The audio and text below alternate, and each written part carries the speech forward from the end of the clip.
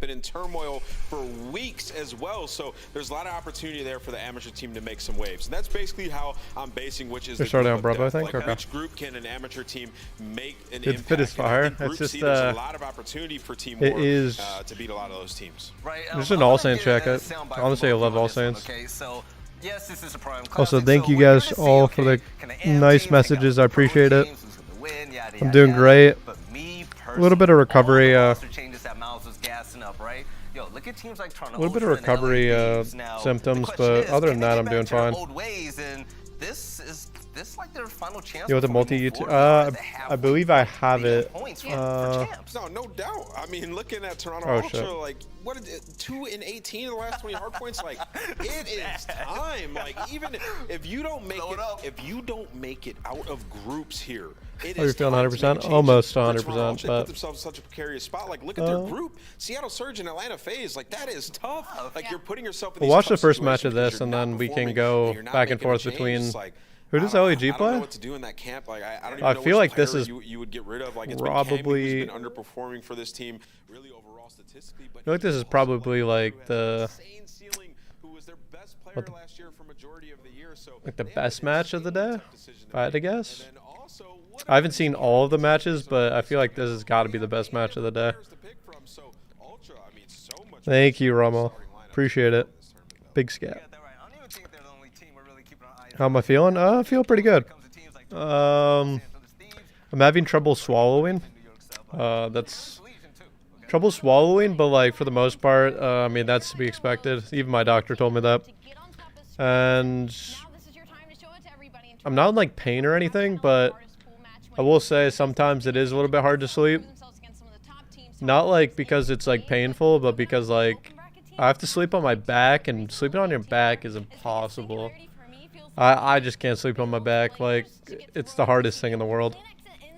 Get on LATs, make it a rivalry? No. We're hoods up until we die, you know? Hope it gets better ASAP. Yeah, I mean, it should only be like my doctor told me recovery time's 2-3 weeks. But like recovery time for like being able to set up my setup and being able to play, he only told me like about a week. I will say the hardest one is like sleeping like on your back, but the other one is like soft diet, because I have to have a soft diet for like 2-3 weeks. Having a soft diet like sucks. And like I think like through this whole process I've realized that I'm a little bit of lactose intolerant, I think, but I think I already knew that growing up. I think the best team that potentially has a shot at making a run in this tournament would be Toronto Academy NA. I think they have a good pool to do so, with Paris being one of the bottom teams in the league. You sleep on your head? Like what? Like a I think they can get a win here, maybe against the sleeping on your back is actually the worst? Yeah, by far. exciting event to watch, and I can't wait for it to get underway. I love it. And here at the halfway point, I mean, it's pretty much been the story of the underdogs for the last. Honestly, like I don't. When I used to, like, before my surgery and stuff like that, I used to sleep like a hybrid between on my side and on my stomach. So, like, it probably wasn't the best, like, hypothetical-wise, like, to sleep like that, but I did. Imagine if you, like, you have no energy. I've been sleeping a lot, but like, yeah, I mean, like, there's times when I'm like waking up quite a bit, like constantly. Hey, Central Water is gas. I agree. Has electrolytes in it, you know, figured probably the best. It's probably me to be back in 2016. Glad you're feeling better. Thank you. I appreciate it, Jadis. Bro, is this going to start? Damn. All right, we're getting into it. All right. Alec better not get pissed on. That's all I'm saying. We're making fun of Alec only. All right, there we go. Obviously had to hit it 2 times, you know. What's up? What's going on, Chima? Repeat Chima. Sleeping on your stomach is super bad for your neck because it's constantly turned to the side. I still do it though. I mean, yeah, everyone sleeps on their stomach. But I don't sleep like primarily on my stomach. I sleep like a hybrid of like on my stomach and on my side. And like I move around a lot when I sleep. Like I'll switch sides, like from left to right.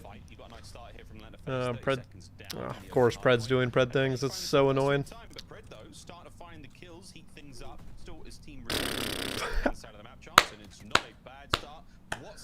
Of course. The only person that can take a Pred is his own teammate. What? Is that? Oh, I'm just gonna bring up the stream audio just a little bit. The matches and stuff are going. Oh, I just lowered it on my end because it was like really loud. Oh yeah, this won't affect that though. Straight out of their hands, but either way, already a 25-point bump. Seattle looking to make this happen off E2. You like playing off the old FaZe team back in the day? Oh yeah, dude. I liked it when Chris was on the roster a lot more, like when he was coaching us. Like I feel like I learned a lot from Chris, like Chris Crowder. But like he went to go play with Echo Fox, I think. He went to go compete again. I know that. I don't remember. I'm pretty sure it was Echo Fox that he went to go play with. Finally dropped in the end, but a good bit of work though. Here comes FaZe though, back straight into it. CL Surge lead for a brief moment. You going to Major 3 to support? We'll see you there in Toronto. Oh yeah, most like about 90% sure. 17 seconds is quite a bit of time, or maybe Sib will just wait for the kills to fall in his lap. Close game. Here's the rotations, the final 10 seconds over to Seattle. I mean, like back spawns aren't even that really big of a deal. You don't really want back spawns. Like they're good, but like they're not like. There's still such like a mix-up for real. They get the rotation nice and secure. Admittedly though, still down by 10. Still down by a bit for now. P3's up. Fountains are not an easy hard point to break into. We'll see how. Oh my god, number 2 just snuck. He's in. First kill on cell. That's an opening now. Through the front comes Mac as well. Here comes the pinch. Nice shots out of Mac. Alright. Not to be had. Arsty's 5 spree continues over to Sib as the rest of the squad now pouring onto the point. It's Accuracy and Sib right now trying to hold this one down together. Mac making his way through mid-map now. Pretty dead. Help out. Arsty's once again. FaZe rebound really quickly. Right now for him. It's 10 and 4 overall with 25 left on third. Yeah, talk about making the best of a bad situation, by the way. I don't even know how they just managed to rebound like that, but like typical. Bully switch and pick up a couple more of BZ takes to the grave with them, and you can already see Arceus. He was going on a massive tear. He's already got Pred might have trolled that by hitting old, but whatever. FaZe went into that hill down by 10. I don't know why we're not. Seattle's not going to the back together. I don't know why number 6 didn't go to the back either, but well, Tower's trolling. MC's kind of trolling. Feel like that was just a really sloppy rotation, and like somehow FaZe is coming out on top of it. I don't really understand that, but okay. Oh yeah, Alec is the flex of this team now, boys. Who's Echo Fox of Zinni? Yeah. Yeah, Alec is the fucking flex. No one would have thought that, but and somehow, like, there's somehow a close game. Seems like it should be a blowout. The way that, like, yeah. Roster move that they have made is switching RCs and selling like the main AR to flex switch, and I mean, I guess streaks. Changes his gameplay too much, but obviously we're seeing it for Alec. Just the MP40 in hand, maybe just for a couple particular hills. But number 8's on a long pinch is good, even though they know that he's there. Is he gonna play for the kill? Yeah, I mean, for one of the players who's been historically one of the greatest ARs around, he's looking fine in the flex. 13 and 9 overall. Nah, he got killed. Over to Sim, a man who can also do it all, and it's the bunny hops from Sib who's going to end the run there. 91 points, all tied up. Even Steven, CL Surge with a slight lead. As 3 players now stacked up on point. BZ unable to get any more out of that. Sim now flying forward. Also, check. Wait, oh, I was about to say, did that nade just ricochet back? That's wild. He's the flex. What'd you do today? Woke up. Woke up at like 11 a.m. And then kind of just sitting in bed. I was like, yeah, I'm kind of really bored. Woke up, or moved around a little bit, and then sent that tweet out, and then that's when Riley and the LAG content crew basically hit me up and told me that I can do something like this. So I was like, I mean, yeah, I've just been bored recently, really bored. It's like being able to watch Call of Duty and like hang out with you guys definitely seems like a good time to me. Too dead. Sib straight on the point. He now goes. It's weird because like my like brain is so used to like looking top left that like I'm looking bottom left now. Like for the mini map. He could be the saving grace right now for Surge. No, great hold again from Surge. Too dead. Unable to break in. Oh no. Now back on point. Yeah, they're really just Oh, that was a huge one. away some time and make this not a money hill. This is where FaZe actually probably has Yeah, FaZe is just gonna play for old. effectively, and well, you're at least able to strip away enough time to keep this over towards a close game. You get back over P2, and you see how much more aggressive Pred was in towards P5. Last time The reason why CDL isn't on Twitch, just partnership. YouTube's paying the money for Overwatch and Call of Duty to be on YouTube. So I mean, makes sense. Company's always going to take money that like CDL is always going to take money like if it's being offered right. Yo, what's going on, High Life? I mean, yeah, Alec was good with the MP5, but like personally speaking, I think he's just like top 3 AR player. But that's just me. I mean, I just played the Phallic and like know how he like know what he brings to a team with an AR.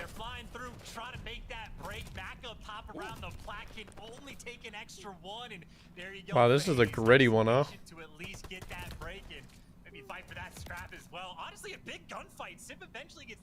For as much 9 and 20, because they're not getting outslayed a lot. Guerrillas prediction for today. I mean, I expect him to sweep the pool. No troll. To be honest, I don't know, like, I don't know, like, maybe I don't know how we got the group, to be honest with you. Like, the best, I honestly think the best team in that group is the Toronto Ultra Academy team. But that's it. Twitch too woke for COD chat.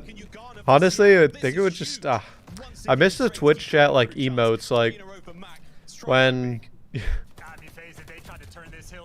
you'd, like, go into grand finals and people would just be spamming, literally, like, just kappas and, like, well, there's a lot different, like, emotes now, but you get what I'm saying, like, Twitch emotes.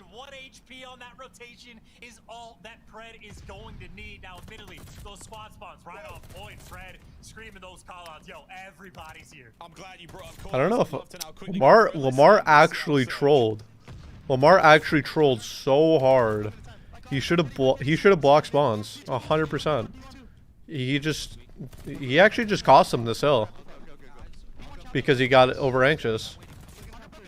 If he sat back tank and played a one-on-one against somebody, I guarantee you he would have blocked spawns and probably held the hill for his team. That was actually really bad. It actually allowed FaZe to get back in this game.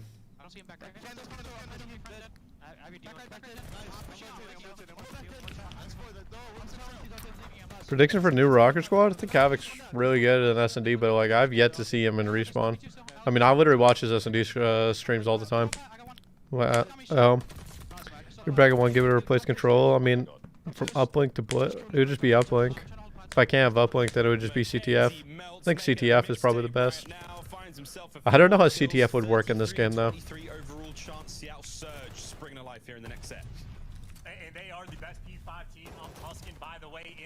Nobody's making a good play. Yep, nah. There we go. This is perfect. You want rooftop spawns. Too dead, yeah.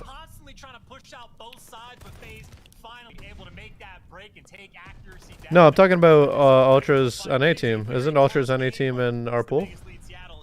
Pretty sure it's in our pool. Going on, Riley? In the back room. What is his favorite COD to compete in? Probably IW. They come up here. The second set, well, third set now, is going to be all done and started now for Surge. They're in position for this next one. Has to be a decent breakout. This is a good, yeah. This could be huge. This is going to be a series off this way for Seattle Surge. Here comes the hit. They're not going to break from you. They're going to break, yeah. MC took his time, got a free kill. first one to strike in for Seattle. Yep. Perfect break. Because here comes a BZ on the other pitch. It is a They can't win off of this. They're not gonna. Yeah, they're not gonna win off of it. But they have to just make sure that the other team can't win because they have spawns in church. Looking to find himself some streaks. Also, Max going to be there. The kill does come Two through dead. finally. One more to be had. We could see the lead change here. We could see the victory here. Seattle Surge have got to go big. Number 4 is going big. He's trying to flip his spawns. Oh, but he didn't see Tyler. Ah. Oh, and he did get streaks. It sucks. Streaks probably would have secured the game right there. They're not gonna win. They don't win off. I don't think they win off tick. No, they don't. There's no shot. No, they. Yeah. No, they can't. They can't. You guys are faded. Yeah. God, what? Why would they say you could win it? You definitely could not. But making winning plays. I mean, FaZe just broke that perfectly. Like Lamar should have been wide strafing around, like playing for a chow, or like playing a different corner. But to be honest, I think like they should have pushed out both sides. I feel like. We've actually got a look at Ultra Academy EU and Optic Dex's score so far. So a little bit of updates across the board there, friends. The starting stats. You watched the Halo event last weekend? Yeah, I mean, of course, Brad's the GOAT. Give this back and make your way back to the best. Thank you, Samuel. Appreciate it. Do you think more orgs will join challengers? Over time, I think. Once they realize, I mean, I feel like the league over time is just going to become more nicer to challengers, and meaning like they're going to get like more tournaments, more ability to prove themselves. Because like this, what they now have a Pro-Am. Like last year, what it was a scouting series. Scouting series is kind of ass. With any of your, are they playing from the Columbus? They're not playing from the original Columbus arena from MLG, but they are playing in Columbus. I don't know where, to be honest. Kind of like it looks like a challengers event, like how a challengers event's like kind of like laid out. Like it looks like I'm playing back in 2016 Black Ops 3, playing in the pit again. That's what it looks like. There, and again, two-piece after two-piece. Here was the final few seconds going through, and again, he's the guy on screen now. What's going on, Alex? How you doing? Hopefully we get more tourneys to watch this next year. Yeah, I mean that is the end goal for us. I mean, we want our game to be holy Jesus Christmas. That is tough for Lamar. Definitely got to get the first game. Usually always the hardest. Gotta get those out of the way. 13 and 32. I know he's collecting a decent chunk of hill time, but against a team like Atlanta, that really is just not gonna cut it. I mean, literally, if he just wins. And they almost won. 26 points. Now imagine that he blocked the church spawn. Imagine he sat in the back and blocked the church spawn. Seattle probably would have won. They probably would have won with a guy that went double negative. Just because like you can win like that just by making the correct plays. I really want expansion. I feel like, I mean, yeah. It was close once again, but Atlanta FaZe win the Tuscan both times. Now you go to a Desert Siege, where Seattle 0-2 on this map. Admittedly, not a ton of experience, and yes, they've been in the lab for the past month, so maybe they like Desert have some sort of game plan. But FaZe, it has almost been their bread and butter. 5-2 on the map. Selim is gonna know where like almost every player is at all times. Like, I think he had one of the most bonker KDs on this map, like especially towards the start of the year. I mean, literally just like a guaranteed kill or two every single round Selim plays. So good luck trying to deal with him on Desert Siege. Will Loxham? I don't know if I pronounced that incorrectly. I probably did. How's it going? Want to see Egypt as a team? That would be an interesting one. Even though you're probably answered this like 50 times, do you know why Illy's playing today? No, I haven't answered it. I mean, I personally don't know why Illy's playing today. I think it's a little bit dumb, personally speaking, because this is the expectation. If you're going to take an event off, like, this is still a lot of money to be won, 100%, and like nobody wants to be giving this up, but like CDL points, you don't gain any CDL points for winning this event whatsoever. So like this is the event to take off if you have like any health conditions or any health problems. And like I don't know, it's just, if you have a problem, I feel like you should try to fix it first, like focus your health first and then like come back to it. But I'm not his doctor, I'm not his, you know, it's not my body. Like if he feels like he's good to play again, he feels like everything's good, he can do it. But if it was me in that situation, I would just put my health first and just make sure that my hands are good. Like, your hands are like the most important thing. Like, it's, do you know that you can get like life insurance, or not life insurance, you can get insurance on your hands. Like doctors do it all the time, like hand doctors, or not hand doctors, like surgeons. Like surgeons get like hand insurance just in case, like, you know, something like bad happens. And again, if you are fast enough on this attack, I mean, you could just make Mac effectively useless on that bottom side of the map if you are quick about it. FaZe certainly attempting to apply this pressure. You see that bomb is creeping up towards the site, but accuracy waiting for that time, and he has some awareness, but now he knows for a fact that it doesn't matter if BZ Free bomb plant. He's out. And that stun tells you everything you need to know now for FaZe. Sib's going to be coming through the back. It's a single hit now from Seattle Surge. All of them coming through the back side of the map. And look at that. Sim's hit Deddy, and he is on a flank. The man's about to feast. Here he goes. Eyes on at least one. Will he check the corner for the second? He does. There's the kill. Here comes Sim. This is the 2v2 situation, 25 on the clock. Sib wins a big one. Arsty's now on the 1v1. There's the Alec is so confused. He's so confused. Nails 2 kills, and that's the defuse. I don't even, how did, one is, why does Alec have bomb? 2, why does Alec have a sub? 3, how did they just lose a 4v3? Just able to push forward, find a couple kills, and win that engagement towards the end. Get hard to do after 25. Apparently it was just a ball pus on his finger, so maybe he popped. Every young guy thinks they can push through and don't think long term. Yeah, I mean, well, massage therapists always told me one thing. Like every time I go to her, she's like, you know, she asked me like she's like, do you take do like other people like in your profession like take care of their bodies, like get massages, like go through with all that stuff, like to make sure your hands are good? And I'm like, no, like about 90% of them don't do that. 90 to 95% of them don't do that. Like, I'm like, yeah, like it doesn't matter when you're young because your body like can just regenerate all that damage and like healing, but like as you start to get older, like that's not how it's gonna happen. Like you're literally gonna, I get like a massage every 2 weeks because it's like really important to like break up the scar tissue and like allow your body to heal. He's still in from behind. Thinking of taking a break, how you doing? I'm doing fine. I'm just bored. Honestly, that's it. I have like no pain. It's just like I have some trouble swallowing and I have some trouble sleeping. Like it's not like pain or anything. It's like I have trouble sleeping on my back. Like because I just don't sleep on my back, you know. Sleeping on my back is really weird. How am I feeling? Is that chilly? That is, I mean, doing good. You just have to go and reposition, take the time to reload your guns, and gotta go and hunt these players down. Seattle Surge again. This time it was a 2 versus 3 that they were able to clutch.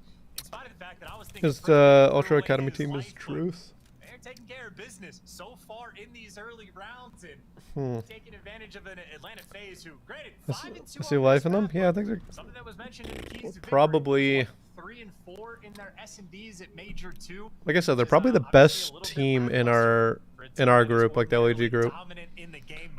Hello, Farmers Only. What's going on? Rounds where Atlanta FaZe, at least at some point in the round, had a clear-cut edge, but could not find a way to close. No. And Selim was given absolutely nothing there by Surge to work with. Belong arenas. Saving grace at the very least, you do manage to stop the spree of Sib. He was on 3-0 before being brought down there, so no worry about streaks going forward. But here we go.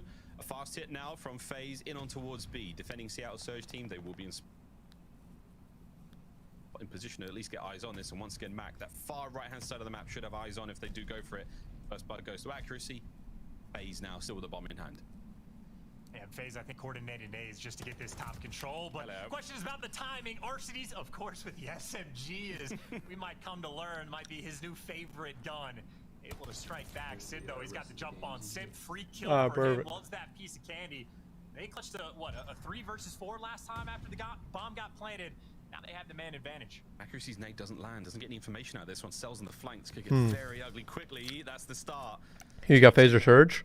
Retake situation. Gotta go fast. Gotta go big now. I got phase, of course. This is my boys. Less than 30 seconds now to work within the 2v2. And I think right now Seattle, I mean, they were but like this is like the weirdest S&D.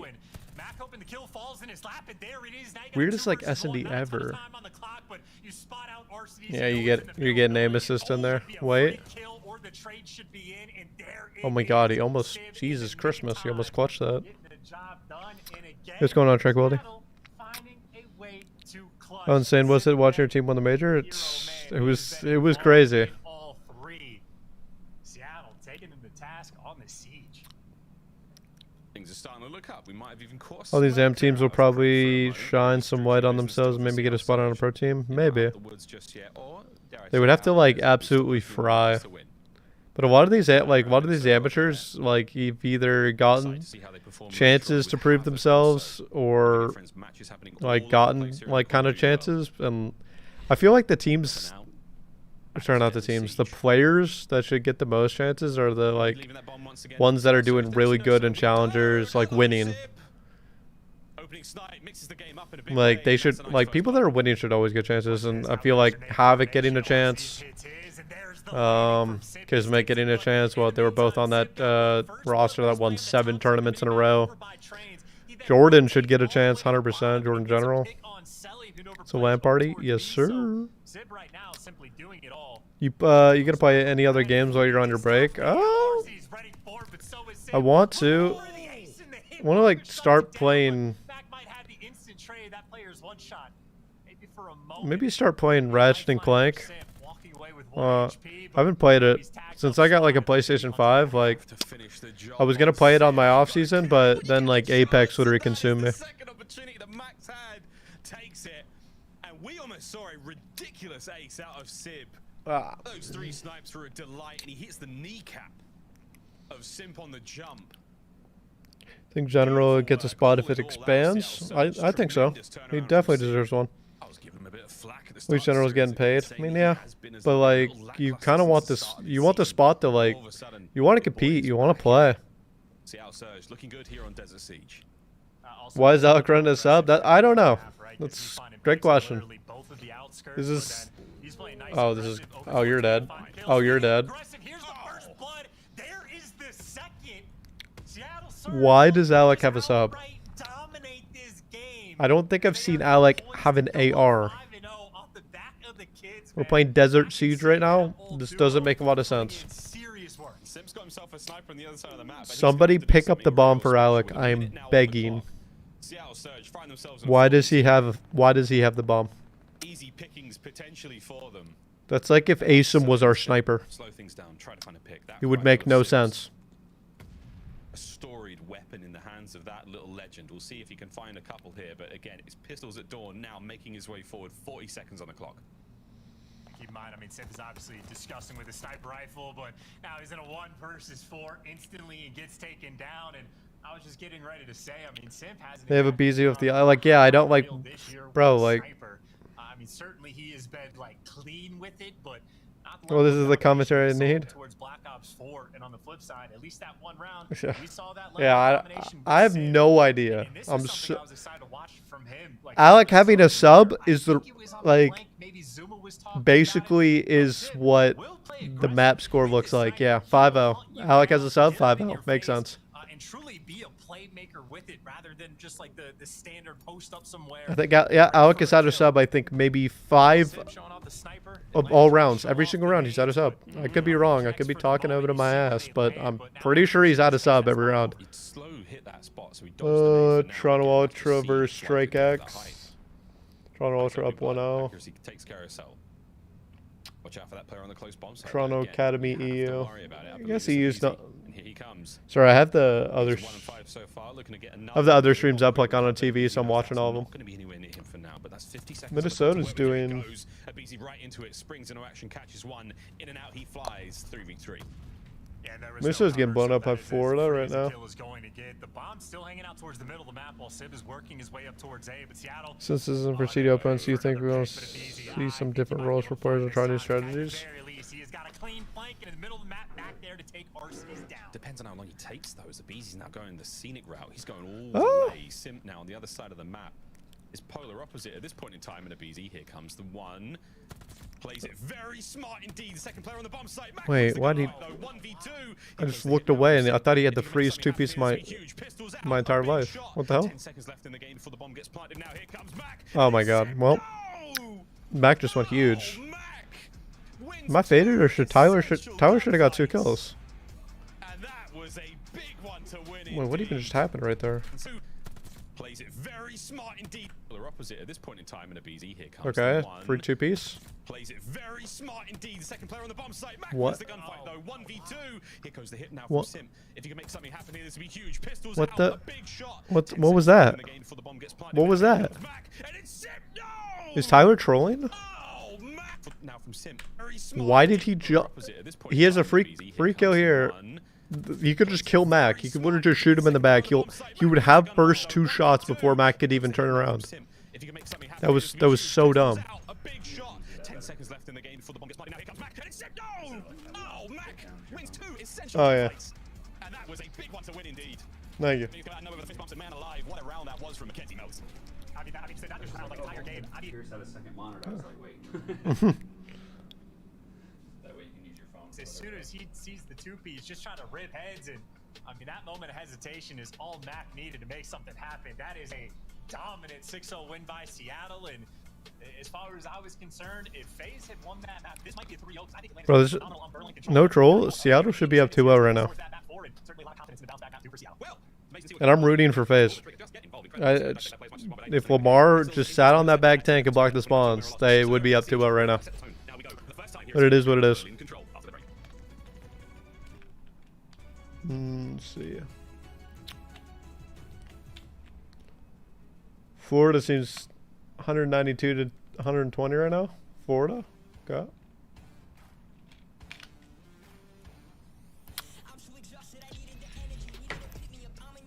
Mac is going off the series. I mean, you know what you're getting from Mac every single time.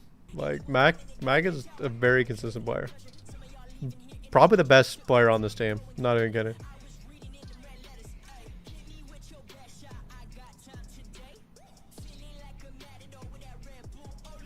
There's very few players that could throw up and then literally go up on main stage and almost drop a 2.0. I am definitely not one of them. When I'm sick, I'm like, I'm out of commission, son. Like, I'm...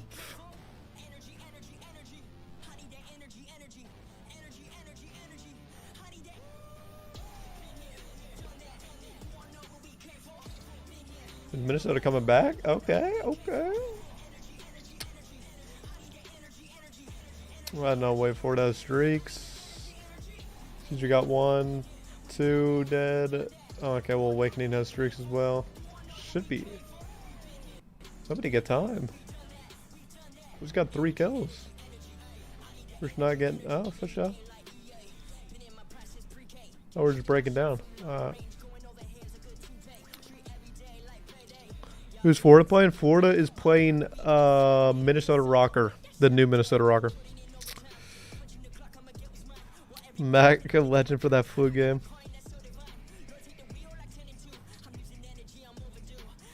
Havoc's first game back and is against his old team. I didn't think about that. You got a point. That is against his old team. That's actually really... That's really funny. I mean, it should be over. Florida should be... Florida's in a good position to win this. Because, like, getting P5 time is, like, pretty hard. But it's like... I mean, Florida's in a good position because you want them spawning back P4 side.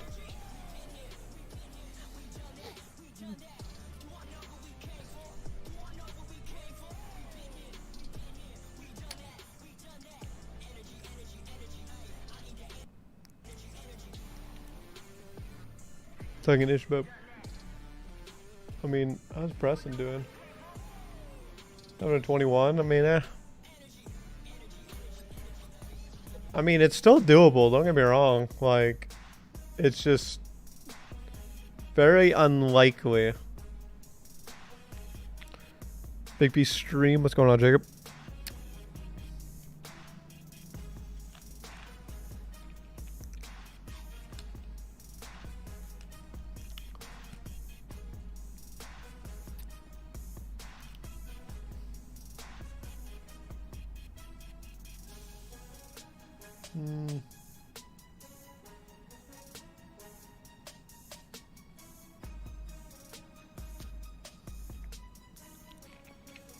I am the 69th like on the stream. Are you proud of me? Yes, I am. There's only 2 likes that you can get that are like, you know, hyped. They're like 69 and 420, you know?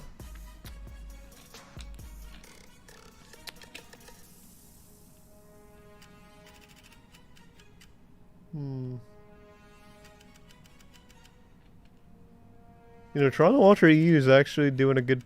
They're in a good position right now.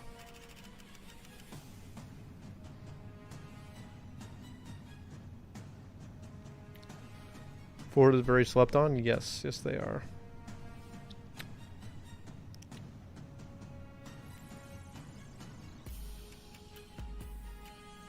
Let's see. Who is the multi-stream link?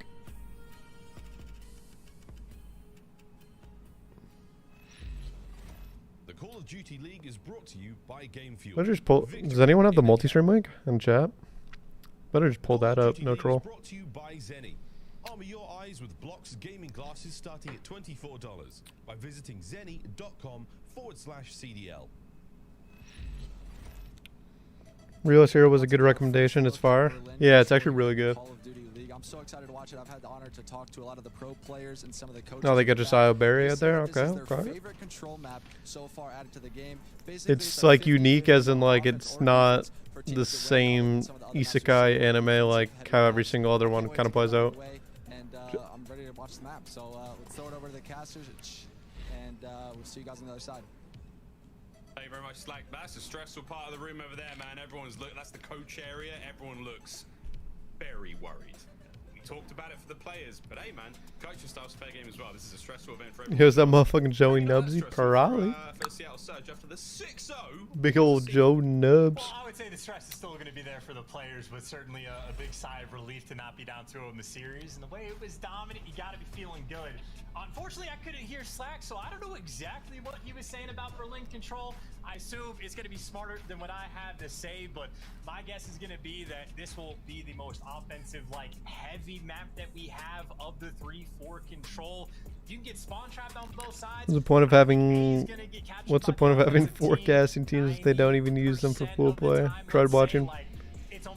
The silence is whack. Yeah. Florida end up winning that. They're up map 1. I mean, all the all the matches are kind of just no commentary.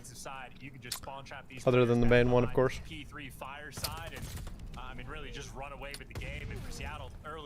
Berlin control. Okay. I've only watched this in scrims. Like, watch Nikki or like Classic and like Preston's team. I play this. It seems like it's like if you.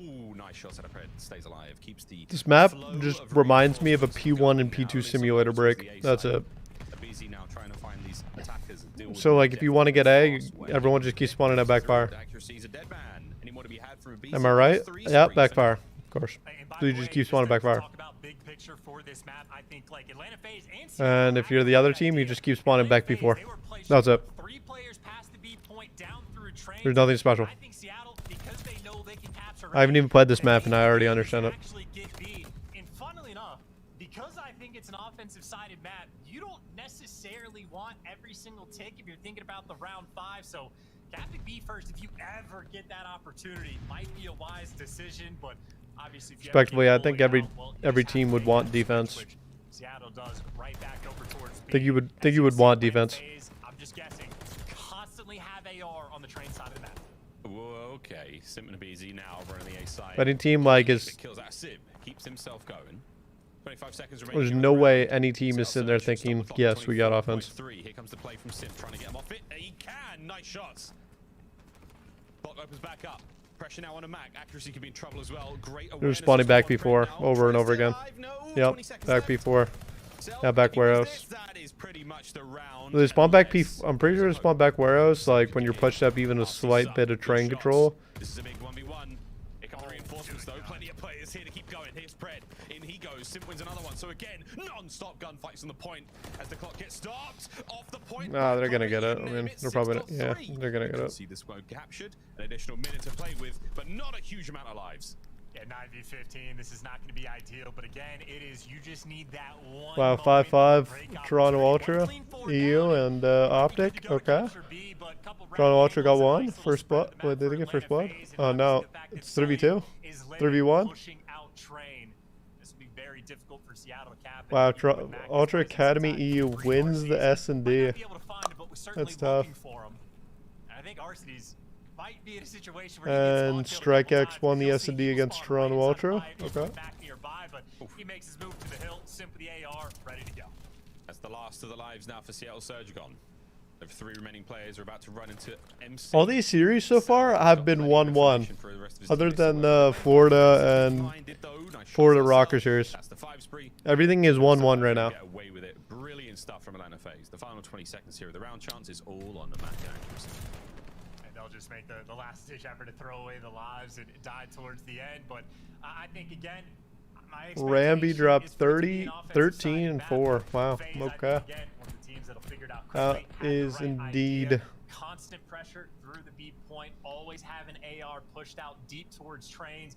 Get over towards that tower. Get on like the back tank sort of headies, whatever it's going to be, and then just proceed to be as annoying as possible. They take care of business in round number 1, and I might be incorrect with the analysis. There might be some like weirdly creative things that like teams are able to pull out, but that remains. Yeah, that was kind of. I think that was a blowout for StrikeX. Not a blowout, but it was 6-4. 13 and 4 like feels like a blowout. Like if you're dropping that, but. Second segment gone. Again, tremendous work. Extremely well handled by FaZe here. Was Sim oh, that's not tough. Too long ago saying how excited he was to really get this game and was map and mode now underway. Oh, never mind. Okay. Coach Crowder as well caught up with Merck and saying that yeah, the boys are pretty confident this one, enjoying themselves indeed. And so far, a brilliant start here in the offensive round. B's the only. I'm so confused. We'll see how well they handle it. B's now by Docs. Optic stats are 12 and 6, 8 and 6, 6 and 7, 7 and 7, right? Toronto Ultra stats are 3 and 10, 7 and 7, 7 and 8, and 10 and 8. Yet they won 6-5. Feels like they just maybe just not. I don't know. That stat line seems very odd. You would think Optic would be winning with that stat line, not the other way around. You just need to have this pressure down on the train side of the map. Is FaZe, they're just trying to stay alive and make sure they keep that map. Thank you, MKK. Appreciate it. Trying to hold it down for now. Not any more to be had. Fred right back on it as he's heating things up. 11 now. That's a clear B zone. 16 lives remaining for Atlanta FaZe. 22 for Seattle Surge now as they start to fan out. Try to find some map. They're just gonna go around, try to pin fire. Through P2 if you're playing hardpoint now. Top 3 is probably just space on the map and open up an avenue of attack. And this is it. Sneaky Pred. Did he catch a red dot there? He might have. Simps there. No. Big win from Simp with a pistol. Yeah, I think Simp is what probably, depending on which side he's going to be going to, whether it's offense or defense, making the swap from the Automaton to the MP40, so maybe a couple flex players on this Atlanta FaZe team, and now this is the moment. They're pulling him out. Pred really is the last man for Seattle in the hill on defense, and he wins his one and slows the push down, and that is all he That was a bold job, but... And that was a slide and a half. Celium, we might be able to see his gun barrel. Accuracy's there for it. That's 2. It comes Simp, though. Still trying to keep the play alive. 9 lives now remaining for Atlanta FaZe. Are fully recovered? Not yet, but I'm getting there. We'll see. Simp in the forward position now. Pred's on the defense. He's been playing like every couple hours every day. Increasing the amount like by half an hour to an hour, depending on how I feel. I'm not in like any pain. It's just trouble swallowing. Like food's getting like stuck in my like esophagus or like my throat. But like doctor pretty much told me that was how it's gonna be before all this. I mean, I even told him I was like, I already felt like this feels like the exact thing I was dealing with before the surgery. So like, doesn't matter. I was like, I know this is like basically. I know this is temporary. Like it's gonna get better over time. So. Is it usual for AM teams to win S&D and pool play? Yeah, it's pretty usual. 8-3 first bloods too. Optic throwing. Yeah, that's definitely a throw. Why aren't there cameras on the players? Because it's not really a traditional event. It's not really a traditional event, but has a pretty big prize pool, which is kind of weird. But it's probably, I would assume it's going to change tomorrow, or not tomorrow, for bracket play. Could be wrong though. Unfortunate timing there to drop the aim. The iron goes down, and so does Mac. Here comes accuracy through mid, trying to buy some space, get his boys onto the A zone as fast as they can. There we finally have it. 102, clock stopped. Mid-map presence now being felt as Pred absolutely thumping heads. Busy now on the wrap. Cleans up A. They don't manage to get the segment either, so less than a minute now to work with for Surge on offense. I mean, Seattle really are just like constant on the attack, right? Always sending someone over towards B, always trying to just look for that small window of opportunity. But how's your stomach feel? It feels fine. Not really in any pain. Even while say they're still sort of like pawing at it, trying to make sure that they can have some sort of pressure. I mean, FaZe off respawn. Desert Siege these guys are taking every single time. For the Florida Mutineers. It is straight through stone over towards B. That will be the name number 4's in a good. Over towards A, but that's 2. So is Pred. Here's the flank, but again, there's literally always someone extra for FaZe. MC's going huge. Back. Got that kill. They could have fled A. Or B, I mean. Now to work with. As Seattle Surge have been held back. One segment is all they're going to walk away with here in this round. Are people actually... Am I faded, or people playing for offense? There's no way. No way people are playing for offense. Pretty sure both rounds that have won have been a defense. So, like... Honestly, I mean, for FaZe on defense, it's like too protected of a setup for Seattle to even like make these attempts at like these solo chows. We're seeing Mac try to flank, but it is literally 4 players for FaZe that are around that point. So even if he finds one, he's going to get traded out instantly. But finally looks like Seattle may be able to cap this 8-pointer. Maybe actually they're going to fight for it. Yeah, fight for it, definitely. He still soars through. The 3rd point is still not yet been secured.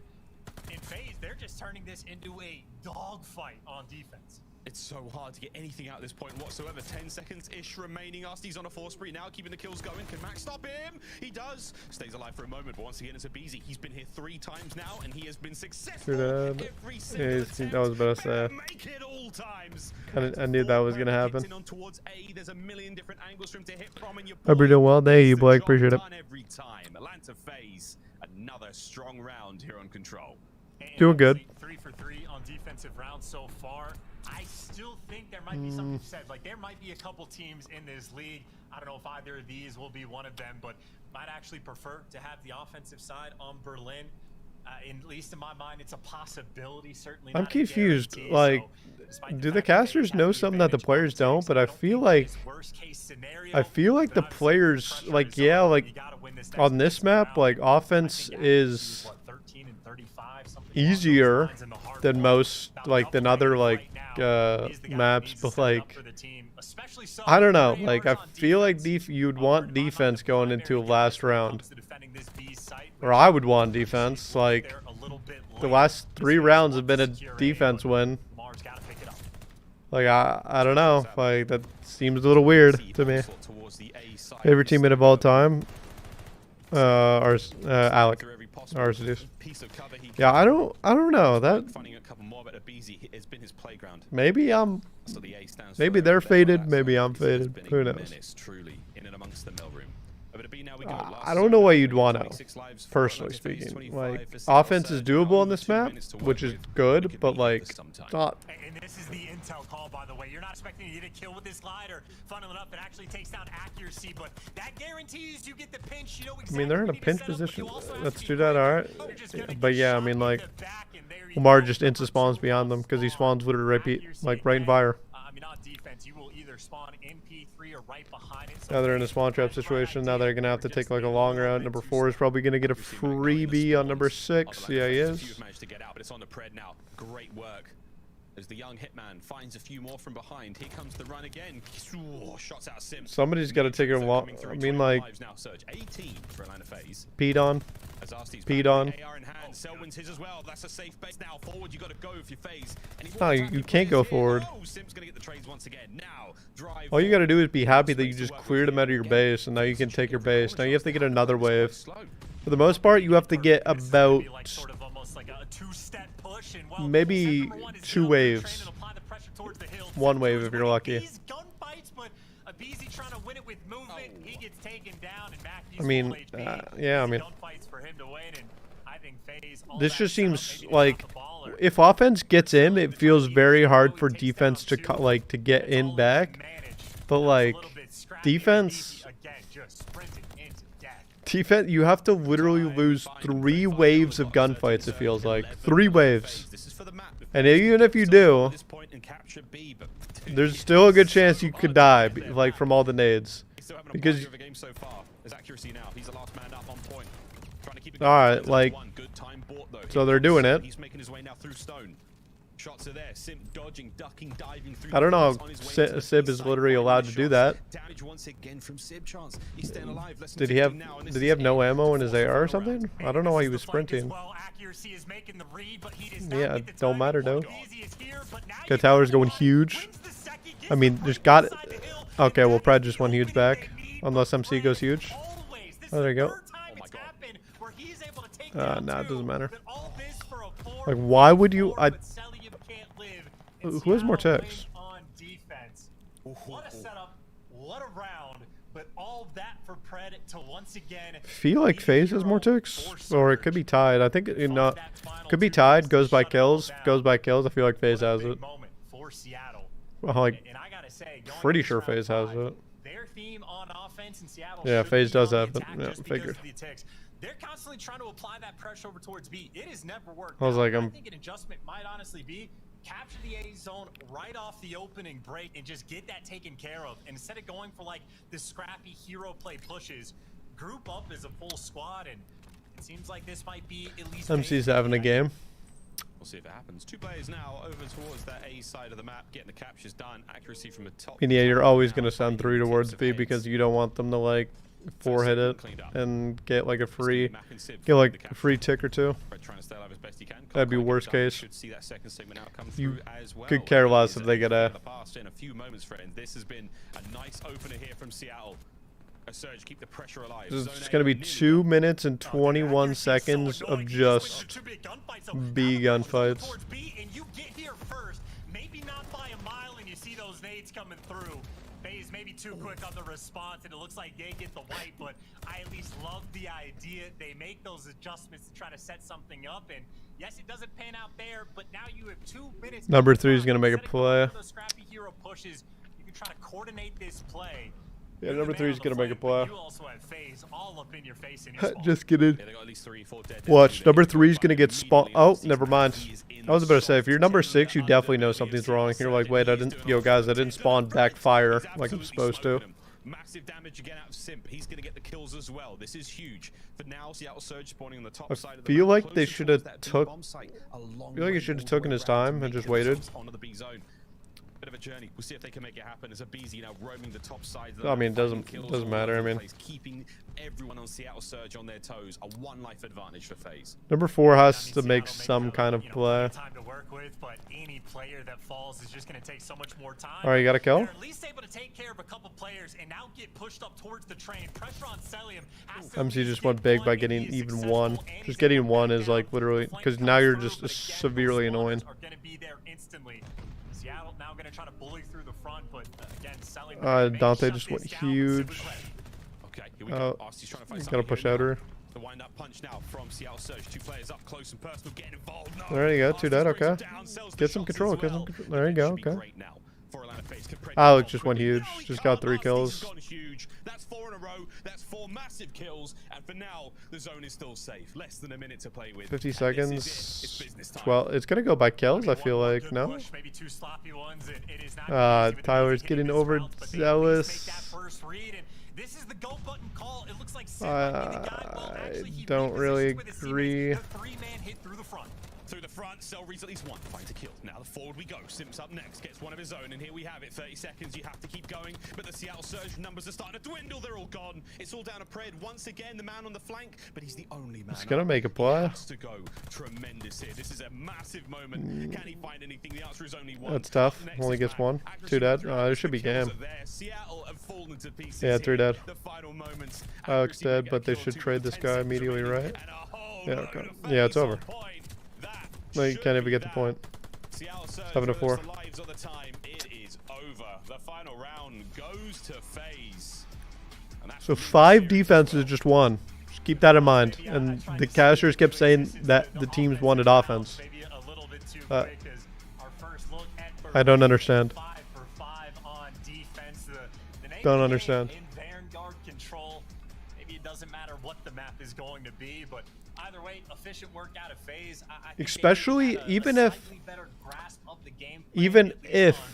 let's say you watched online matches and offense was winning all the time, even if that was the case, say it was the case. When you go to a tournament, it's very rare that like everything slows down. So that means defense becomes harder to to beat. It's just rare. Like you're not gonna beat a defense when everyone's playing correct and everyone's playing for kills and doing what they're supposed to. Like it's just not happening. It just is not happening. I don't know what kind of pine bark they got. Yeah, I don't know. Angles, timings, all of this translated into our amateur play when it comes to ranked as well, friends. Don't forget. Berlin control already in the rotation. We've had. Can you watch Bravo stream about better start Berlin? Yes, I try to pop up Berlin. To the upper echelon of expert, I think for myself. The rest of you guys doing great, but 30-odd seconds on this game, and that was a beautiful look at our first taste of Berlin control. They had a good start on the hard point, but then Texas just managed to completely obliterate them in the second half of that. Great comeback on the hard point for them on Gavudu. Bro, why are they? Is this going to be starting Berlin control? But why is this so behind? If there had been 2 clutches in that game, this would have been like a 6-4 or something along those lines for Optic Texas. Yeah, I mean, it would be comfortable, wouldn't it, to a certain degree, but I mean, clutches up. I think you should just play Ratchet and Clank on the stream. Yeah. Am I faded? Why is it still showing the S&D? Got himself in a good position. He still had a lot of work to do and pulled it off. The one with Beans is the one that you probably look at and sort of say, right, come on, boys. It's the if I'm frank with you, Bryce, I think the general is playing. So I think you look at that one. You look at refresh. They can come across, wait, did that not end ages ago? It did end ages ago. Can also do that. Like, don't get me wrong. It's one of those situations where they just Charlie stream. You have to catch up on occasion. Toronto Academy, you did.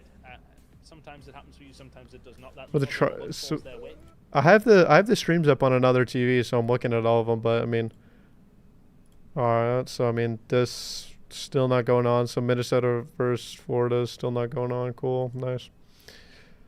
I mean, the only match going on right now is Delta, but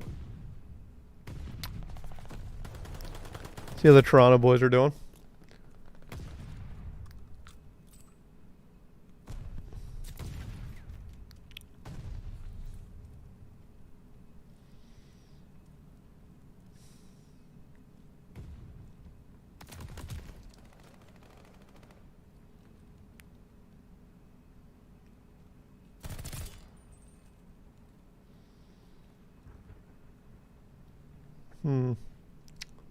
Oh, it just started. Perfect.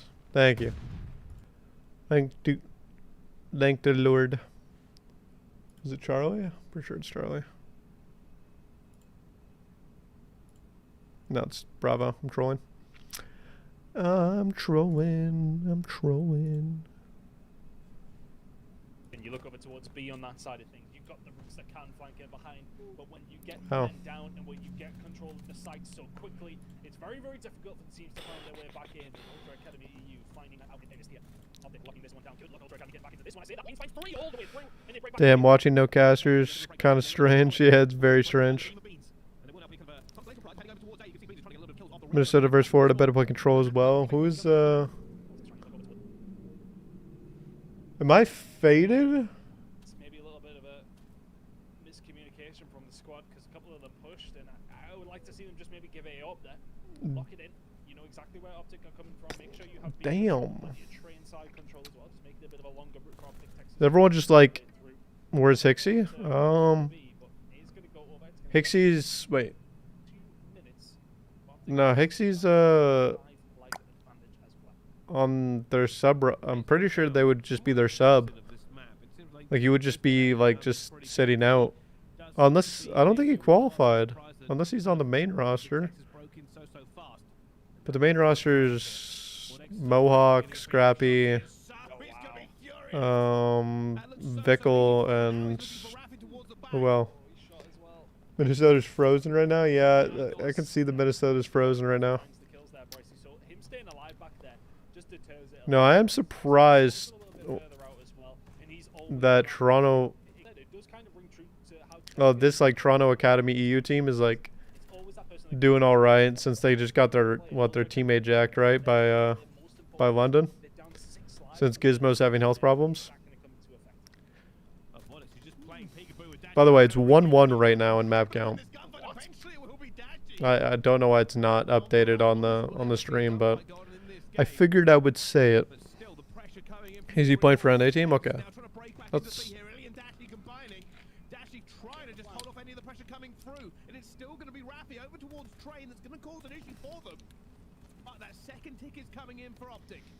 Falls there as well, so that little ace in the hole that they did have is now gone. They need to push fast. Go. Pressure coming in. It's going to be Scum and Dashy though. Optic takes us Dashy again with another one. And surely Ultra Academy have no way back into this. Raffy tries to break through, but gun down he goes. And Optic Texas will lock down their attack here on Berlin Control. Nicely done. And as we said, when you get 4 down, when you get control of these points, irrelevant if you're an attack or defense, it is very, very difficult to find your way back in. Brandon's 1 away from streaks. He gets... I don't even know what streaks would be good for. Like, information? Like, I highly doubt you're going to get a kill with the streak. Maybe... I mean, maybe holding them in fire while you're pushing. Streaking while you're on the point to, like, hold them inside as well. That's not bad. I mean... But then, like, break-wise, like, I just don't see the potential use of, like, it being used to break. Thank you, Lewis. Appreciate it. Beans. What a name, Beans. So Optic won an offense. I mean, I feel like this should just be chalked, no?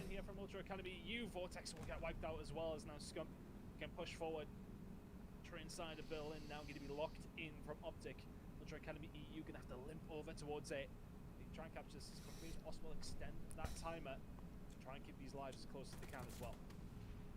Scum finds one as well and then plays his life. That causes so many issues for the other teams, they have to try and figure out where you are. FaZe looks to be blowing out. They're about 60 points, give or take. Has done a lot of damage to Ultra. Oh. 1 second, gentlemen. Love you, man. Can't wait to see you Friday. Thank you, Kyla. Appreciate it.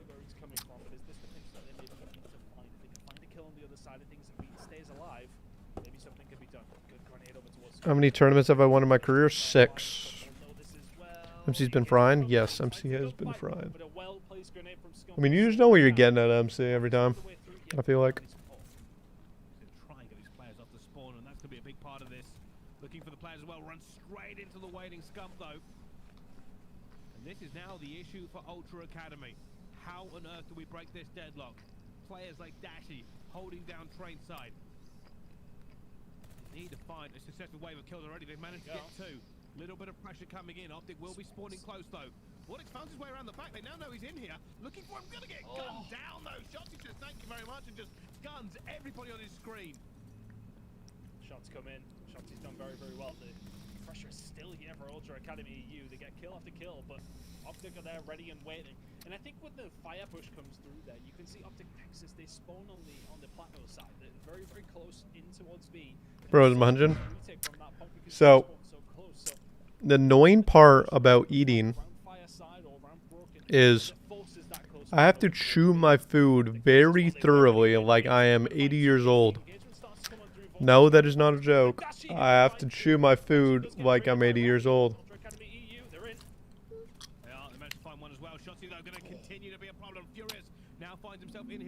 It sucks, but it is what it is. Favorite team would be United roster back in the day, 2017, Infinite Warfare. And Seattle's kind of making a comeback. Lamara's streaks. I mean, I don't know. I just feel like it's doable. 5-4. They get a kills. Is Seth in that corner? He could get wall banged. He's on a they're on a pinch as well. This is gonna be really bad. Nobody's watching pinch. Am I faded? Seth is, I guess, watching pinch, but like, okay. I'm so confused how that just worked out. It's a 3v1. It's 2-0 to Optic Texas. They just about hold on unless Rafi can produce a monumental 1 versus 3. Not gonna happen. Texas 2. Like Toronto actually had a potential to win that. I think if he hits that pinch faster, and maybe if like the other they play back and like wait for Charles, like I'm pretty sure it's a free dub. They just did not let the guy pinch first. I don't know. I feel like they did like Optic didn't even like notice that he was on pinch. Person that picked up the pinch was Seth, and he was on point. That could have been horrible. Just in and around those moments where there's maybe one player left, you'll find that kill so there's not so much pressure going to come in over towards B. Worked out fantastically for the side of Optic that time around. So now Ultra Academy need to defend. That was an awkward one. Then they need to win an attack as well if they want to try and get back into this game. They weren't far off on that last one though, so let's see how this one plays out. Certainly a man in the plan here, obviously. Optic just seem to have, and I don't mean the pun here, but control of this game so far. At the moment, they are playing this a little bit slow. Well, it should be over, to be honest with you, unless something miraculous happens and Toronto can win an offense. But like, I don't know. Oh wait, no, they're on a defense right now. But yeah, I mean, my point still stands. I highly doubt that Optic is going to lose a defense. And even if they do, I feel like Optic would have defense last round as well. Very, very chaotic in and amongst the points, just controlling, being that nuisance team. I would imagine that Optic Texas will look to be. There's not really. Wow, 1-1. So every single match so far has been 1-1 today. Nice. Reminds me of Tuscan in the way that it plays. There's just so many routes to find yourselves behind the other team when you're on the defensive side of things. It's about that control. Ultra just won 3-0 in Berlin control. Okay. Oh, they're up 2. It's 2-1. You can walk away. It's a couple of times at 3-0. Optic Texas are looking to try and do that right now. Not too bad of a start here though on the defensive side of things for Ultra Academy EU. Pretty much locked down. Rather a banana straight up rather than or a different tree if it's going to be like that. Yeah. But Beans inside the point will find 2. He maybe just deter them a little bit more. Well, he's going to try to do the same thing here. He wants a few kills off for this one, and I just saw him put through at the same time. Goes to the challenge on Shotzi. Not going to get it onto Scump. MP40. Go Burr. Actually fighting for that train control here. Bearing in mind that's what a lot of teams are going to be trying to do. Push out ticket side. Get control. Force them to spawn as far away as possible on B. You know that defending team's going to have the close spawn, so you're always going to have the advantage. The hard spot to push when Rafi is down to that right-hand side, but the rest of his team starting to drop in the middle of the map. It's now going to enable Rafi to have to do something. Dashi will gun him. Now it's Vortex left inside. The rest of his team need to find these gunfights on back up, but it's Scump round from behind. Is Is he going to find this gunfight onto Beans? He does so. Rafi will clean him out, but the control in the point was momentarily Better there. banana bread, Furious. Starbucks, Tom Thumb, Whole Food, or homemade? To clear everybody out here for the side of Optic. Well, I mean homemade. Here for Ultra. And that's the entire issue at the moment. Like I said, you get that Homemade banana bread is just always better. Ultra just have bodies in abundance. Homemade anything I think is the best. Split up. They've got 45 seconds to do this. They'll be looking to get some map control down. And it's a difficult way. If it's done by like an experienced person though. I've had a lot of crappy like homemade things, but I mean it'd be done by like people that are like trying it for the first time or like think it's like easy to do. Do you think it's stupid that not all 12 teams compete for a championship? Oh. Yes and no. Yes, because I mean it's just you would want all teams there, and like it's just like competitive integrity, and like it just shows.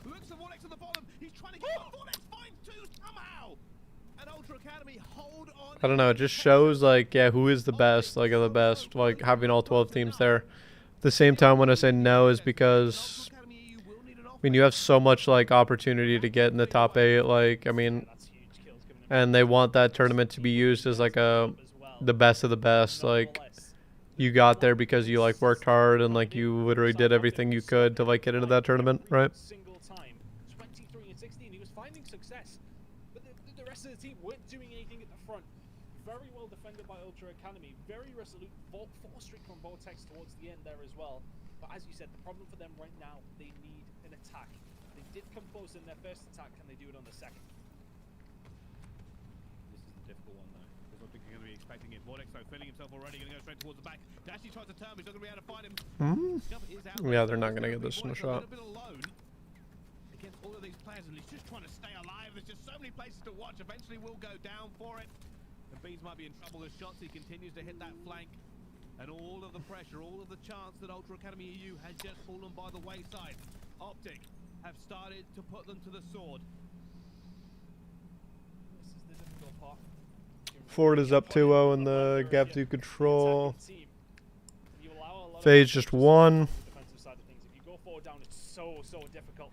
Shotzi and Co have just been running amok over towards A and B so far. Can Shotzi continue? And of course he can. Vortex then falls. 3 spree for Shotzi.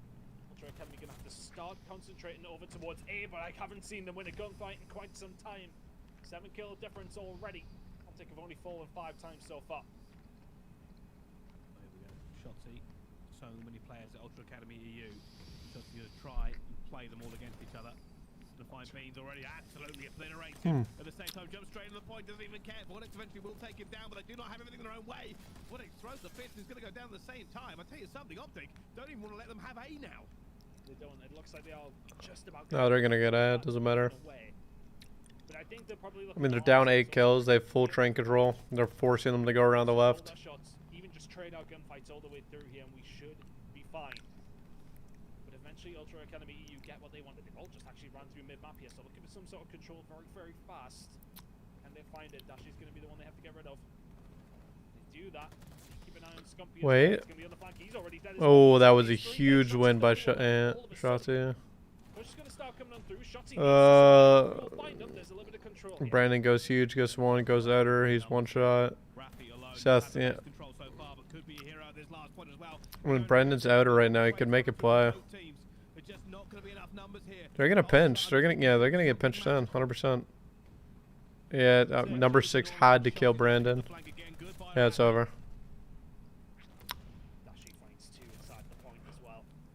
I feel like you're furious. No, I guess you're gonna. Oh no, you take your time, baby. I don't know what you doing, Beans. Yeah. Nah, it's over.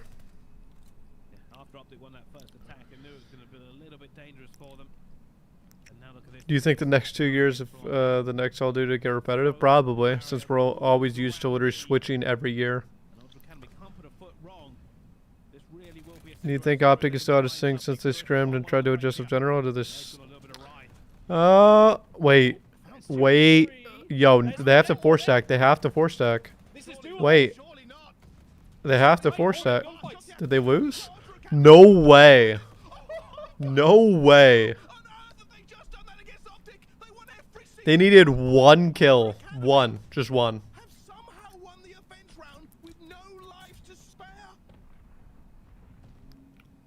Well, Pro-Am's serving it up so Jesus far, Christmas. my goodness.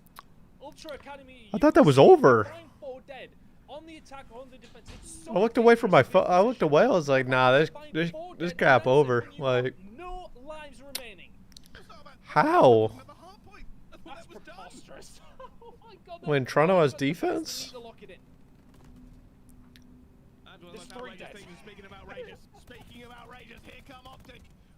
They're better just. Should be just over.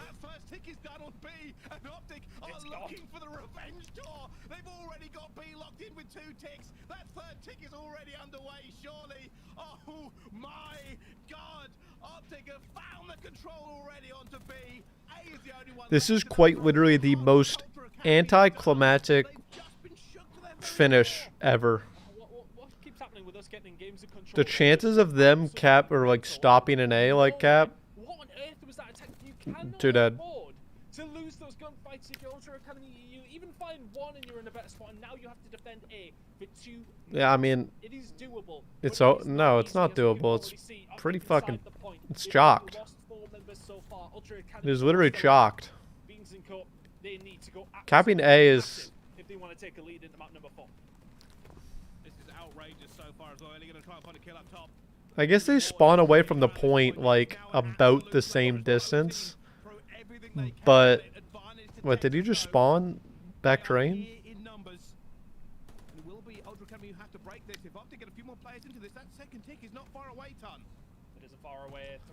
Nah, bro, it's over, son. Just give up. Just give up. It's over. That was so anticlimactic. So anticlimactic. When is LEG playing? I don't know. I think they're playing on the on this stream. Pretty sure they're playing on Bravo after this match. Wow, that was so. They go into the defense and Optic say, hey, that stacking tactic is really, really good. Watch this. Gun. Every single member of Ultra Academy EU off of the map. They stack the point. They get it done. Is this game Bravo? Yes. You can see a beacon point taken on this game. And it's done. Like, I feel like Ultra Academy did the impossible by winning their offense round, and then all of a sudden, the map's over. I don't know what to tell you though, because you head into that final round after winning it the way you did to force that final round, and then immediately your head is gone. When you lose every single one of those gunfights, that's it. That's pretty much the round immediately, because we know how hard it is to do. That was just. B is the harder point to capture. It's like Tuscan. You push over towards B, you get that immediately. You might as well just choke the round. That wasn't even fun to watch. Honestly speaking, that was so depressing. It was so depressing. Because then you think like, oh, Toronto has a chance to do something crazy, and then you're just like, oh, Optic just blew their backs out. I could go back and watch that control the last 2 rounds like a million times. I don't think it'd ever play out the same, but actually big rounds from him. That was like some black.com. I think Rafi actually really struggled earlier on, but he brought it back just a little bit. But I gotta go. Get well. Thank you. Okay, I appreciate it. Hope you have a good one. Well, Minnesota has. I mean, I'm not. I'm really. I'm chunky right now. Let me tell you. Can't wait to hit the gym again. Get healthy. Get back to normal. You know. I don't know how to contemplate what we just saw. We know B is the more difficult take, and both teams. What do you think of the end teams? Do you think the end teams will upset anyone? Toronto Ultra NA team is the only team like out of the amateurs that I like know of and that like actually has potential to upset. Because if you can do absolutely everything right on your defensive side of things or on your attacking side of things, and 1-4 down can change the round immediately, and that is just basically control in a nutshell, though, isn't it? For the most part, you can do everything correct, but then all of a sudden 1-4 dead and the round is done one way or another. So I mean that's exactly what happened the last time around for Optic on that defensive round and that round before, and it's exactly what happened to Ultra in that final round. They get a hold of the defense. You're thinking, oh great, yeah, we clutched up. Let's go flying in around about 5. Let's shoot some bodies. Well, you can't shoot bodies if you haven't killed anybody. So that's just it's a really tough way to lose it as well, I would say, because it's one of those scenarios where there's so much hype and then there's such a low. See, I would say Ultra Academy EU, but like they got their teammate jacked by Toronto, so it's kind of like crappy situation, you know.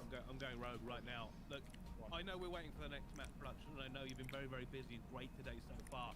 Is there any way we can re-watch that B attack in the last round? I know the replay is probably like gone way past it, but I would love to see it again because it all happened so fast for me, Ton, that I didn't even get to catch all of the interactions. Like I wasn't expecting. When you see those first kind of pushes, by the way, you expect there to be a bit of back and forth between the two teams. What you don't expect is a complete clean sweep with not a single trade to come in.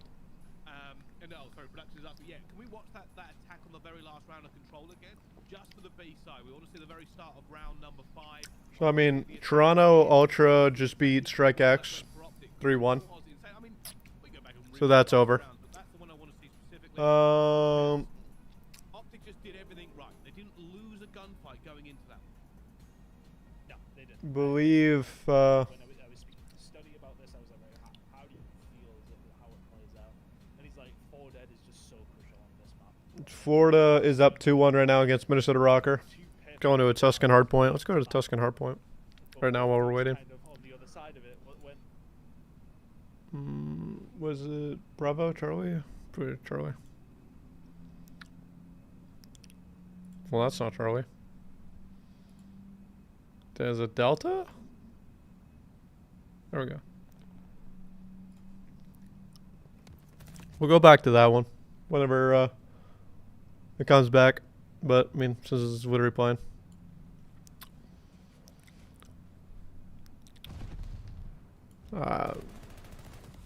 Seems weird to watch a game with no sound. I don't know.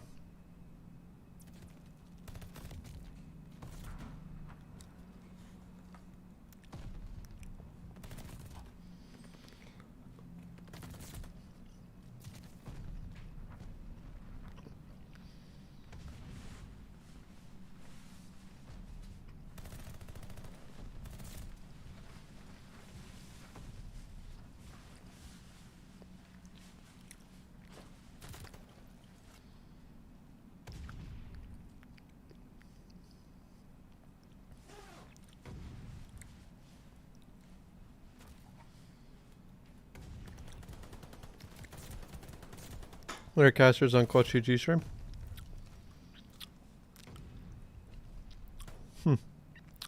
Silence is whack. Yeah, sounds.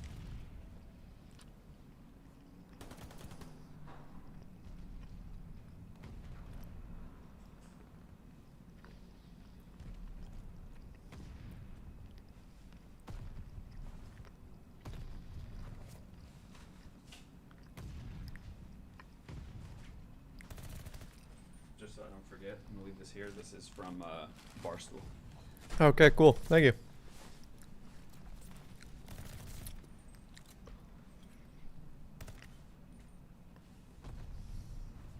Big P and analyst. I'll put my food away for a second. Right.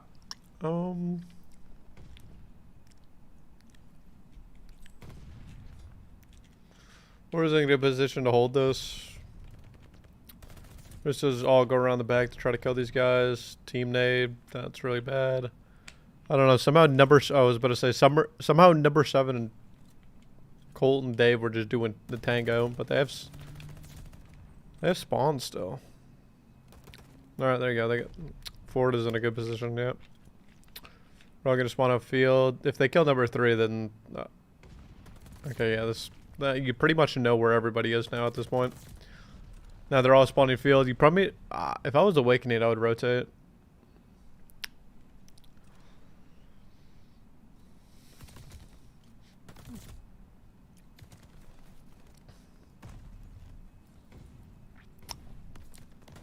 I feel like if you pushed left P5, I don't think you would have blocked the spawns. You don't want to block the spawns. Like, you want to get that 25 seconds, but, like, also be in a position to, like, flip. I don't know. That seemed really bad. I mean, you want the, don't get me wrong, you want these rooftop spawns, which is nice, but like I would still like to get that time. Minnesota's still holding it, even though like they're on the non-preferred side.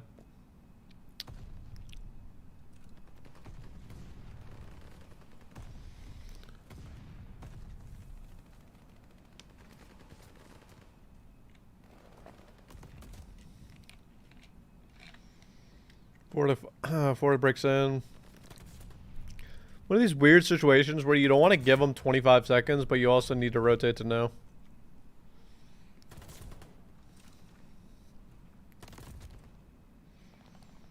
That's a big 101 from attach to win.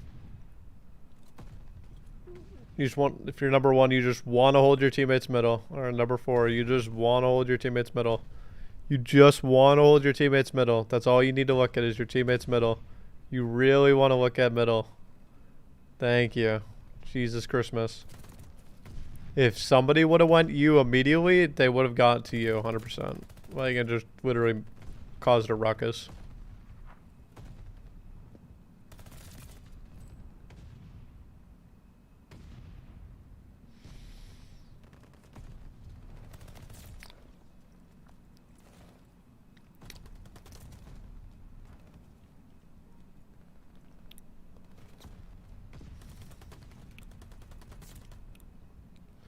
Three dead. I mean, Minnesota's pretty much in a good position.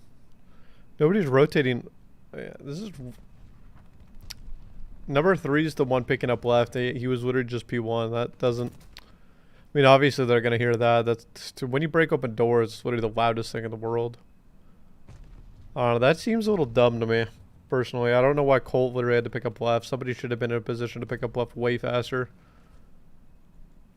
They overplayed that heavy.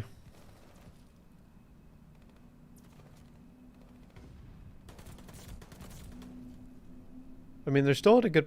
yeah, they're all gonna... Wait. You know they're all spawning front, right? What are you doing? What are you doing? Bro, I'm so confused. If you don't see anybody middle, there's a good chance you know they're spawning front, so you just go cut off front. Like, what?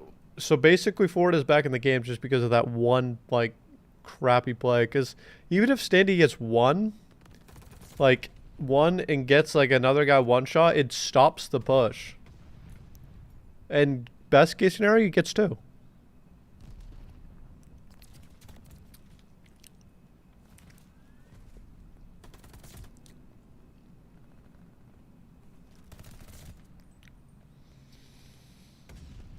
I mean, Standy got streaks, which is nice, because like now you have a potential to break P10. They're spawning in the back or spawning middle? No, they're spawning middle.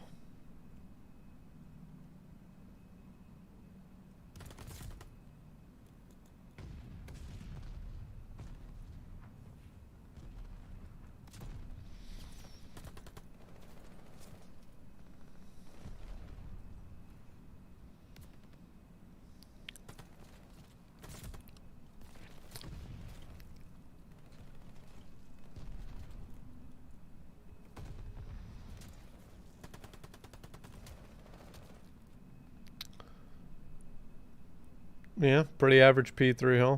Okay, nothing can play. Number 6 should be going to the back right here. I don't understand why he's even playing like this, but this is really bad. Because, like, like, now Minnesota's on, like, a great pinch. And, like, oh, I guess he dies, but, like...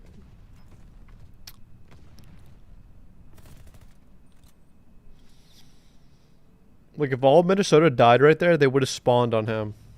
So, like, they could have just hit front church or, like, did something reckless and then got rewarded for it. Wonder what comms are like.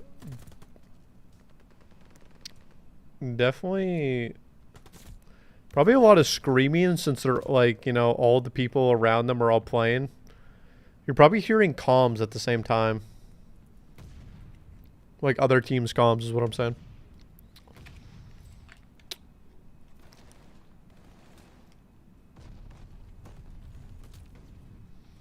In Florida again, getting the P5. Yeah, to be honest with you, like watching this a little bit late, like I feel like Florida's been having rotation a lot, and Minnesota's just been breaking.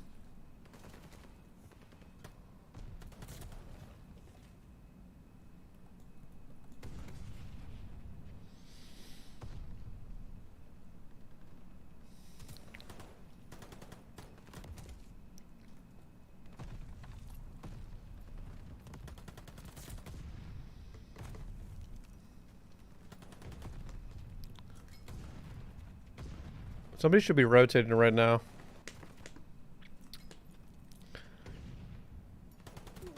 I could be wrong, but somebody should have rotated a lot quicker. I don't know. You don't like... I mean, I guess it's fine because Stendy has streak still. And like you can just streak. Yeah, you can... Exactly. You can streak, get him off that. But like, I don't know. I don't think you should have wasted it. Like, you're fighting from bad side on P5. Like, best case scenario, you just, you know, contest time, be annoying, and just go rotate no.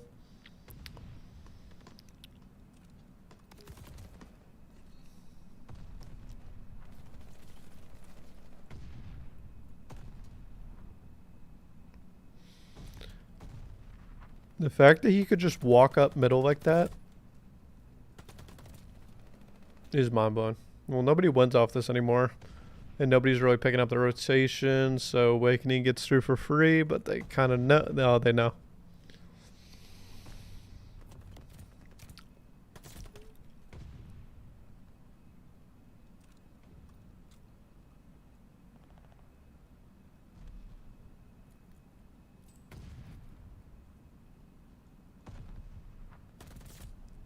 There's no way that's how they lose. There's no way. There's no way.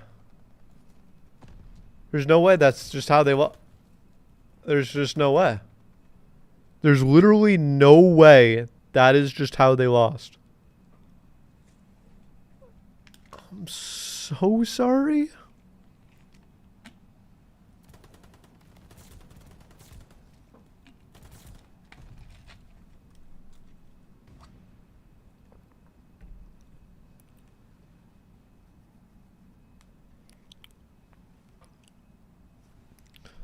Oh, bro, Toronto Ultra's getting 100-point clubbed right now by Optic, like the EU team. So, like, that shit's over. Like, pretty much every match is over right now. I believe the New York New York versus LA Thieves. We can watch that. So, got commentators as well. You know, gotta love it.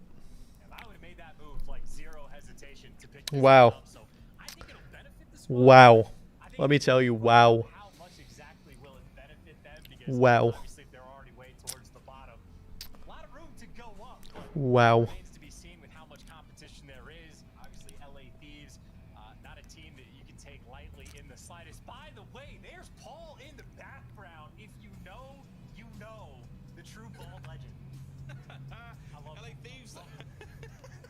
LA Thieves on screen. Draws Kenny Envoy and Octane. Of course, we're going to see Kenny running that sub full time. Last time we really got to see Kenny go buck wild with the sub was way back in World War II. And don't let it fool you, friends. He's not as old as he looks. But that was one hell of a play we saw at Gibraltar. We saw that PPSH. You know what I'm talking about, old school COD fans. It was probably, I think it could well be the finest individual player I think we've ever seen in Call of Duty history. But there we go. LA Thieves now looking to turn my bad. around. It'd be great if that could be the case. But on we go now. Lads get themselves all ready to go. Interesting to see how this team works out again. Tremendous potential. Hi, Paul. Hi, Paul. Tremendous potential. Not Paul X. Different Paul. If you know. Paul in the dead center, the ball head. I love that guy. Sorry, I'll end the theme on that, Miles. I just, you know, I get excited. It's been too many years since I've seen him, but no boxing. I mean, something they talked about quite a bit, like in the most recent video they put out for their role spots.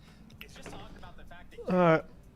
Just waiting on the obviously the LAG match, but I mean that's probably not going to get started for another like 10 minutes if I had to guess. How am I feeling? Pretty good, Jacob. Feels like there's food stuck in my throat a lot, but I mean that's to be expected. Even my doctor told me that. Y'all play yet? No, not yet. No, Nathan. What were you eating? I was eating like an omelet. Had to caress. This should be, and honestly, a really fun series. It should be a great one indeed. And again, I'm interested to see what Kenny's going to look like again with that submachine gun in hand. It's a very, very different perspective he will have on the game from the front lines. We'll see if that helps the squad, you know, find that yeah, no, I did. Oh, I did, yeah. Okay, Yeah, before the OG match, right? Yeah, okay. That's what I thought.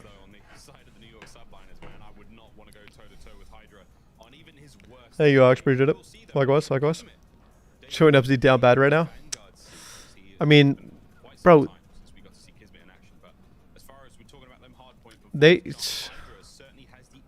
Awakening literally just beat someone's ass 2-piece for the win. No troll. He just actually beat someone's ass 2-piece for the win. It was... Dude. I don't think I ever melee in this game from the match. Melee's good in this game. It's just sometimes it don't go your way, you know? Like out in the optic situation where like when you get in a good melee situation, like the guy's gun's supposed to go up and like you can't shoot. But like sometimes like it backfires and like the guy's like in a decent situation where he can just hip fire you and kill you. I'm doing all right. Noble. I'm doing good. I mean, like I said, having some trouble. Oh, there's LA Guerrillas. Oh my god. Oh my god. The Kings of LA, the current Kings. We'll see if the Thieves can steal someone away here in this upcoming matchup. And again, true focus. Game faces. Oh my god. Let's get themselves ready to dive into our second matchup here on Alpha of the Day. Pro-Am Classic so far. It's been a lot of fun. I've been watching across the... I've got sort of like a YouTube multi-stream going on right now. I've got every single stream up and about. I believe over on Bravo right now, we've got LAG taking on Ultra Academy. That's going to be a lot of fun. Boston Breach, Paris Legion on Charlie, and of course the Ravens against Team War over on Delta. God, oh yeah, you definitely hear people behind you. 100%. Hope to see you back soon. Thank you, Noble. Appreciate it. Doing great, probably. I think he has certainly not been the problem this year. He has certainly had a solid performance despite the results almost never coming through. I think Paris are still only at what, 2 series? Yeah, the match comes up in 20 minutes, and then for the match to start, probably takes what, another 5 minutes? Yeah, 25 minutes, I would give or take, for that LAG match. So we'll be able to get through, hopefully, this map. I just want to see, like, first map of this, just to see, like, how it's going, you know? Get the Clippers out. Did Rick come up with, like, a dusty haircut? No, no way. Surely not. His shit dusty? No shot, his shit dusty. Rick always gets a cut before the... As everyone looks stern-faced and ready to rock and roll. And I can't wait, man. I can't wait to see the results of this one. Again, a lot of questions when it comes to New York Subliners. A lot of questions for the LA Thieves. Has this been, you know, is this role swap essential? Is this role swap actually going to be of benefit to the team? New York Subliners, they've gone through some very public now. And interesting. Why does it look like Dylan's got a bottle of piss sitting right beside him? That's just not right. When we come back, it's New York Subliners, LA Thieves. We're playing Bocage. Don't go too far.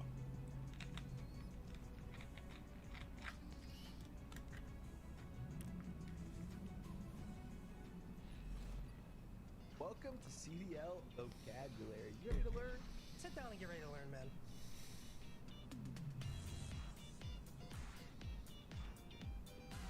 The term mixy is honestly just a term to say how chaotic like a map is getting. I'm quite the mixy player myself. It means when you are in a lot of action, there's a lot going on around you, and for, you know, a sub player, it means moving at a fast pace.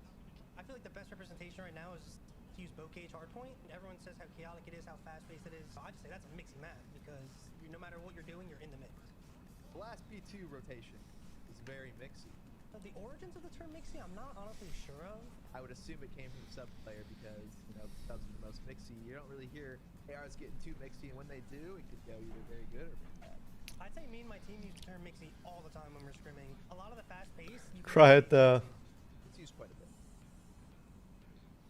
Can I define the term Freddy? Yes. Freddy is someone that plays a lot of corners. They play very ratty per se. The term creddy officially kind of means like, come play this tournament with me, I'll credit you, and that basically means like I'll pay for you to play with me. And it's kind of like a bad kind of definition because you know you don't want to be a creddy. Dude, you don't understand. We lost that rotation. The kid was playing like a creddy. Originally, I think it came from someone like paying somebody to play with them in a tournament. People would come out the woodworks. We call them creddies to pay for your tournament entry. I think creddy probably gets underused. It's not really used in COD anymore. I feel like it used to be an older COD kind of term. No, it's a very good term for a select few plays that individuals. So to define the term ego chow, I would say for some of these. You get a kill and you're one shot, and you chow somebody that is like full health creaming you. Like that's an ego chow. Like a gunfight that you know you're probably gonna lose, but you take it anyway. Say I'm one shot and the opponent is running at me, I'm gonna ego chow him so I don't die, but my opponent's gonna be like, why did he ego chow that? So The got monkeyed meme geeks me out every time. It's an interesting one, that's for sure. It's amazing. Unspeakable or unwinnable gunfights, and that's how ego chows get. I think ego chow gets used just. How am I feeling? Pretty good, Grant. Just got some little things. I feel like, you know, people call it out when they see it, and that's how it Gotta eat like I'm an 80-year-old. Having trouble swallowing, but like there's like food like that gets like stuck in like my throat, but this is what it is. Creddy's not underused. Creddy's like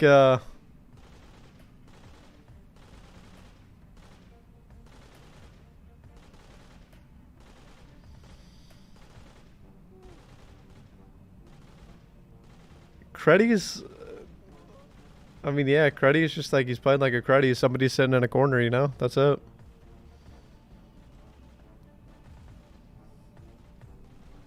You get the stream from now on, Gunless? I mean, I'll try to more and more. Once I get back to normal, you know, I try to get back to normal.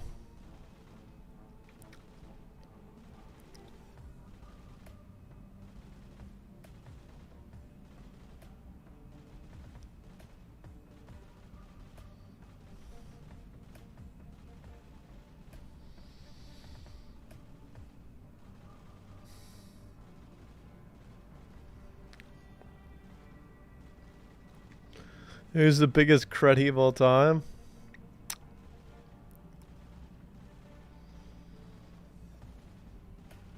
Who plays like a cruddy? I don't know.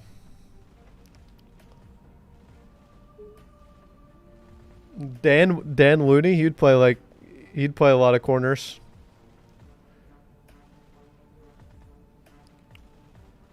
Salium? No, Salium don't play like a credit. Salium just plays like he's annoying. MC is the definition of annoying.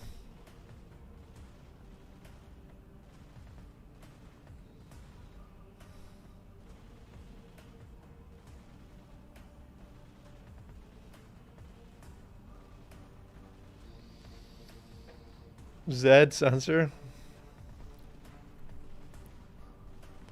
We've been playing COD since you've been down for a bit. Yeah, I have. Just been usually playing like a couple hours here and there every single day.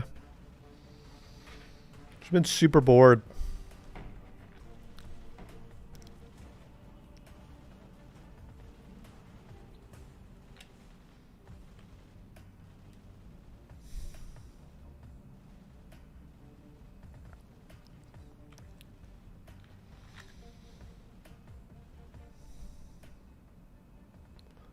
Was that Dante? Official first-person trading partner of the Call of Duty League. Hop on the flank sometime? Yeah, 100%. I usually hang out in the flank. But LEG guys, you know, told me I could do something like this, so I was like, you know what? Why not? I wanted to stream it myself, but I mean, this is the next best thing, you know. Start, please, no. Thank you, Marco. I appreciate it. Any hobbies we don't know about? Nah, I'm a pretty straightforward guy, I'm gonna be honest with you. I don't really hide anything. I am just like every other man.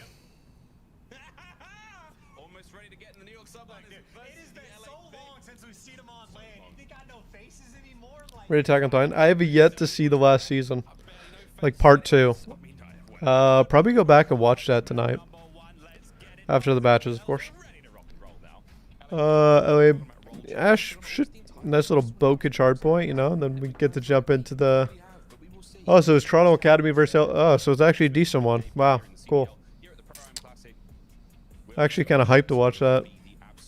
I wanna watch a good match. Like I think the Seattle FaZe one was a good one. I think this one will be pretty decent as well. How's the Pro-Am going? I just tuned in. FaZe beat Seattle 3-1. Optic beat the Toronto Academy team 3-1. Toronto Ultra beat their StrikeX team 3-1. And am I missing anything? Oh, Florida beat Minnesota 3-1.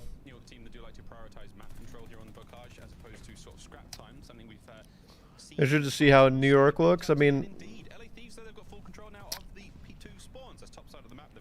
both these teams are kind of looking to prove themselves, right? So, hopefully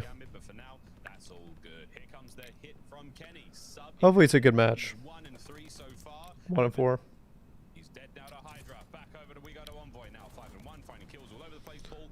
This is funny because, like, this map is pretty much like 3 subs for like majority of hills, and like Kenny should have been running a sub like even when he was a flex. So like I feel like this isn't really a sub map, you know. Should be one of the maps that he feels more comfortable on.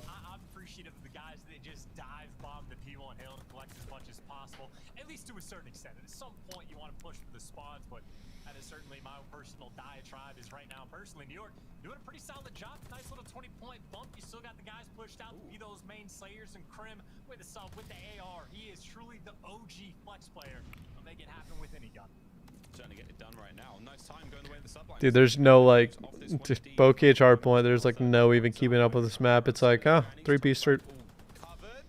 Big shots again. Take care of Kenny. Kenny having a bit of a rough run so far against the French phenom. As Grand Mares now in full control.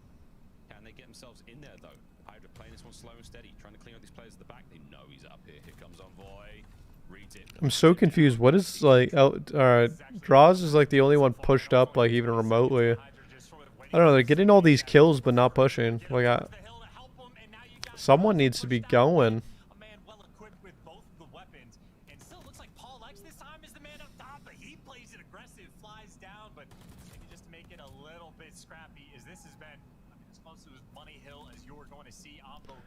Well, that's tough. Kismet is getting pooed on.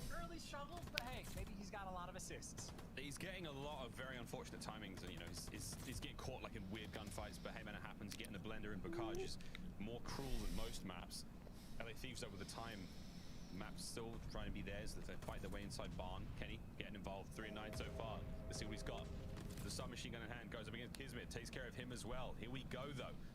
New York subliners with barn time now. 4th hard point up in the set. Kenny trying to clear him out. Finally gets himself involved. That's a 3 spree now from Kenny. Trying to find the backside of barn, and in we go. This is where things get real mad. You saw in that video Mixie. This is the definition of Mixie. As Kismet finds himself 3, but Kenny's still on a run, man. 3 in a row. Finding a few more. The old goat puts him down though. The horns of Crim. I hope Crim gets bodied. What? Meal Team 6? Fat Porter? I think it was what 24 YYs from Kenny, 2 over total kills, and the majority of time still going to New York. I mean, Meal Team 6. on both sides of the barn, but while he's trying to flip to one side, his teammates end up spawning there, and then they just flip back, and all of a sudden you find yourselves in a circumstance where, I mean, this scrap time may or may not be collected by New York, but that rotation they certainly have well in their grasp. And admittedly, Kismet is by himself on the hill, and he does not have any team support. No one for New York able to get into back L, and I mean, despite the fact that they rotated 15 seconds in advance, LA Thieves just walked straight through, at least for a moment. Yeah, there we go, though. New York Subliners back on point. 13 and 11 from Hydra. Got 15 11 from Paul X. Paul X, the red menace, now donning the yellow and the black for the Subliners. He's looking great so far. Kenny, trying to keep things going now for the LA Thieves. You got a bit of time still remaining on this point. Ample moments to make their way forward. Crim caught out, unaware. Here comes Kenny once again. Finds himself 2. Shots are good. Not enough, though, to take care of Paul. The point still remains. 7 and 17, 8 and 13. Wins it again. 3 now in a row. Hard point, New York. And the nade, though, there to take him down. I mean, you know, nade's a different. I mean, you want to try to get him as much time of this as possible. Land them from pretty much anywhere on the map as soon as you spawn, but decent little lead. The Subliners have been able to build themselves up, and that's in spite of the fact that right now Kismet 8 and 17, and well, at 18 to the pile, at least there to get the assist with his teammate. But right now, Thieves trying to find a way to stabilize. And I mean, you can go double negative. It don't matter as long as you winning. First match is rough sometimes. It is. Thank you, Francisco.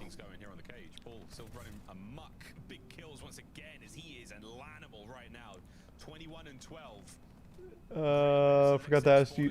Do you sometimes pick? Do you sometimes pick Austin up to reach things in the cupboard? That's not right.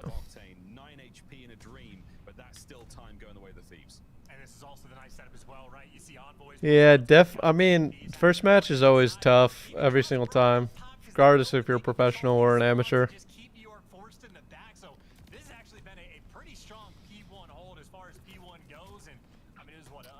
Got to get those pre-game jitters out of the way, you know. Just gotta shake them off. Shake them off, shake, shake them off.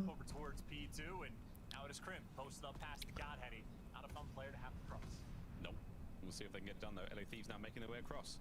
Is that nade? You talked about chance from seemingly anywhere on the map, and it's up and it's down and it lands a shot on a Kismet, but not enough to get the full kill with the nade. But Hydra's still with the backside of. I don't know, Jesus. 4 dead now for the LA Thieves. They've spawned out by grannies. This is a chunk of time going the way of the Subliners. I mean, it's always funny, dude. You know, in different games, pros are always perfect on reading spawns, but on this one, there is times where it is literally just guesswork in New York.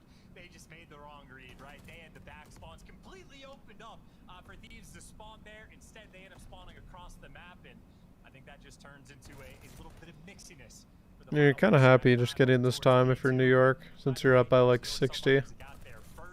60 is a lot of points in boat cage. Back to about that 50-point margin. Thieves need to have a strong hold here to try to get back in this game. Yeah, it's going to be big and grandma's now. Hydra's on the late flank now to the bottom side. That's a big, big one, yeah, because get down on time, yep.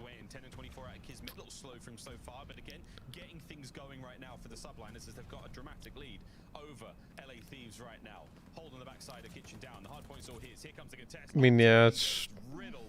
The MP40 rings out over to Crim now, watching the players come out of spawn, and sadly, not able to land the shots. But hey, we'll see if you can find any more special sources. How is Drazo alive? The New York Subliners.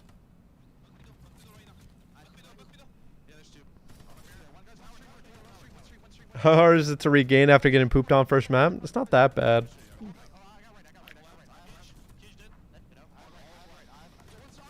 You're kind of just like, damn, boys, I got pooped on. Jesus Christmas.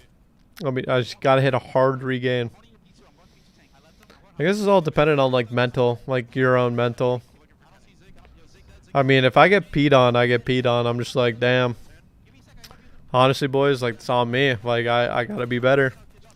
And I go to the next match, and I fucking focus in. What time did Red Reserve play? Just no one knows. Big P pushing P, you know me. Come on now. There's a confident cacophony from the New York Subliners there in the listen-in that they keep finding that time. And what's going on, Mr. Wonk? Yes, I'm feeling better day by day.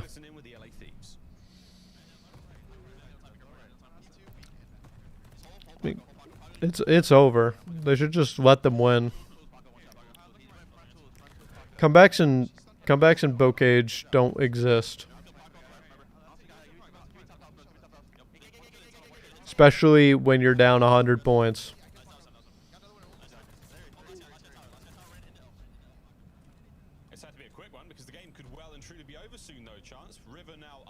Well, it's perfect timing because LAG is about to start. Hopefully. Should be over right now. And he's not having fun right now. He's going double negative. Yep, and Kismet's going double. I mean, I was, yeah. I mean, I don't know.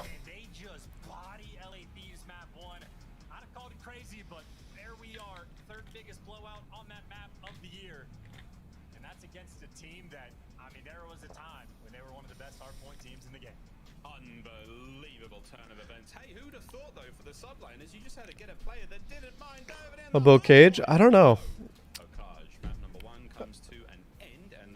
LA needs a new lineup. I don't know what's wrong with them, to be honest. We just doubled about Cage. Yes, yes it is. We just quite literally doubled.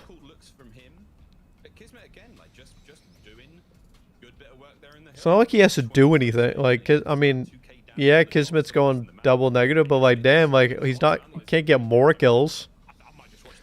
The guys are stealing all the other kills. I mean, he got a minute 21 in hell. Like, he's big chilling.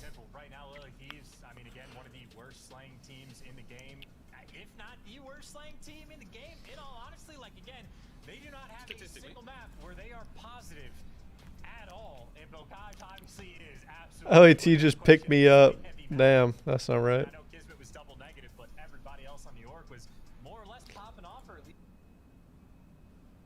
Wait, it's another 14 minutes? Hello?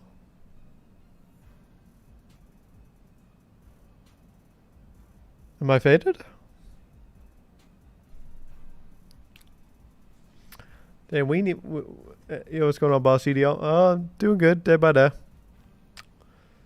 Feeling better. It's counting up. I mean, yeah. I mean, it's not like we're doing anything.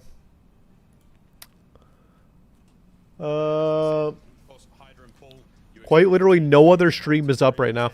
This is the only stream. A beautiful look either way for the New York Subliners. We know there's a lot of fans out there who have been screaming for some kind of results and a massive turnaround indeed for them. And hey, this could be the beginnings of it, but this series is far from over. That's only map number 1 done. Search Destroy coming up. I feel like Nate Shell would improve that team. That's not right. They had a time? Yeah, I don't know. It's weird.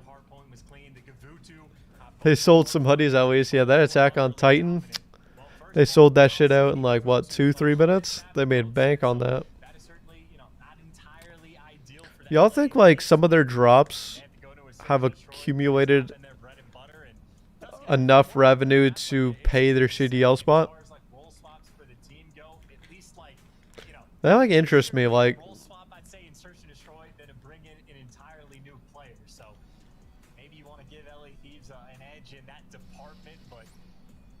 CDL spot was about, I don't know how much the other LA spot got sold for, because originally the spot got sold for 50 million a piece. Both LA spots got 50 million. How much time is lost in between games? Halo does it right with quick match startups. As you said, new roster, not a whole lot of time in the lab, not a lot of time spent practicing. We'll see how much it comes through. Really, Thieves, I mean, sometimes it's needed. Like, there was definitely, like, for another 15 minutes to be added to the Toronto versus LAG match, like, something had to have gone wrong, you know? Plan on making a comeback this year? Yes. The Gucci collab was wild. I mean, I don't think they made a lot of money on that. I find it hard to believe that any gamer had enough money to buy that collab. And I don't even think anything was really that good looking in that collab either.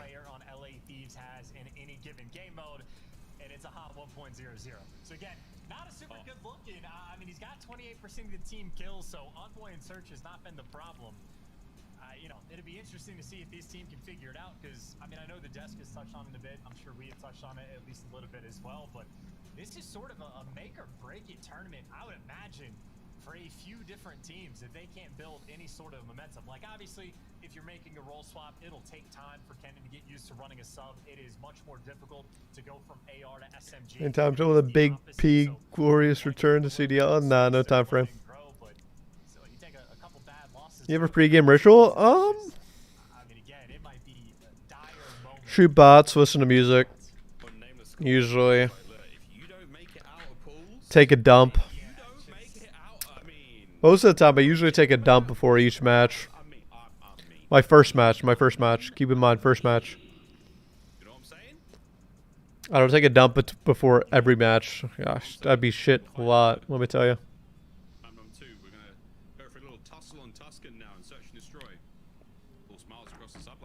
Thank you, man. Appreciate it. I love you, dude.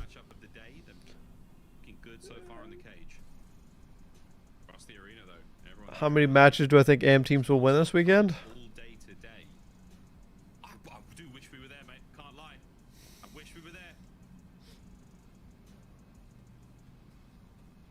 Agreed. Yeah, for sure. Like 100%. That is without question. I will say though, just to try to turn the conversation more towards the task at hand. Sorry. My like esophagus was like spasming out, but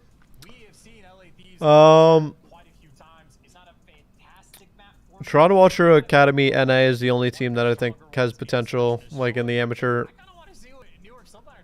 to like win matches. But like I wouldn't be surprised if like anyone else won matches.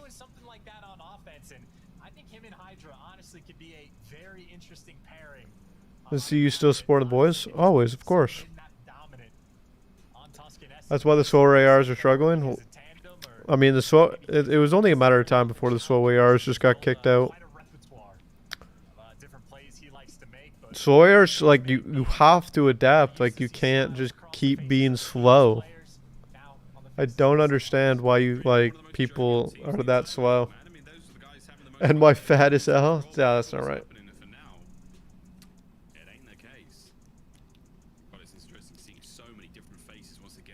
I got Paris losing to AM team. I mean, Paris is in the Toronto Ultra NA bracket, so I can see, that's how I can see them, like, you know, winning against them. Flex and main is the same in this game, really? Not really. Because you have Tuscan and Bocage that are both maps that you can use a sub on. Favorite kind of ice cream, probably what, cookie dough and vanilla.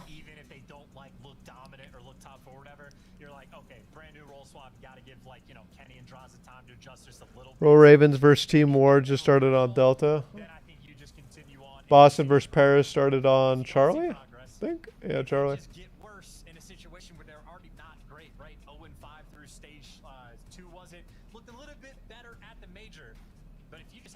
I mean, what do you guys want to watch? The New York versus LAT or the Boston versus Paris? Personally speaking, I feel like this match would be better now. She quite gonna get on a roster? Probably very hard, unless he sacrifices his contract.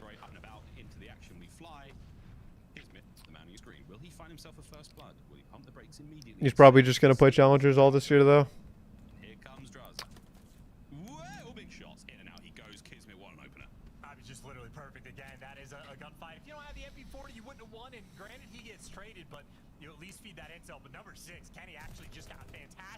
So you're casting career with the Boston match? He's in a mixed bottom church. Free kill for him up top, but he does get traded. New York were quick to group back up as we got a 2v2. It's happening right now. Envoy's out. Slides into the fight. Octane's gonna win one against Crim. Hydra's throwing a shot. What's y'all's favorite pudding? I gotta know. Bomb being planted quickly now by Octane. Boom. And doesn't matter. A little too slow from the Phenom as the Thieves. Are you gonna watch the LEG match? Yes, I am. 6 minutes until it starts. I'm just watching this until it's, you know, until it starts. Cake and custard, British classic pudding, Malva pudding. In the end, able to make sure you secure that first round, and certainly one that LA Thieves will be happy to get. I know this map has been, I think, like the most balanced S&D map we have had, even post-change. I think now it's certainly defensive-sided, but not by a crazy amount, but he is certainly happy to get that first offensive done. No, Octane, go back. He's there. Go back. Here he comes. Nice tags. Oh, misses it. Shame. So the legs of Crim. Dutch apple with ice cream. Chocolate pudding. That bomb's making its way towards A, though. They're committing to this. The Crim by that tree. People don't know about the butterscotch pudding. They don't know. Holds him down, pins him for the time being. With that, you allow one boy to get in a position. A very happy player in this kind of spot.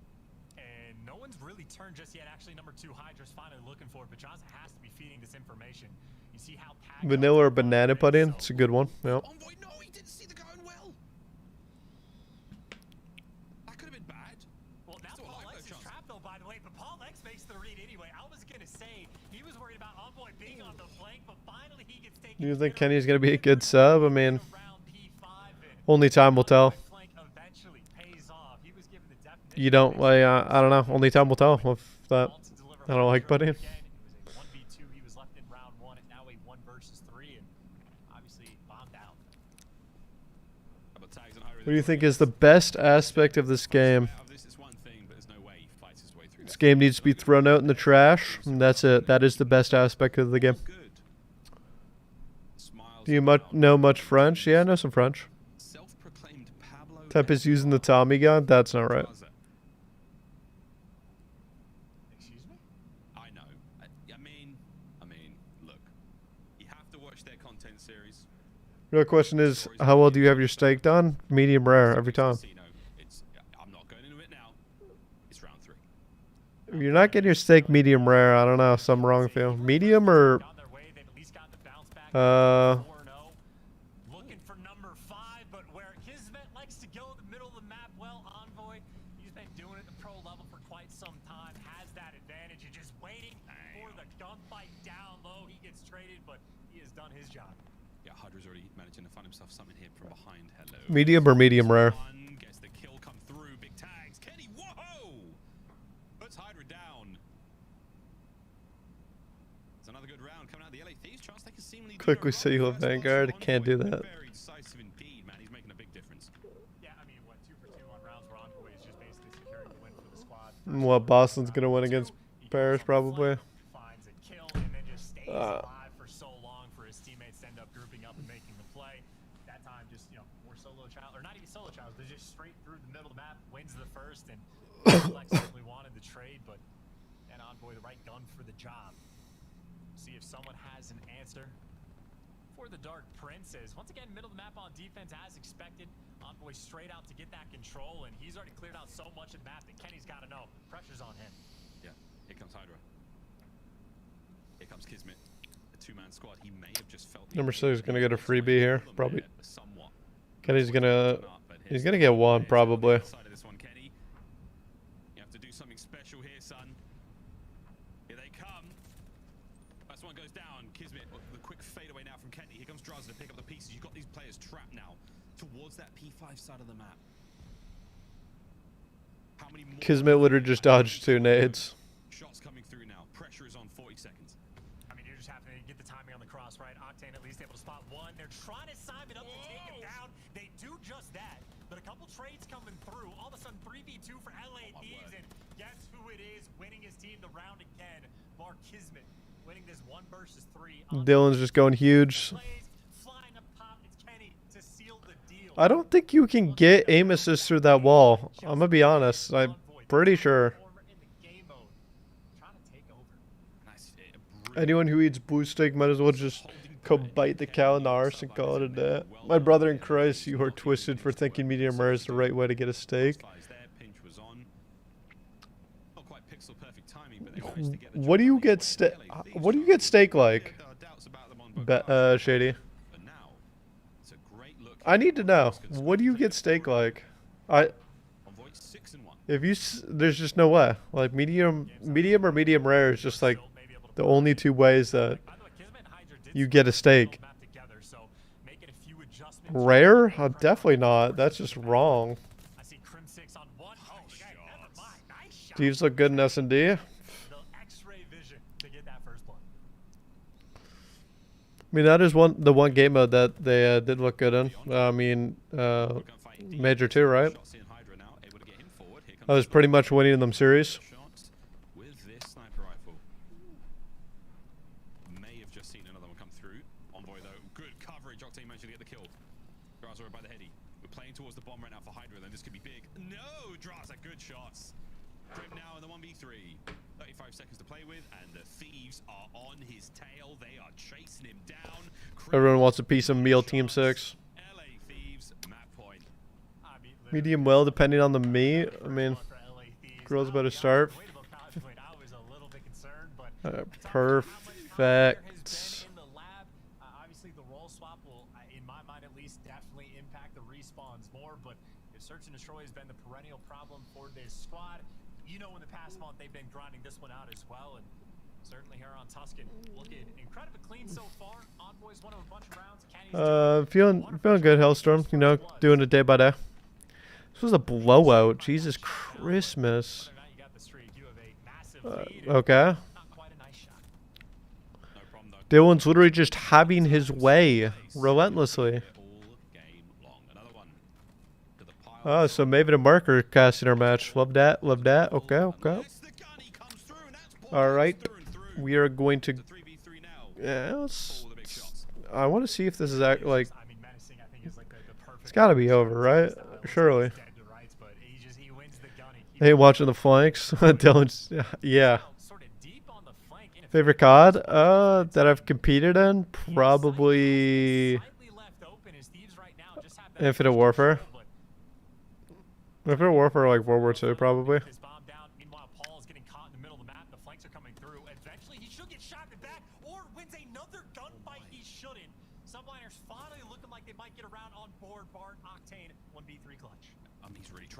It doesn't matter, who cares?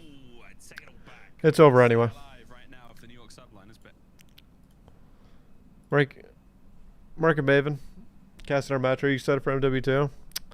I just hope it's decent, good. I mean, anything could be better in this game, quite literally. But I am going to open up, before this match starts, I'm going to open up a sweater that Barstool sent me. I wonder... Did send me a large, thank the Lord. Because, you know, large P and everything. Hopefully, I've not seen this before. Riley literally just gave it to me like about 20 minutes ago. Okay. Let's see.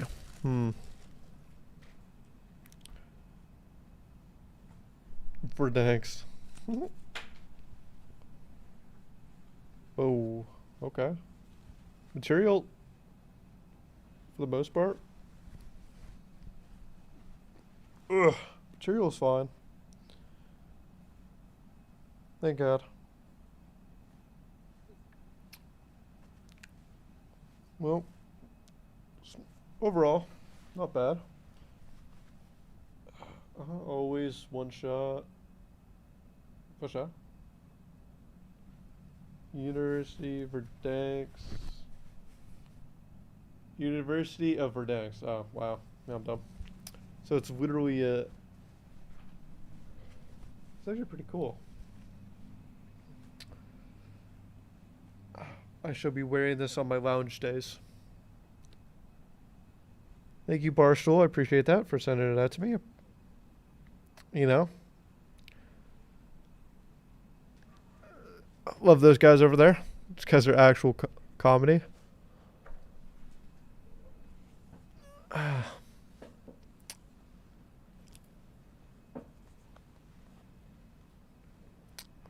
But we are going to jump in to the next. Oh. Yo, finally got sunny outside in Dallas. It was really like, to be honest, it was really depressing out today when I woke up. It was just like super dark inside my room, and it was 11:30, and I was like, Barstool ESPN. Yeah, Barstool is definitely. Barstool's definitely the best shit. I mean, yeah, this is. I feel like this is gonna be what Boston won against Paris, so they're up 1-0. I assume LA Thieves probably gonna put it away. It's gonna be 1-1. Yeah, it's 1-1, right? Yeah, 100%. Yeah, and I guess for LAG, when you had as good of a search event as you did in Major 2, being a pickup team, they're kind of thinking, all right, we can focus on respawn now. You know, we can focus on this respawn now. Now we can become a complete team because for LAG, I mean, yeah, they won that event, but they had about a 50% win rate in respawn, and I think you and I both know throughout the year. There's just no get you very far most of the time. Fucking way. They did. It was incredible. They were the one team. There's no way that they just come back. No, Paris won map 1. Oh. Well done. They did figure it out. Everybody's going to put them under a microscope now and see well done. What adjustments that they have to make, maybe what maps they have to veto. So yeah, it'll be an interesting one. Well, I think the thing that stood out to me in search that I figured something was going to be a little weird is when you look since the inception of the CDL. I think basically at every point outside of like small periods in time, this phase LAT is breaking down. Yes, they've usually been ahead of the curve, kind of out of the gate. Let's. This year they haven't been. I gotta see this. I couldn't figure out if it was the maps, the game, something with the team, what was going on. And yeah, no one was really dominating like that. Then they go on that run. We'll keep the other stream like the sound of that one. I just gotta see like this literal breakdown. 100%. But like if you're going forward, you can't rely on that. You're not going to win 10 searches in a row at an event. It's just not going to happen. So where do you find this? OG of the Kingsville. Yeah, by far. They're actually doing this. They're doing this. Yeah, 100%. But yeah, I mean, 10-2. Ladies and gentlemen, they're gonna do it. Yeah, number 2 is gonna get a free kill here, 100%. Never mind, he's not gonna get any free kills. It usually doesn't happen. It typically just does not happen. And here you can see the roster. You know, we talked a little bit about Bro. They're doing it. They're doing it. They're doing it. Last year with LA Thieves, just roster change after roster change, and just think from a confidence level, this guy's a world champ. To just say like I can do this again, it's got to be a big deal for him. No, it certainly does. It was just amazing to see. I think I was just thinking through. I did an interview with one of the Guerrillas media guy before one of their episodes was coming out, and you know he sort of asked me my mindset through all the stages of it. I was trying to remember like how I felt. Call it now. Offense, you know. Is Sam sniping? Sam sniping 5-5. The cojones on that. Alright. New York playing back. They're just expecting. Dude, this would be so funny. Okay, it's a trade. Sam's not sniping. Okay. Thought he was.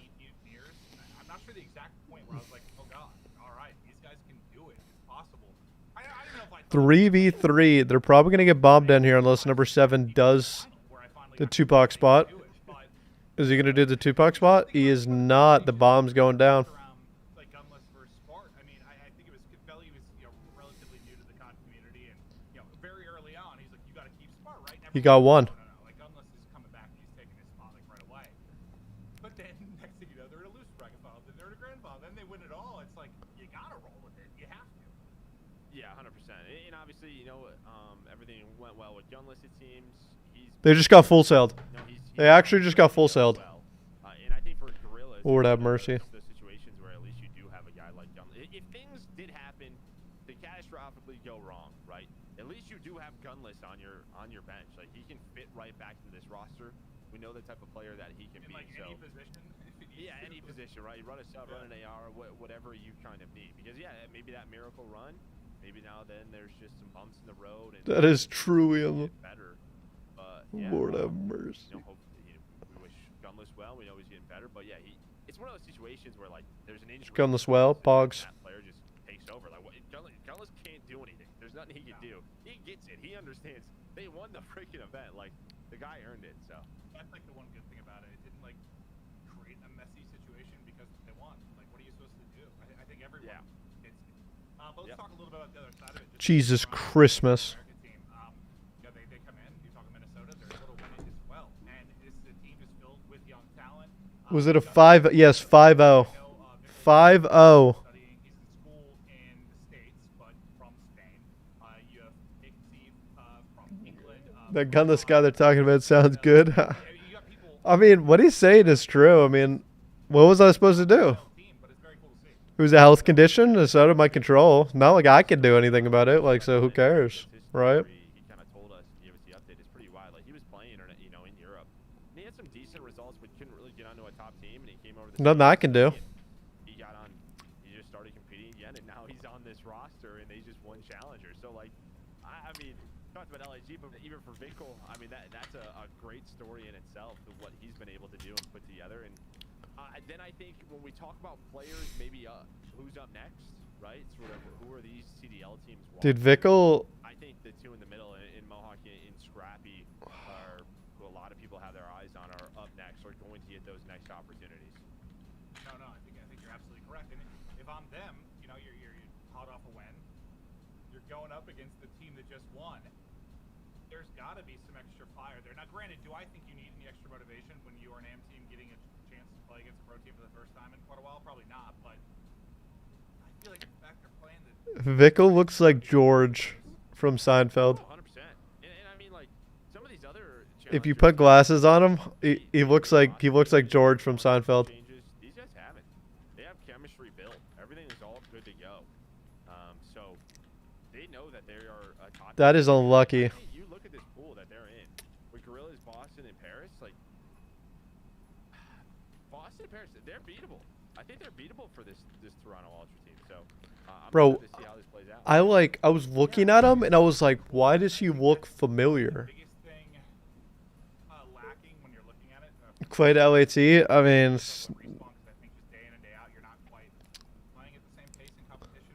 with like roster changes don't happen because it's just a problem of contracts. It's Wild Wild West out there, the amateur side of it. Like, it's just constantly changing. That chemistry feels like it just gets there, and then something happens where someone comes available, and they end up making a swap. But yeah, they've got a little out of chemistry for sure. Yeah, 100%. But unfortunately, guys, we're gonna throw to another quick break. Sorry, just hoping the station something's got to get fixed. So we will be right back. At least we're waiting. I need to figure this out. I need to reconnect. What is taking so long? Respectfully.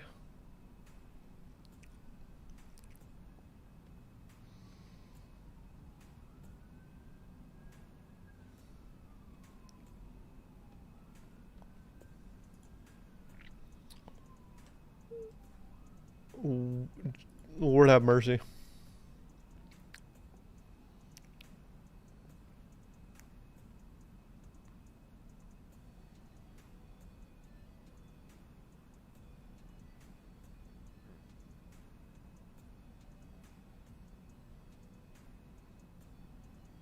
I'll try Firebox, yeah. I don't know. Yeah, no, that's what I just tried because I had.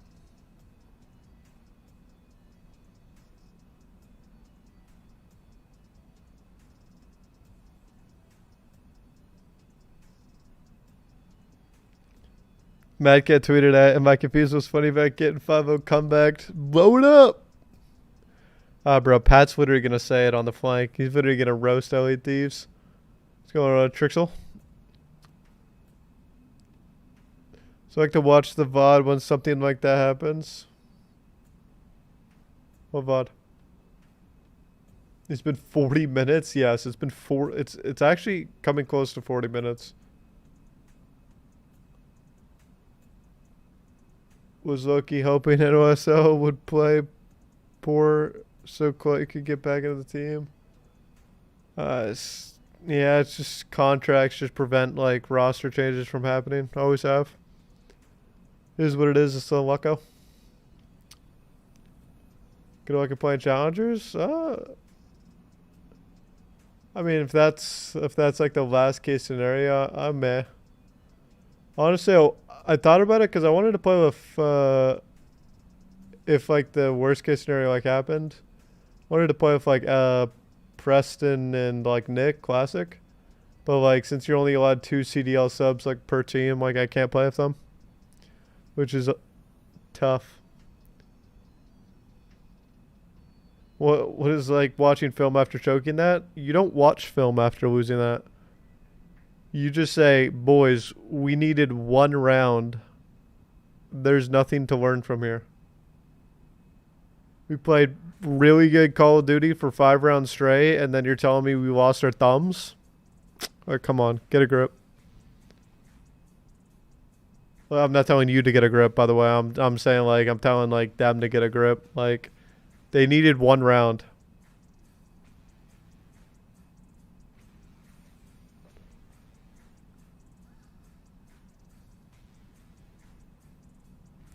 Her break is going to be real silent. Oh.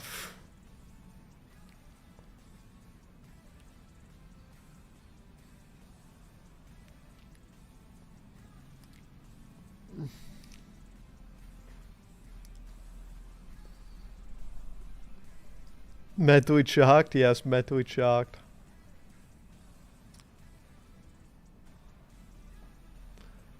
NHL losing full right now? Definitely. I'm losing full right now because this LAG match ain't starting, son. Damn. Man just wants to watch the match. Somehow in some way, like, the Alpha stream, like, their second match, like...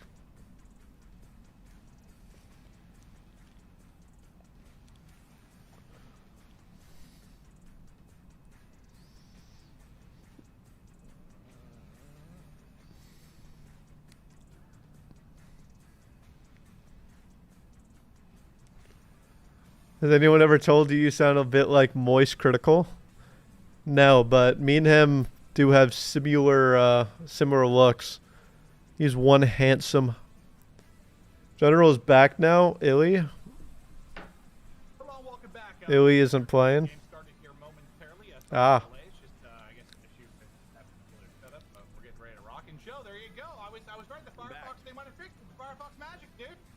I don't know. I have no idea. I've never had that issue before. Yeah, Routing thing or whatever. Who cares? I'm not pixelated. Yeah, I've had it multiple times. I don't know why I'm using this particular program, but here we are. You look glamorous. Technology. Not Technology. Not as much like a ghost. But your old tech pal Maven here to save the day. Yeah, you know everything. What do you think about LA? I mean, every setting. Probably word to Pat. They probably got to blow it up. Yeah, as soon as they're locked and loaded, we will get into it. If you just joined us, just a reminder, we've got But let's see. They have to tweet something out, right? Challengers, and then we have Los Angeles Guerrillas, who had that Cinderella run that none of us saw coming, blew everybody's minds. It was absolutely unbelievable. And this is the first time we've seen them back at it. Yeah, it's pretty crazy. I mean, just now in the CDL, you just have so many teams who can win, and we've always talked about that. But what Guerrillas did was unlike anything we've seen. So now you truly do. You never know what's going to happen in a CDL weekend. Yeah, that's the truth. I feel like, at times it seems like it'd be so consistent. Times I got no idea. Bro, what's he, dude? Ian's trolling. Right now, we're gonna kick things off on Tuscan. We'll be heading to Berlin for the next 3 and wrapping it up on Bocad. I don't see the tweet where they said. What you saw, kind of the challenger side of it, take a map in each of the first series. It took a search and destroy. Do you think this one has a chance to maybe go a little bit deeper, John? I'm gonna say I mean I'm really excited to see this Toronto Ultra NA team. I mean they won challengers, like they have experience. Did Optic tweet something out? There's a ton of trust in one another. Yeah, like you said, just the challengers teams, they get so many repetitions in search and destroy. And then even like that map number 3, just Berlin Control is brand new to the CDL. We've seen it a couple of times today. It seems like everyone's playing it, right? Because I think it's not what you and I have watched so far. It's one of those maps where both offense and defense can win. There's a lot of potential for it. There's on-trap ability. Damn, they gonna start this? Like, God, Jesus Christmas. But for right now, there's a lot of Berlin control going on in day 1. The Delta stream has started before this one. How is that even possible? When a new map mode gets in the rotation. Any updates on score or anything? No, not really. But when something gets added, it's usually like you see very little of it right away, and then it kind of ramps up as the year goes on, or you see it Bro, Boston versus Paris is going to get through 2 maps before this one gets through 1 map. Yeah, I think it's probably just the amount of fun these guys are having. Alpha's going to get through. Alpha's going to be starting up the 3rd match of their match like here soon. They're having fun with it. They want to give it a shot. That's what we're seeing. There will be some adjustments though, and of course in practice they're probably all thinking, yeah, we've seen some success here and there. So let's see what we can Respectfully, please start it. Yeah, and you said I'm begging. I know it's new, but there's a few things that you kind of said that reminded you right a little bit with the ability to spawn trap some of the setups. Yeah, I think like obviously it's a way different map. When I first watched it, it was just like one of those maps where I think right now the first game we saw was 5 defenses in a row. Then like on another stream they were splitting offense and defense. I think there's the ability for these offensive teams to just figure out what they need to do. The big thing is the post spawn from fire into B. It is right next to it towards that platform. Question just will be, how do you control those? General playing the rest of the Pro-Am? I mean, like you should. I said it. You got to take care of your health. Health before wealth.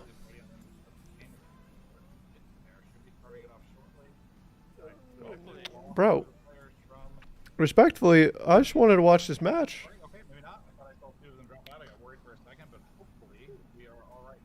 Are we starting it finally? This ain't it's Tuska Hardpoint, not S&D.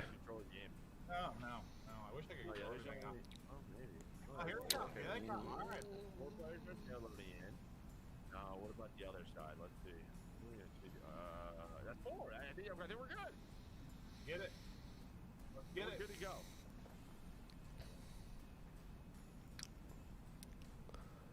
It's 1 a.m. 1 a.m. where you live right now. That's tough. I'm sorry, man. You're sitting here waiting. All right, boys. All right, we're hitting the 2 times, of course. You know, got to.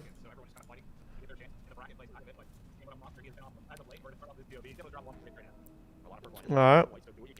What a purple is. I was like, hey.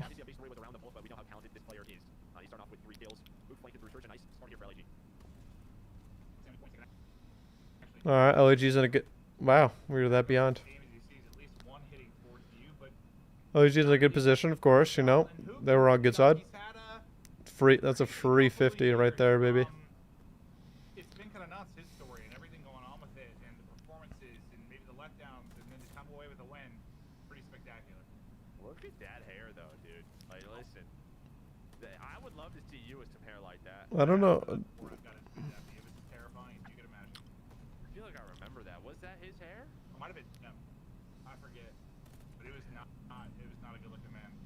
Yeah, it was not good at all. But I'll tell you what is good is LAG right now. The first 2 hills. It will be Toronto Ultra Academy. We're playing really good right now. 3 teams here. 3. You're going to see a lot of Toronto Ultra. Obviously, they're probably proud of all their challengers players and what they were able to accomplish. I mean, they got top 2 at Minnesota. So you're going to see a lot of Toronto Ultra here. They are investing in a lot of the young guns, similar to what we saw in Season 1. Remember, they were the roster with 10 players, and they ended up finding the roster who, well, I mean, they found a lot of success at the end of the year and last year. It's like maybe if you're frustrated a little bit that the pro team side of it, the franchise team. To be honest with you, I think this is LAG's hardest match. I don't. Academy squads, you know, you've got some next people up type players within your organization. Yeah, 100%. This guy just. Other than maybe like Boston, I don't know. To be honest with you, looking at their pool, like I feel like they should just sweep their pool. He's getting flanked by Scrappy. Mark's able to find the first one. Okay, the setup for Toronto looks so good, and it's gone. Just the first break. That's one of those opportunities where Toronto Ultra might be biting themselves later on watching that VOD. They would have to turn this into points, especially being down 60. And I mean, this is where the question mark's going to come, I think, especially in the hard point, right? Like, can the challengers team keep up? Well, you've been pretty good at that. Take care of yourself. So far, I mean, for the most part, the answer to that has been no. At least within this map 1 between these 2 squads and what we saw from the first round of games.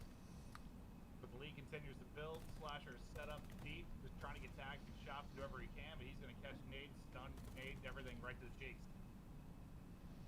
A lot of nades. A lot of nades. As we know, that's what Vanguard is. Spawn up, you have both of them. But LAG, I mean, they're not going to.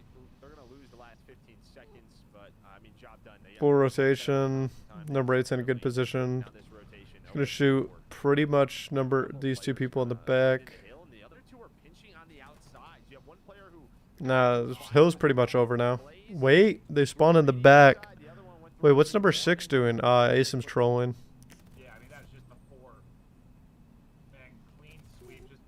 I mean, I guess it's working out. I mean,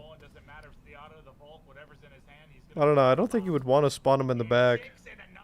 He only had like 20 HP. He hadn't even gotten back to full. From the same spot he killed the other players, he's able to keep it rolling here. 4, almost 5 in a row before he finally dropped, but Spark seems just fine. Peace, Stone.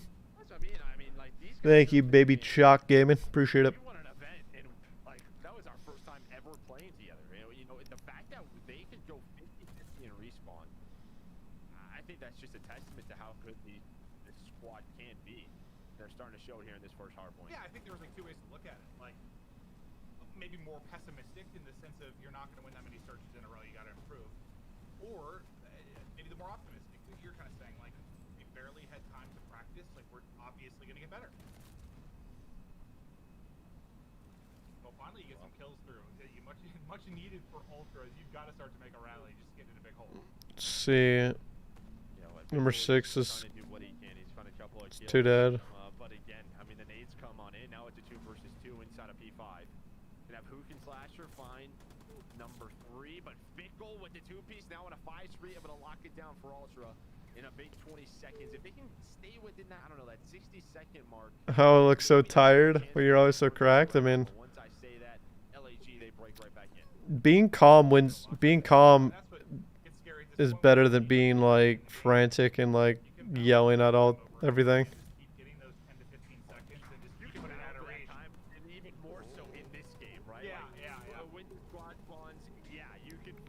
It doesn't even like feels like just a blowout.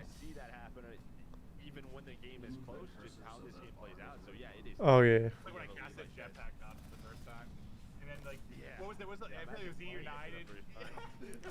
Whoever it was, like, I'm trying to think if it was IW or which title it was. When I was just like, okay, so their recipe to win is just hit scrap time every time, over and over again, and eventually you'll pull out a win. Yeah, but sooner or later they find something. They get a break, and yeah, but I mean it's similar here, especially on touchscreen, depending on the hill. But 100-point lead now for LAG. Set up at P1 once again. They have the numbers. Slasher just trying to find this player. Trying to find the second one. Is Hixie able to win the last 1v1, but who quick on the reinforcements as he's able to get on through.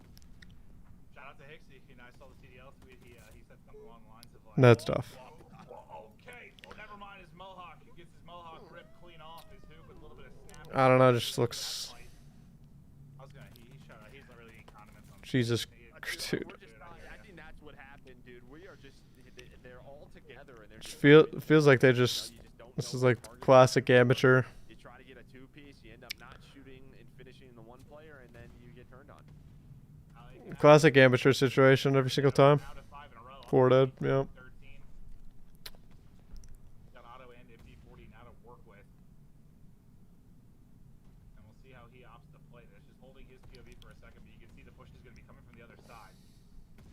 They're all wrapping around through back door. You rank Hydra and SMGs?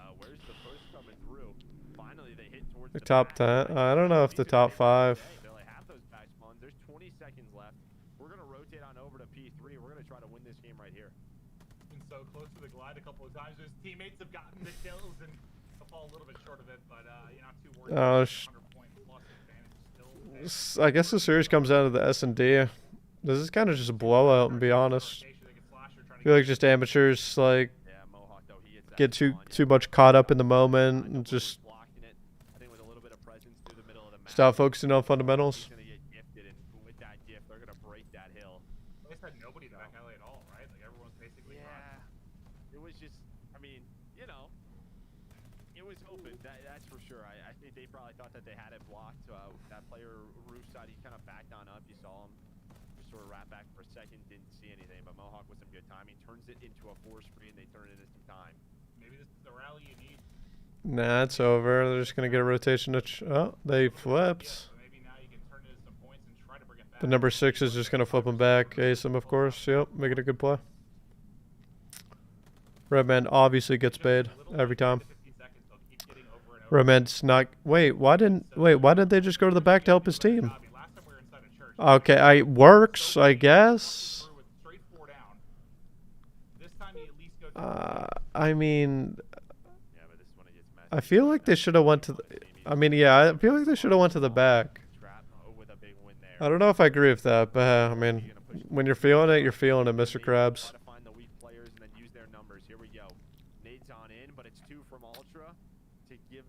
I mean, they've turned this into some time now. Just is 226. Is it too much already, that lead?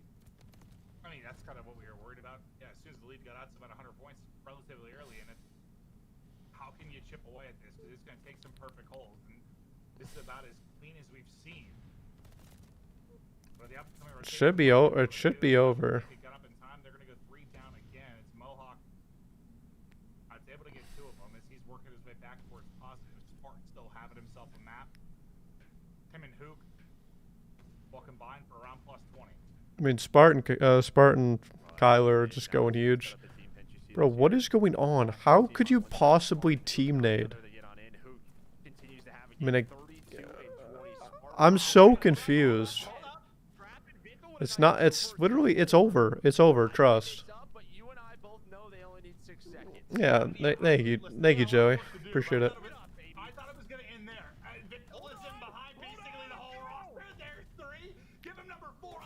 Of course, Asim doesn't lose those. He simply does not. It's just he's not losing. He's just not losing those. It's just simply just not losing. I don't know. There's nothing to say about that match. Toronto Ultra was just being amateurs, not really like rotating, holding together, like just getting caught up in the moment. Like if you lose P1 on this map, like tough. It's tough, unlucky. But you just rotate to P2 and try to hold that, but they didn't even do that. Then they just got blown out, and then they had rotation, I think, on P3, got blown out again. Like LEG was just doing whatever the hell they wanted, quite literally doing whatever they wanted. Kyler and Smart were literally doing whatever they wanted. Yeah, and P5. I mean, that map or that hill is always just blowing up constantly. So that is just what you deal with. We're gonna take a look at the replays from that map one. Listen, Smart. From the get-go, it was LAG in control. I think maybe one of the big talking points was that first P3. This is when you had Ultra right here at this moment. Ultra was in a setup, and boom, the first push. And once you had this 60 to 70 point lead, it just I mean, went away. They couldn't get back into it. One person doesn't win a tournament. It's a team effort. A couple of 30 bombs. You know, I think respawn wise, with what we saw at the main, Unless you just have an Infinite Warfare formal event. a great event playing wise from a lot of LAG. I mean, even just looking at the stats now, it was only Hook who was positive in Hardpoint. If you can get this consistency a little bit more from, you know, someone like JCap has been full sailed as a player and a coach. That's not right. That's not right. Do you think it helped? Okay, so I guess I was thinking Negative, positive, negative.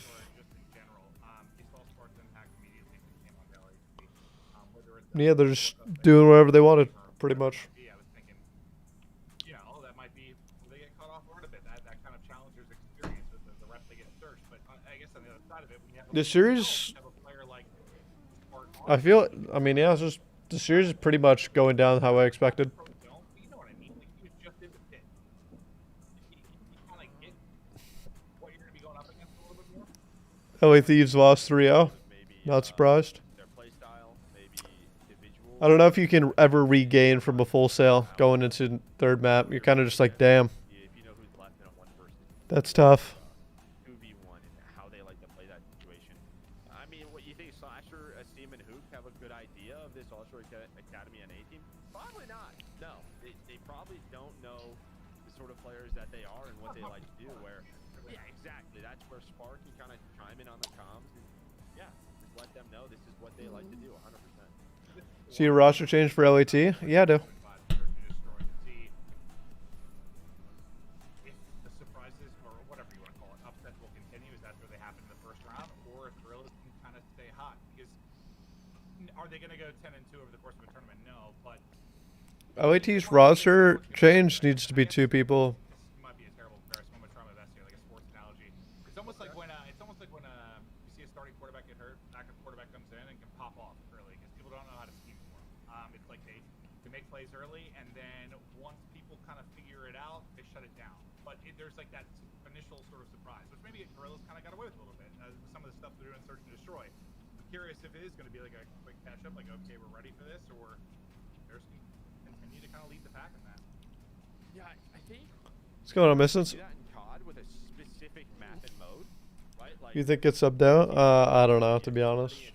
Now this team wins the fifth, I don't know, the fifth control in a row, and then finally there's a veto that comes in and that sort of is thrown away. I just think for LAG, it was just sort of Berlin S&D questionable. Berlin control definitely questionable. They did that across all 4 maps, right? We're winning that many. Like I would assume, yeah, you've got to be winning it across. Right, it's not just the way they were playing one specific map and mode and this and that where you can veto it. But it is one of those things where the teams preparing for this event, watching the VOD, are trying to figure out what the heck did they do that made them so successful. 100%. Everyone's watching it, trying to, what can they bring and put it to their game. You know, Joey's basically saying exactly what, like, how it is. Like, when you have like a successful run like an S&D, bro, people pick that shit apart. Like, they'll literally go on like YouTube, look through it. Like, they'll learn everything that you do on those maps and like hard counter it. How people are going to scheme against it. Granted, we've seen that from other teams, but the team has just he's had these frustrating moments or the ability to take over rounds. Shit's so frustrating sometimes. From Mississauga, I am from Pickering. That's just sort of it. It's a risk reward. I mean, that's a position like back when I would play. Remember winning LAG 3-1 Ultra? Oh. Unless, I don't know. I think Toronto best chance is to win this S&D, but like, if they lose this S&D, then it's just over. But like, I don't even think they have really good chance of winning this S&D either. Yeah, it's winning a round for your team, or like the round's over. Like you just don't really have a chance. It's nutty how impactful. The last 10 rounds of S&D is 10-0. Nice. Nice got. That happens, dude. You got the old school land center going. I bet the players are having a blast, man. I'm sure. I mean, just the fact, I'm really happy, you know, I'm sure they are as well, that we can get this on land. That is for sure. And speaking of that sort of island player over at B, it was Hixie. He gets picked, and this is what LAG was so good at with their first bloods, and then converting them into round wins. They find that first blood over to B, the rotations over to B from Ultra, and well, guess what? Vickle's like, they're going A. They are going towards A, as now it's a 4 versus 2. But there was no hesitation there, right? Like they got the pick, they don't hit the point, they just instantly cut it back, and this team giving out haircuts is Mohawk's gonna drop, scrap, blast up, he will fall. Thank you, appreciate it. Quick round, but I just like the decisiveness you saw from LAG. They got the pick. Was 11-0 rounds in a row. And when you're winning, well done. Whoever is making that call, it doesn't have to be one voice. There's just a sense of trust in one another, and you know exactly where you need to be and what you have to do, and that's like one of the best feelings as a player with your team, 100%.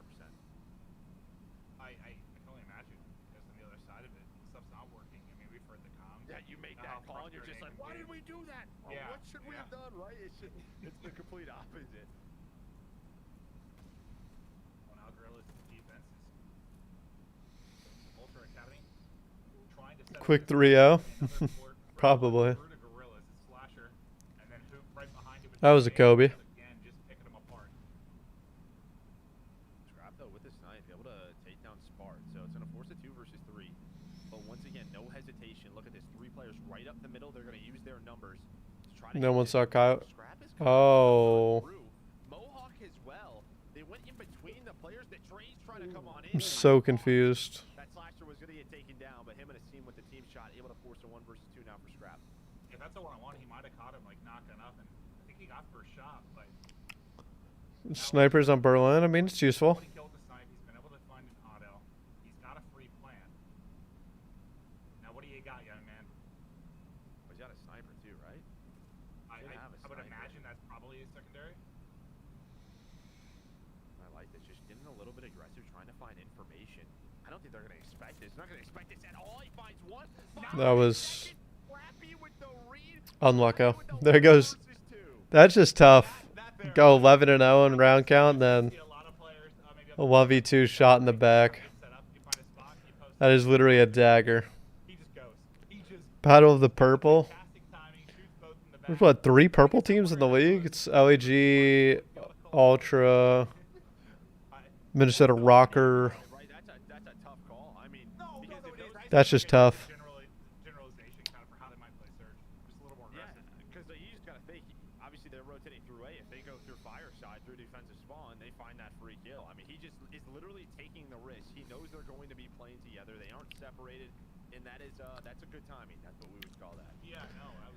No, if I was playing, I got shot in the back. Yeah, boys. No, he had to shoot us in the back because like we would have smoked his shit. Like, did he see his feet? Can you see your feet? I didn't even know that.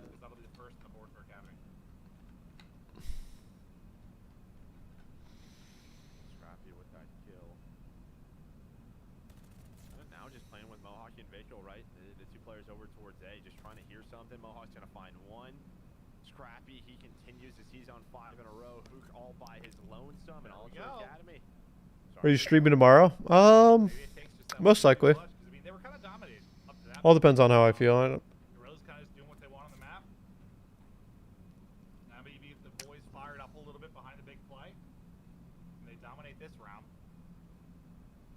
We saw at the end of the map 1, they were starting to get a couple more multi-kills. Felt like they were winning some gunfights they weren't winning earlier in that game. Maybe it's just as simple as them getting a little bit comfortable. Or it's just Scraps kind of popping off because he is accounts for 5 of their 8 kills right now as he's building towards some potential streaks. No angle for him. Vickle now going to send it. I think just Spock one and backs out of it. Now just trying to time the nade. Wait, Bro. That killed his teammate through the wall. And No troll. I think they have 3 team nades. Just this like 3 or 4 team nades. Just this series. These guys got to go to nade school. What? Wait, how? Why did Austin just tell that? Yeah. Okay, I don't know what happened there, but it's a 2v2. Yeah. Unfortunate for sure. But now Vickle 1v2, not able to do it. Yeah, Pairs are working. Putting work against Boston. Yeah, that one's going back and forth. I mean, to be expected. I mean, at least we got like at least it's a gritty one between LAG and this one. I mean, like, Hardpoint was just a blowout. Alright, well, whatever happened, happened. Can't change it now, that's for sure. Maybe just don't be there when your teammate throws nade. Yeah. Brush it off. Focus forward. Side up 2-2. Scraps in the hot hand. Now Hixie. Well, round 1, he gets picked from this position. This time it's Scrap. He's able to connect. Try to go B. Onto his team. And now you've got bomb down right outside of B. And now it's sort of your Guerrillas. What do we do? They're able to recoup the bomb at least. Spark's got it in hand. I mean, you have so much map information. Look at Vickle's position, right? Number 3 on your mini map where he is. He knows there's no rotation. Slasher with a huge pick as Hixie. He's looking at the bomb here. You know, another second or two. That player. Wow, they killed Scrappy off streaks. That's huge. Find that information as soon as the bomb's down. But now Scrappy trying to do what he can. Trying to get on Screw. He's able to find Spar. Now knows where Slasher is. They need to find Hook, and now they have that info. With 25 seconds left, Slasher doesn't finish the kill, but knows there's not a player on. Wait, is it Planet for Fire? No. What was the best? I was like, is it Planet for Fire? Gotta trust your teammate. Like, you got my window? I got you. They just beamed him through it, but Slasher has been huge in this round. Hook as well. Now 11 seconds to go. Nothing to do. The crossfire is in. He is tagged up from everywhere. And Guerrillas are able to take Clean round. It's a big kill by Austin to watch over bomb. That looks so crazy from our POV. Like, he's just about to peek and have a free kill on bomb, but I feel like you can't die if the way Hixie like played it. I feel like if you immediately slide cancel, like Austin, I don't know. He played that really bad. Probably hits a headshot or two, and yeah, Hixie gets melted. Having a tough game here at 0-3, but there was a chance there where he finds that kill on the Spartan. They probably take the lead, but instead, oh yeah, there's that trust once again. I mean, just a very team effort out of LAG. Got a 3-on-2 towards A. That shifts quickly though, as Hook is able to get the kill. There's a flurry of trades. I mean, yeah, Battle goes down at B as well. LAG able to win that, so they've got a 3-on-1. I don't know. This feels impossible. Oh, he just got it in the bag. He pull off the 1v3. You can see with Slasher kind of in top fire right now. They're just kind of watching all the crosses as soon as. Oh, you mean by games? I thought it was rounds. Shots in. Now the rest of the teammates are gonna swarm on in a Seaman Spark. Just gonna play 10-game winning streak in S&D, make it up to 11 if they win this. Yeah, it's a little bit different than the 1v2. A little bit different indeed. Trying to find I don't know. Hixie hasn't gotten a kill. It just looks like they're getting blind countered heavily. I'll start with Spark. That was set up. He gets the 4 and 4, just kind of holding the steps push. But they kind of, I mean, they won on both sides. The numbers I think were towards A. You had a 3-on-2, but you take the 2-on-1 on the other side, and you go even at least on A. Dude, even if he gets good timing in a 1-on-3, it's just tough with that auto because it's got 20, 25 bullets in the clip. Yeah. I mean, it would be insane to find all 3. Hixie gonna go back to that spot, and they're just gonna hunt him down. Poor Hixie. He's 0-5, can't get anything going. This LA Yeah, Hixie's in the mix. No troll. Play, they show it once again. Scrappy though has been finding so many timings. I guess Scrap just went huge. S&D win streak still alive? Yeah, I mean. Flipped on its head real quick. I was about to say, I mean, that's what I was talking about before the match started. Like, they've been so good towards the B site. Whether it's the team making plays or isolating a player, they do a good job of that. But then, yeah, it's Scrapping with an opening again. Nice trigger. See Hooks 1v4 on Shazzy's stream? Yeah, I did. I have no idea how he got that or how they. I feel like they fed it to him, to be honest. Because he got like 2 free kills, like people that were just like standing in the middle of the open. And then the other 2, he just literally shit on them. Jimbo's looking real good. I mean, it's nice to hear. I mean, this time he's gonna play with his team a little bit more, but another first blood comes in for Slasher. I don't know. They just keep going A for some reason. 4 times. So I don't know what you want me to do. And they're just getting. I feel like they're just getting abused. Like, Kyler literally is just... Bro, Kyler is abusing them. Like, I don't get it. Like...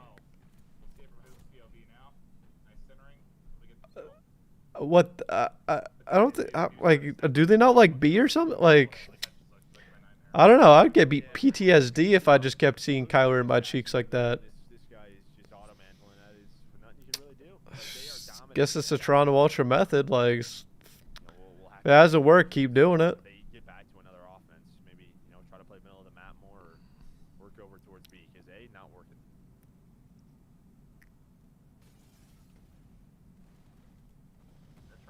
Mohawk literally is just trolling. We take those 100%.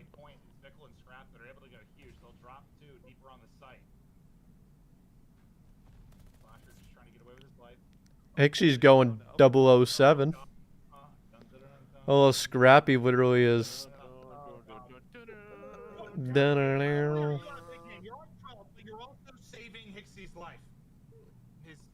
He's going 007.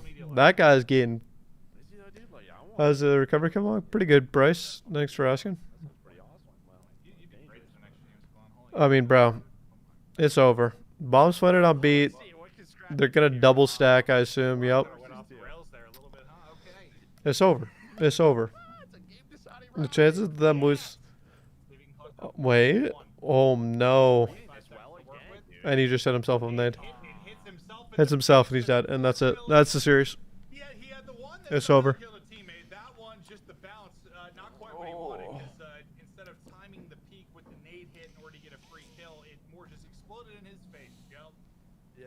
So, like, they had the 1A push where I'm pretty sure 11 straight. 11 straight. You get kills out of Scrappy there. I mean, he had a really good game, but LAG continue their S&D dominance here in their first one since the major.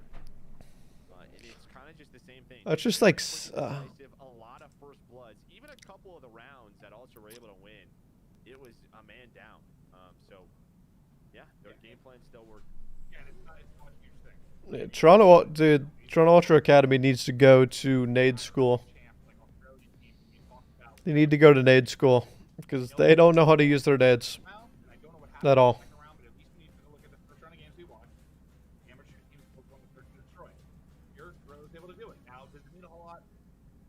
Maybe not. But is it one The streak continues. Maybe believing that they still got it. Sure. Yeah, I'm aboard that train. Yeah, me too. No, they look good and they've looked good so far. I mean, this is just kind of a way a trap game. Maybe that break kind of helps, right? The school of the Hades of Big P. The streak does continue. Goes up to 11, but like, I don't know, bro. Like, they must just be like masochists or something because they just like to be. Their cheeks were just getting manhandled by Kyler. Fat Baby was just in them cheeks. I don't get it. Just don't. Like, it felt like they just didn't even stand a chance. Like, Kyler was just doing whatever he wanted. Kyler literally has like top 3 shots in the game, and you're giving him gunfights. Like, come on. Like, grow up. Like, you're just not that guy. Like, working really hard because this is their first month of practice, right? But you can see just a balanced effort from the LAG side. Scrappy, 12 and 6, had a really good game. Some individual plays with the rest of the team. Honestly, they just got stopped today. The defense was just way too strong. They didn't show them enough different looks. Do you watch the LAG Warpath? How was the latest episode?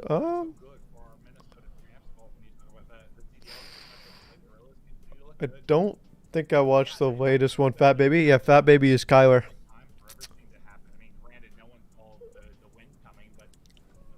Do you love Fat Baby?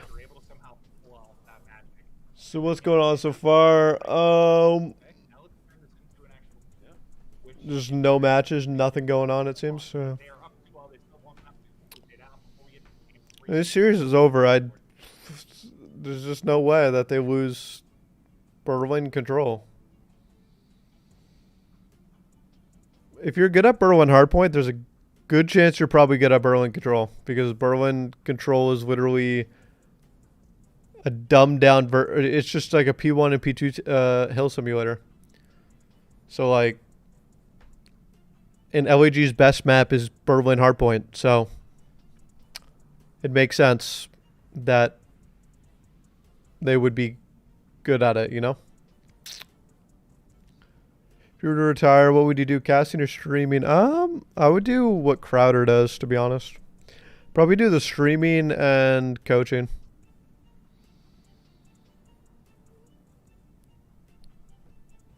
I think he's got really, like, it's set up really perfectly for him.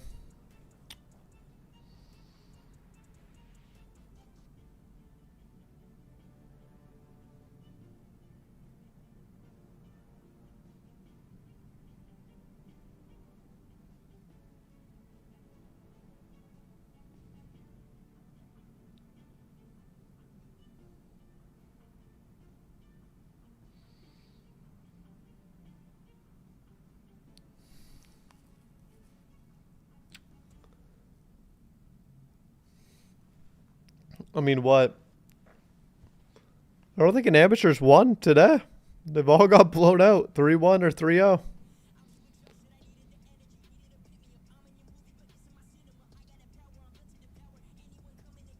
They literally not won it. Like, I'm watching the London Royal Ravens one right now.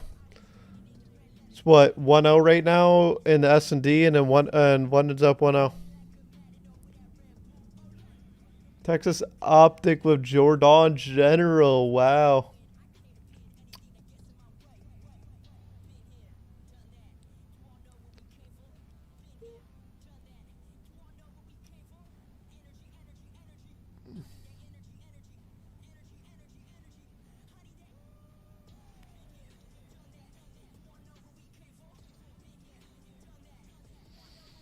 There's no reason to feel bad. I mean, I had a medical condition. Literally had to get it fixed.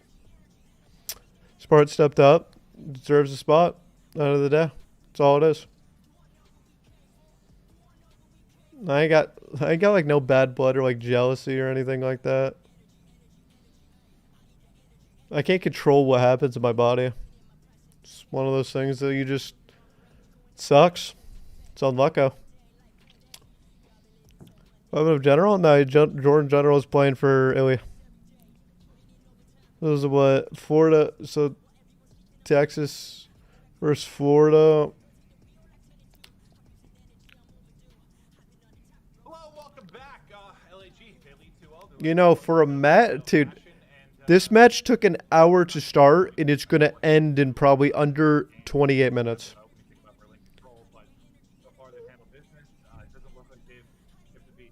Literally, like, this is so funny. Like, this series is about to be a 28-minute series. Honestly, throughout maps 1 and 2, they just took a little bit behind, especially just scale-wise. They were not playing with them in map number 1. In map 2, I mean, besides Scrappy, nobody really stepped on up. So, I mean, you never know what can happen if they can get their guns hot, but that's really it. They're just simply getting outskilled in my mind. It's not like LAG's shown anything crazy so far. Well, I think that's, you know, it's tough to be, I guess, you get the, you're only good at your competition. Like, they're not competing at the same level of competition day in and day out like the pro teams are.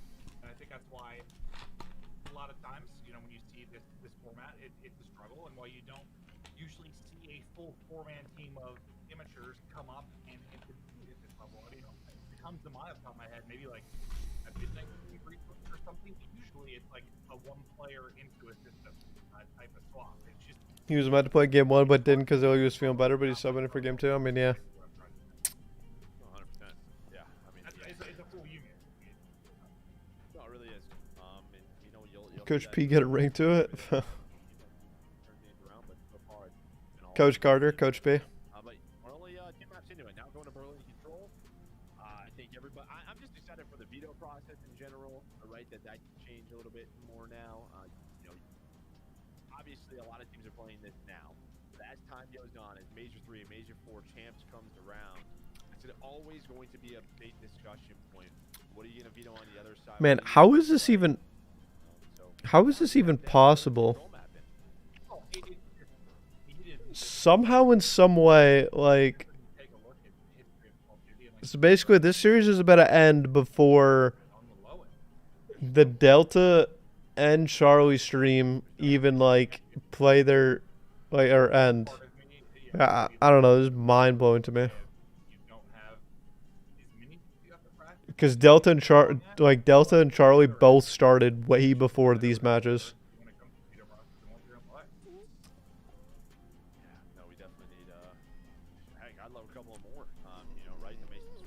I mean, this shit is over, son.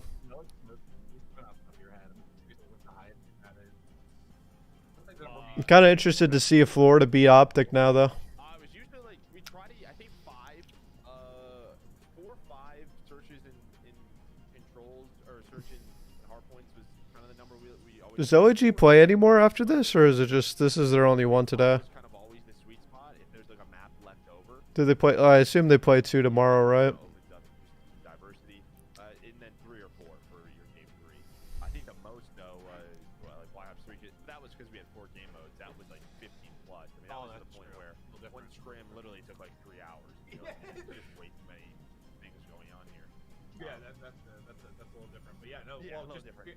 Here where you're standing for 3 or 4, yeah, it's clutch that we get to a third, just at least boost it up a little bit. And yeah, I'm sure we're still going to see a lot of it, and it was fun to watch. I mean, we just kind of watched what went down in the first round of games, and it's just the pace of it, just a lot of gunfights, maybe finding more openings just based on the timing.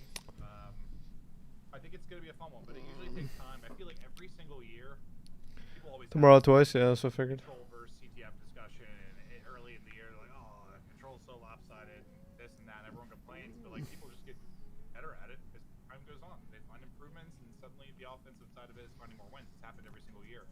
I just don't people understand, like, I think there are a I'm actually so happy it's nice outside, so I can actually walk back home.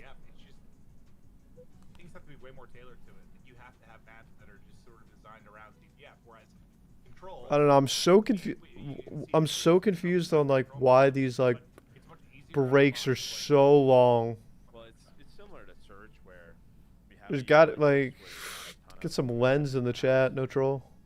you can usually move bomb sites or zones where with CTF you can moving CTF points. It just doesn't change the flow of it in the spawn system where just because it's kind of like a 2-point area. Restart and Boston just won. Like there may be like Search has always been In a spawn trap row 5, Temp had streaks and then Temp got kicked out. I knew it. I knew it. I actually knew it. A restart never goes in your favor, by the way. If you're in the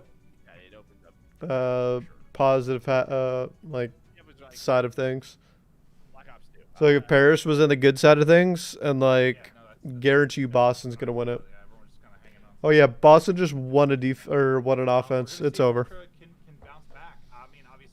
Ultra's not bouncing back. It's over. So when you talk about just the year they've had and the fact they're fresh off of a win, but this is a different level of competition, and now you got to dig deep. Maybe you have to rely on that chemistry has got you to this point, and some of the playmaking ability. If you're Hicksy, you have to brush off that game too. I'm sure it was frustrating. You had some deaths that, yeah, they were tough deaths without question, but you just have to look past the goose egg and continue and battle on. That was just, it's one of those spots where, like I said, I think, you know, leading up to it, it's a spot where you can win the game. It's also a spot where you're just going through hell, and that's what happened to Hicksy. It was just LAG, you know, over towards that B site, and he was the one just isolated time and time again. The nades were hitting. There was nothing he could do. He switched up his positions.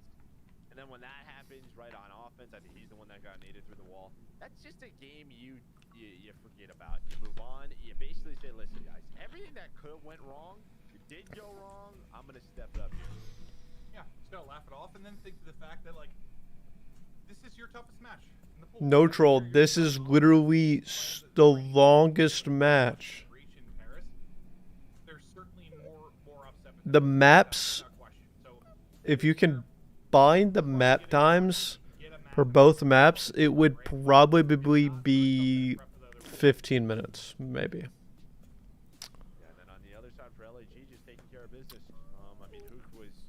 Like, are PCs overheating or something? Game 2, I mean, it was just an entire team effort. I think there were moments where Slasher Oh. killed to kind of even things out or give them those first bloods. But it's what we wanted to see. I mean, it's the strong. You're telling me Boston won an offense.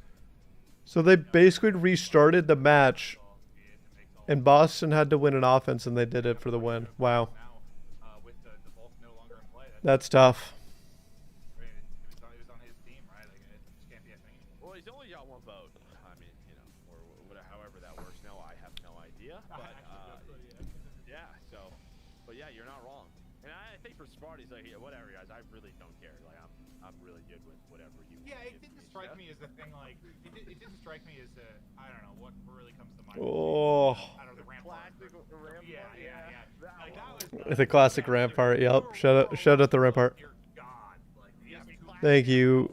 Appreciate the kind words. Yeah. Like, there's been things where you're like, oh my god, like that's a problem. But I guess I Honestly, not sure how to pronounce your name. Who the? I guess I wasn't worried it was going to impact. Bro, Vanguard might be the worst card. The technical side of Sohas. Yes, I agree. Imagine how dominant they would have been. Yes. Yeah, that is unfortunate. How many lag outs have happened so far? Boston versus Paris. So far, I believe so. We stay on Berlin. To control. Maybe for some of you, for the first time seeing it, if you didn't watch the earlier round of matches, a lot of you might be hopping between, just kind of checking out what's going on. I mean, I know we've had some downtime and stuff, and lobby resets and apologies. The good thing is, with 4 streams and matches, Finally. hopefully you'll find an action somewhere. Finally, we're back. One of these days where you're gonna ask me what happened then, and I'm like, I don't know, I don't remember, because there's just so many games going on. They're gonna send, yeah, it's pretty much what every team does. Send 3 towards B to make sure that no. Basically, what we heard is you can set up some nasty spawn traps on both sides. And so far, B is This is interesting. for offensive teams, A a little bit easier, and we've even seen the defensive teams just give That was so pointless. Through LAG, they're gonna find the first 3 kills. Yeah, I mean, typically it's whatever. They just double proned and thought that they were gonna push through, but like, no. You can get to the point, but they find a little bit of progress as lead anything now. Hoop trying to get him behind it. I mean, lines he's able to take down 2 before the trade comes in. Kyler's just doing whatever he wants. Well, so that'll be 3 down. And now you're getting into some dangerous spots. You know, look how far push up the team is. He's gonna drop instantly, but I thought he was gonna be a threat for players pushing towards A.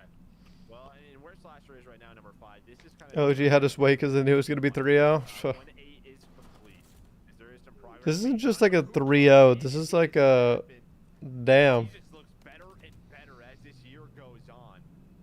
He's able to defend the. Don't get me wrong, like, I'm happy that it's like a 3-0 blowout, but like,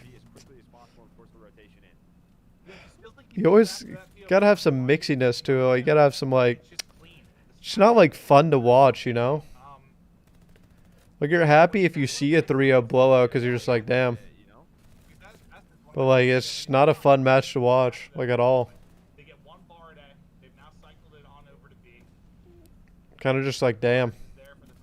They just got slammed. To be a nuisance, a little bit of an awkward engagement there as they both cross paths, but now a reach out comes in. He's able to take down Slasher as well.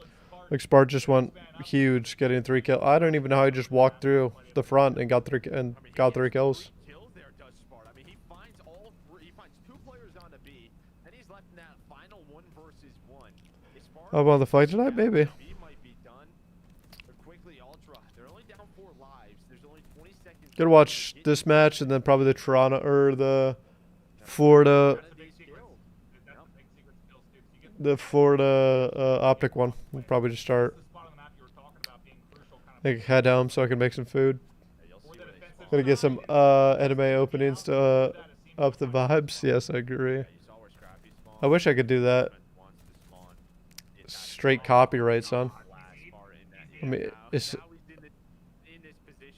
it's over, son. You're 3 dead. They're calling out. All right, last player is Mohawk. He's probably gonna be on the flank and Slasher.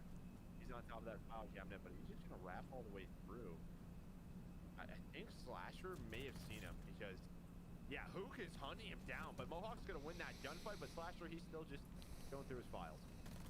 Yeah, but that one sequence is huge. Just the sense of it was what, like a 4 live disparity. I think you were talking about when they were getting A. It just elevated quickly. I mean, they went up close to 10 just off of that one major sequence. Now you have 2 players left. Make it 1. Mohawk gonna be the last one up, and the boys are out and hunting quality beams there to get his 4th kill in the round. But not enough time. Maybe the gunny to do it. Like, you got 15 seconds on the clock. Yeah, this Soldier Pro would take the job. They got 4 takes done on their first offense. Not a bad job. I think there was an opportunity when you had, you know, what, Scrappy at those plat stairs. If Spart doesn't find 3, maybe that turns into capture. Maybe yeah, not really much to say. I mean, their break off was just horrible. I don't know what Toronto Ultra was doing. LAG just capitalized, made them burn lives. Then it just went to like, Spart just went huge and literally got 3 kills on B. I'm not sure how, but he did. There's always that like one situation in like in a control where like you gotta capitalize on the moment, and like they quite literally did not capitalize whatsoever. Well, they're just gonna get A. The idea of an AM team being better than a pro I mean, it's just not gonna happen. To be honest, this is the best. This is the best amateur team in challengers.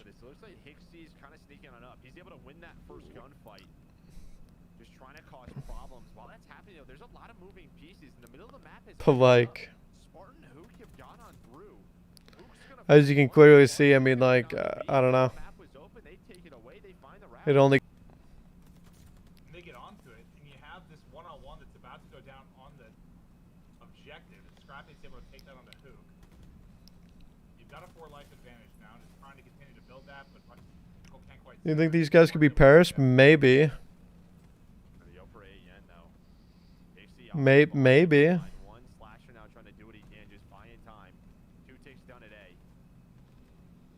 But I don't know. I don't feel like Don is gonna allow that to happen. Fat Don.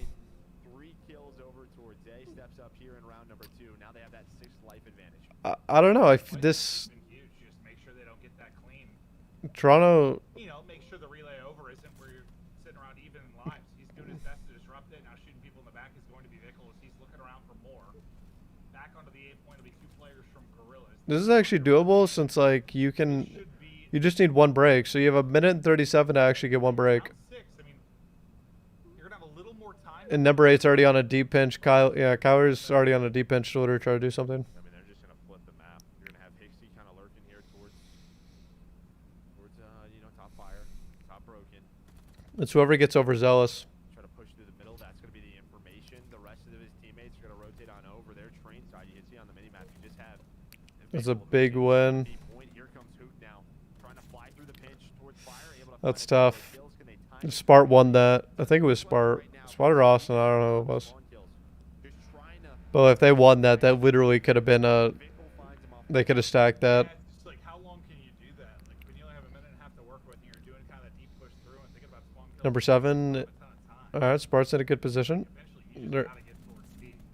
And now as they're coming off spawn, I mean, obviously, you still have that front held down by it. This is good. And those teammates get to him. I mean, it's Hixie. Number 1. Yeah. All right. Wait. Yeah.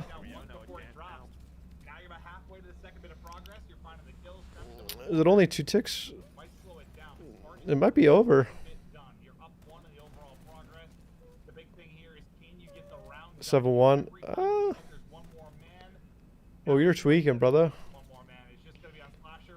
Oh, never mind. They ran out of lives and stuff. Well, they get what? 5 versus the 4 on the other end?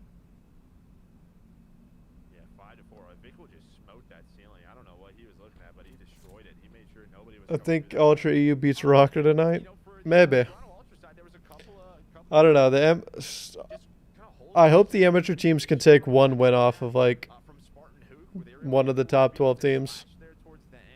One of the like teams in like in the league. But like, who knows? Anything's possible. So LAG's up 1 tick right now. That's horrible. This is like worst case scenario.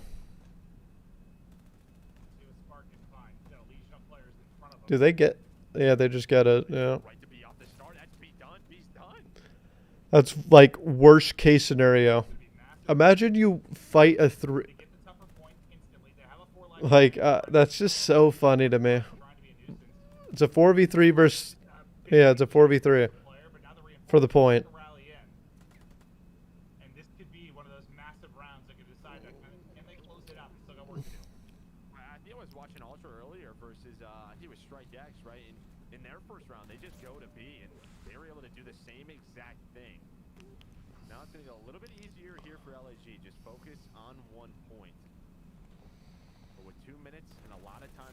I feel like Toronto Ultra should win this.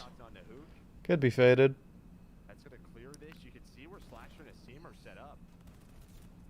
Jesus, what the? Guy literally got deleted. They're not going to stack it. Everybody just set him around looking for the point of attack. Spartan now coming off spawn, trying to get there, but the shot's in. Bro, I would have lost composure if I was Austin. Jesus, that looks so tilting. I feel like you should run 3 subs on this, no? Like this hill, or if A is only open. Bro, it's like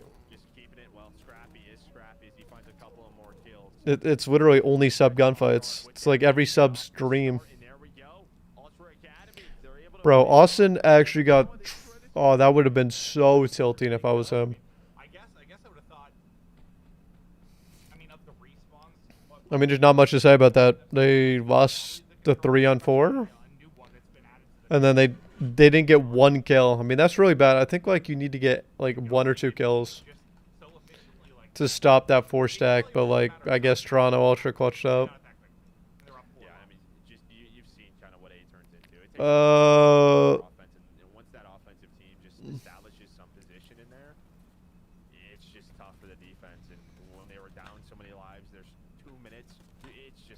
going to be a really hard point without like a spawn trap or a life advantage. Damn, Scrappy. They're just going to do it back to him. I just knew it. I like had a sinking feeling that they were just going to do it back to him. This is such a... Just trying to survive it. He's getting shot from everywhere. The wallbang coming through, the bullets just barely missing. He continues to hold. He wins another one. Now going to be 4 in a row. One by one, they continue to push finally. They're just going to keep going for B. Yep. Banister, everything. They take him out. And now with Slasher spawn here, he's just going to rotate on over to A. Who finds 2 kills? This is a 2 versus 4, but Hixie, he finds another multi-kill. He finds 3 nice shots from Hixie. The snap on the spark. My man just got sent to the Doom Dimension. That's not right. Wait, they're in the Demon Trap. They're in the Demon. Oh, they got out. Never mind.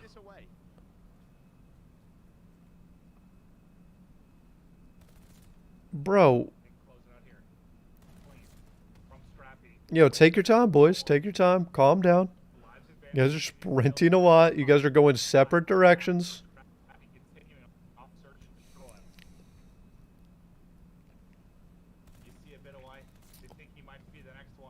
I never get those kills.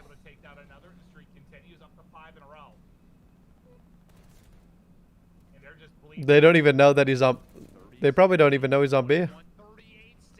Asim's just doing whatever he... Oh my god, is he gonna get it? Okay. Oh. Scrappy has streaks? That's bad. Whoa, this is some faded shit. That was questionable.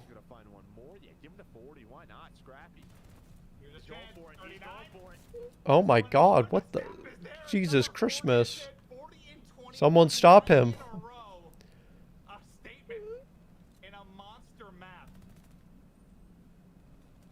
It's over. Wow. What the...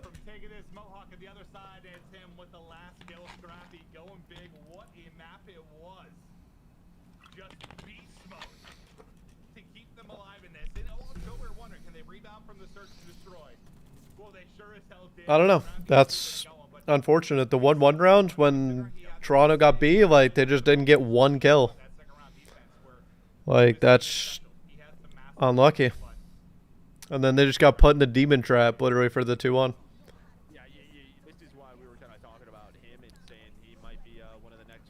What is the next map? Berlin? Hardpoint?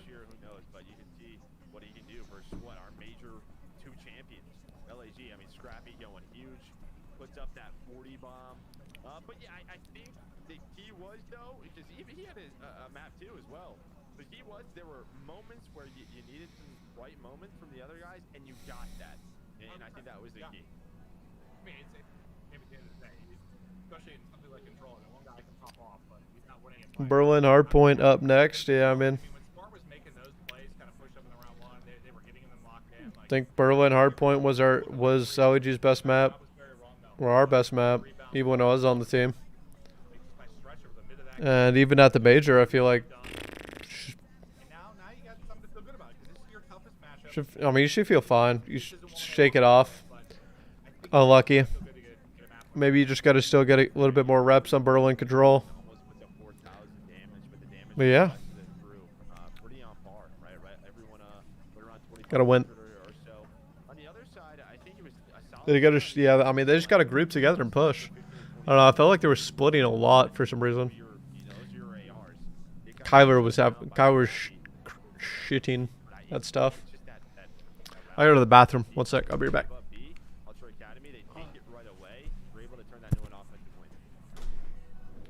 Oop. Yeah, it's just like before you blink, it's just like that first hit just catches them, and they just put it away from there. And yeah, at least in the first we saw, I think he said it was like first time we saw it was all defensive victories, but not going to be the case here. Just beautifully done, and shows why they were able to take the challenger side of it, the most recent event. Impressive stuff, but still work to do. We stay on Berlin right for the hard point. What was the final map? Bokaj. Okay, A little Macy on Bokaj. Yeah, so you'll try to get it to that search and destroy if you can, but you're gonna have to take a hard point. And first one at least, it was like a 100-point game, but the big thing is it was dominated by Guerrillas from the get-go. They were up 40 to 50 immediately, and they ran away with it from there. You just can't get in a hole like that this time around. Yeah, but it was the slaying power, right? It was the slaying power on Tuscan. When you had an early setup from Toronto Ultra Academy, boom, it was right away, right? They just weren't winning a couple of gunfights. They weren't making those hard points messy. When they had the good spawns, that's when you have to have those trades on point. Maybe with a map 1 or a map 3 win under your belt now, you saw, you know, Hixie step up, Scrappy obviously doing his thing. Maybe that's what they needed. That confidence, right? That confidence on the stage. Sometimes it's as simple as that. Like, yeah, just a little belief in each other, get a little gas going, the boys hyping each other up. You know you're trying to pull up. Look at LAG. Look at LAG. Their first match at Major 2, they lost. They lost in winners round 1. Their boss was 3-0, and then they won 6 straight games, 6 straight matches. Like, it's possible. Flash of the losers bracket Reaper, dude. Make it happen. The losers bracket Reaper. Got a lot of them now. Oh. Probably doesn't want it to be that way, though. That's never like a thing you want to rely on. That's for sure. Oh, okay. Stressful to get done that way. I can imagine.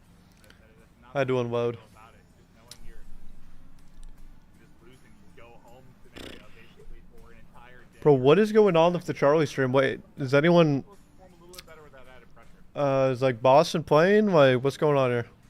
4-1 though at Major 2. Yeah, 4-1 at Major 2. Yep, one of the better maps for us. They won that Tuscan, now going to their best map that we saw in hardpoint. So you know they're still feeling confident. I think it's just sort of for Spartan spots or try to win some of those key gunfights for Scrappy. Well, here we go. A chance for Ultra Academy. Right back into it at 2 times.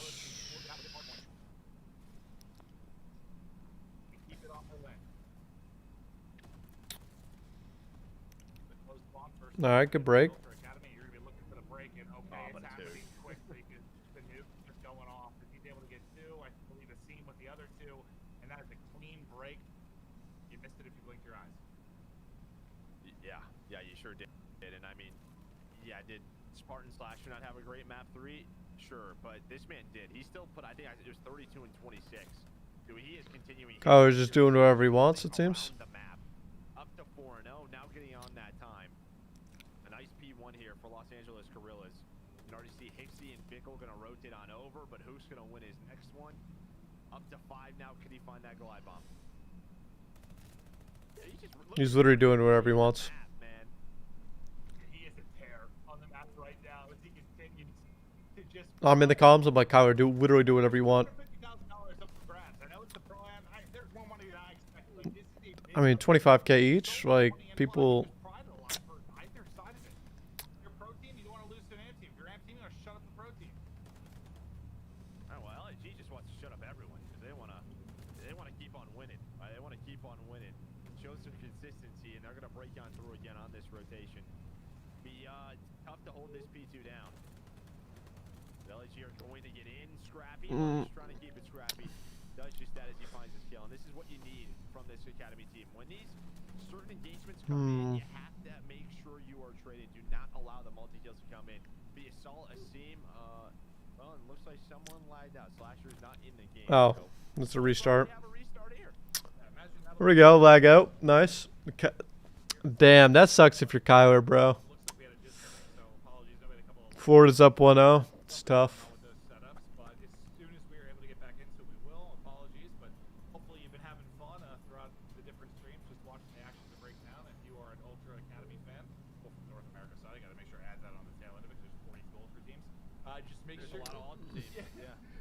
Make sure, or you should be feeling pretty gassed up now. They got a shot to do it, and that's. I would say that's tough if they were like rolling. You come off that big game 3 win, and you get into a groove. But who kind of made sure that didn't happen? So for both teams, kind of a reset. Frustrating, I'm sure, but we'll get back into it. Yeah, I mean, for Ultra, they probably want a better P1 start, P1 restart. So, but yeah, it's gonna be a full restart. I mean, it's very early in that game. It was only a 10-point game. It happens. But beautiful weekend. We got what? We got Thank you, super appreciate it. Saturday, Sunday. We have 4 days of action here. Len in the chat, definitely Len in the chat. When was the last time we had like full play? We're going back to CDL, right? We had any kind of full play? Yeah. As far as I can remember. It's rare Len. I don't know, Len. Well, yeah, I guess the league. Can't believe it, bro. Just FaZe. FaZe Bad needs to get his shit together, man.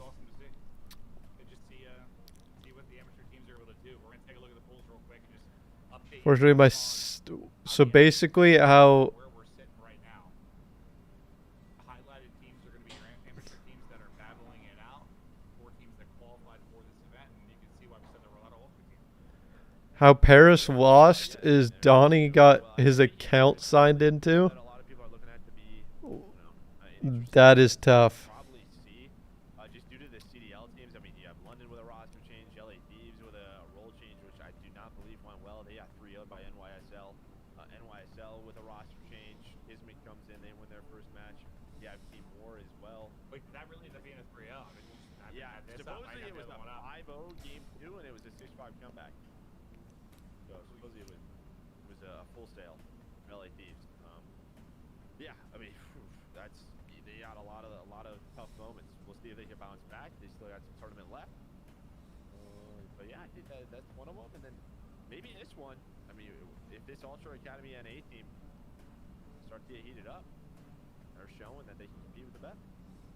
Yeah, I mean, exactly. Like showing they can compete here, you'd be crazy not to give them a chance against Legion or Breach. And I know Breach came out and they kind of popped. What they were who knocked Guerrillas into losers, right? Very beginning of the tournament. Austin, yeah. Len causing delay, crashing the servers. Yes. Not rare for Len. Bro, what's up with the lagging? I don't know.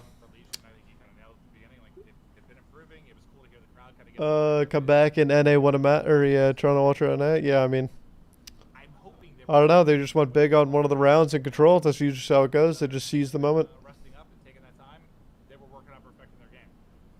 Yeah, it's just one of those situations where they had a couple of roster changes, and it took some time. I think they've shown some improvements. If this is where you want to see Legion really show what they have, as you said, right? You take those 3 weeks and 4 weeks, whatever it is.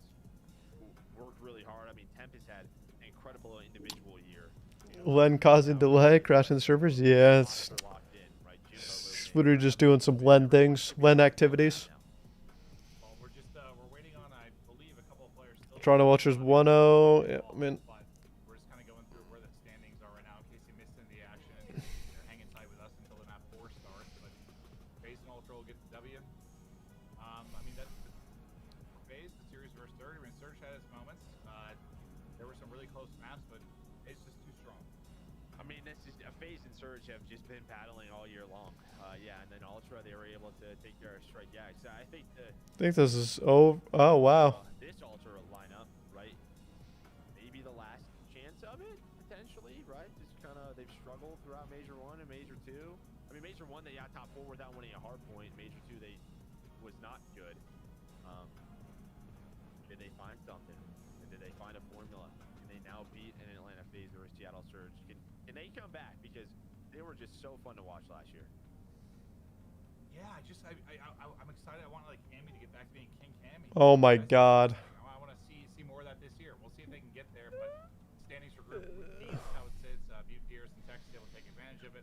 We were excited to see kind of how Rocker was going to look with Havoc, but. Wow, that's tough. A 1-on-1 just decided the control for Team War and Royal Ravens. I mean, London could probably still win this, but that was actually crazy.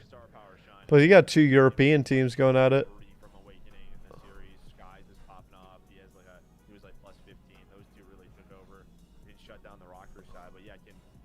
I was pumped when I saw Rocker putting 3 to him in AR. I think that he's always been the best with an AR, like from what we've seen. But yeah, it's just they're another team where they're trying to move pieces around and get back into form.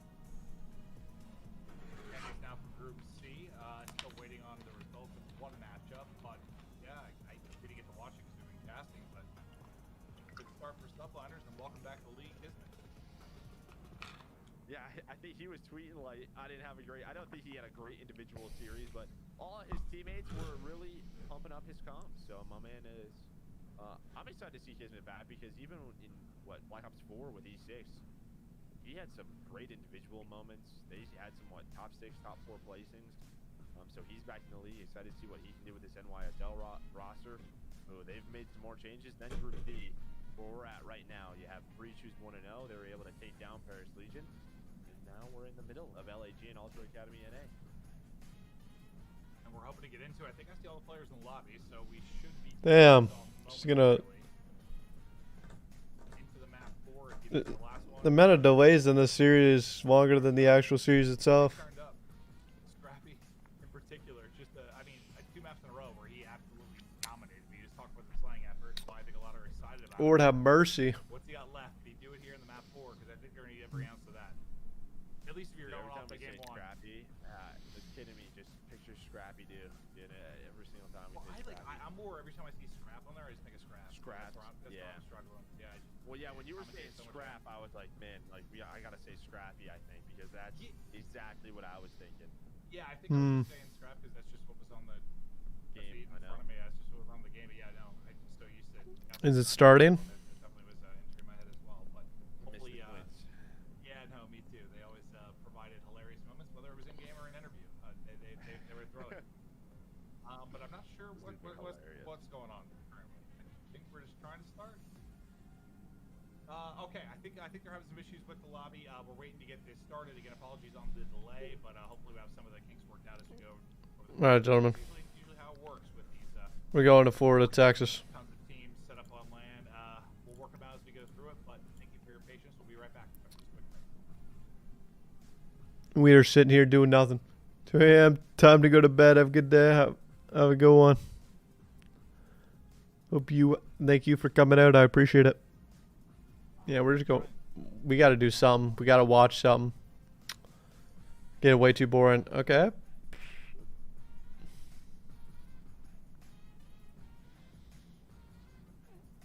Oh, Jesus, Christmas. All right, you got it.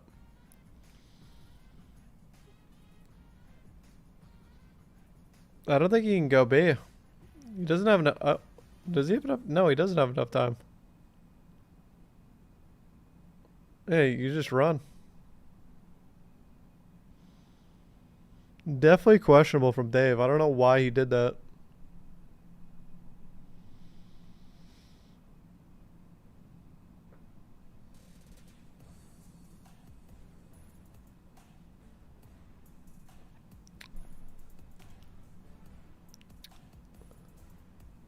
I got the stream up on a TV, so I can literally switch back to it immediately. I'll keep taking looks at it.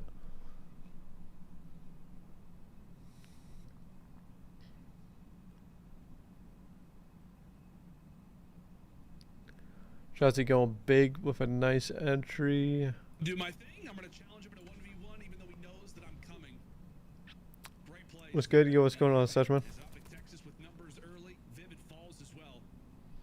This guy's at least able to bring the numbers to somewhat of a more manageable position.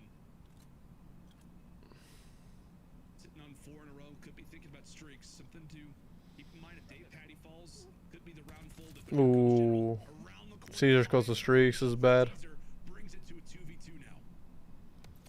That's a huge kill by Seth. It's a one-on-one for the bread. You have a sniper and your MP40 to work with, but you know when Dashy has that automaton in his hand, it's basically a sniper as well. 30 seconds left. Dashy's just trying to locate the player in Dave Patty. Looking like Dave Patty might get great timing here if it just turns left, but it's actually gonna go right. So there should be a free B bomb, free A bomb plant for Dashy. Now 45 seconds to work with. It's not planted for everything. That's kind of bad. It's toward the field. That's exactly where Dave is headed. Wow, that timing. He's gonna find the timing and will win out the 1v1. Dashy was pre-aiming exactly where Dave Patty was. That timing is so unfortunate. Wow. Really, what could have been a number of different positions. He will find the answer in what was a monumental type of round. Some ice coming in out of the rookie there. Yeah, Florida's right there. If you're Optic, you find that first blood onto Awakening. Dashy finds the second. You just want to commit towards one of these bombs. You do not want to allow them to get one-on-one gunfights consistently. But once Skies finds the first, he eventually finds that player in general with the bomb down, turns it into a 2v2. Dave Patty immediately there for the trade. And that just can't happen if you're Optic Texas, but you can already tell a sub is in. Probably a Billy's in the game, that doesn't happen.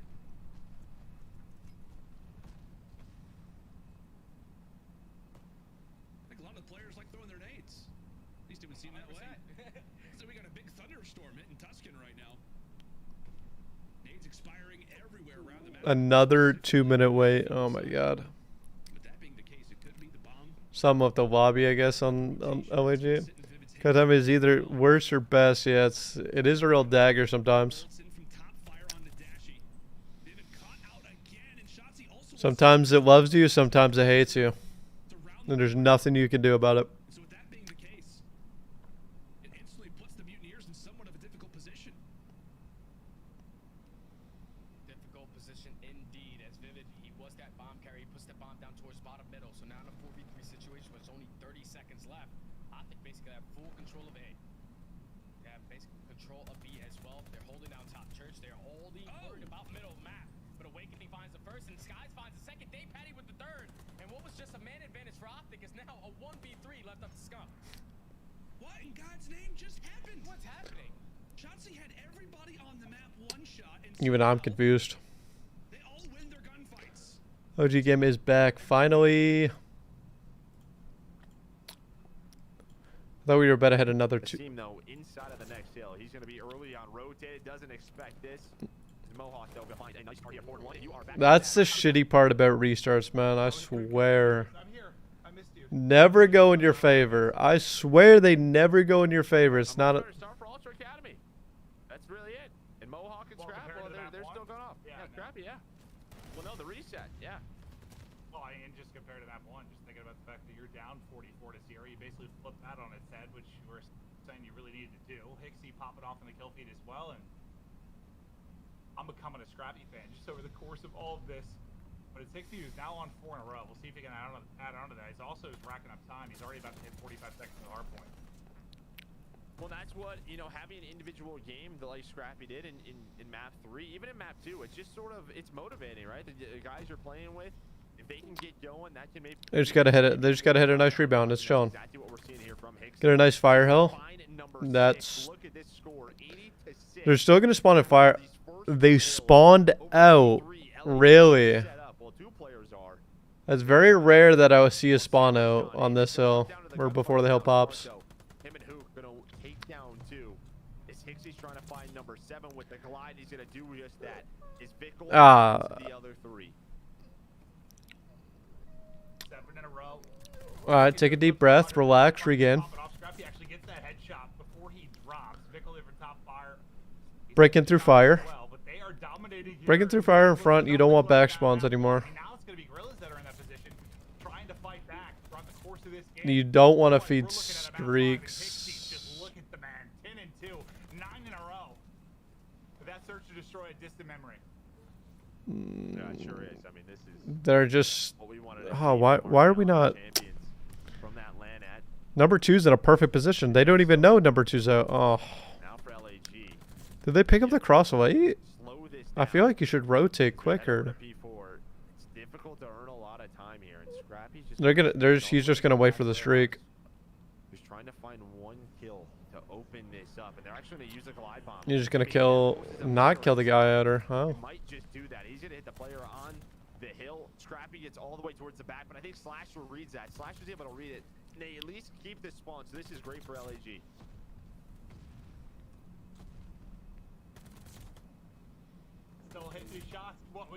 Someone please stop him, I'm begging.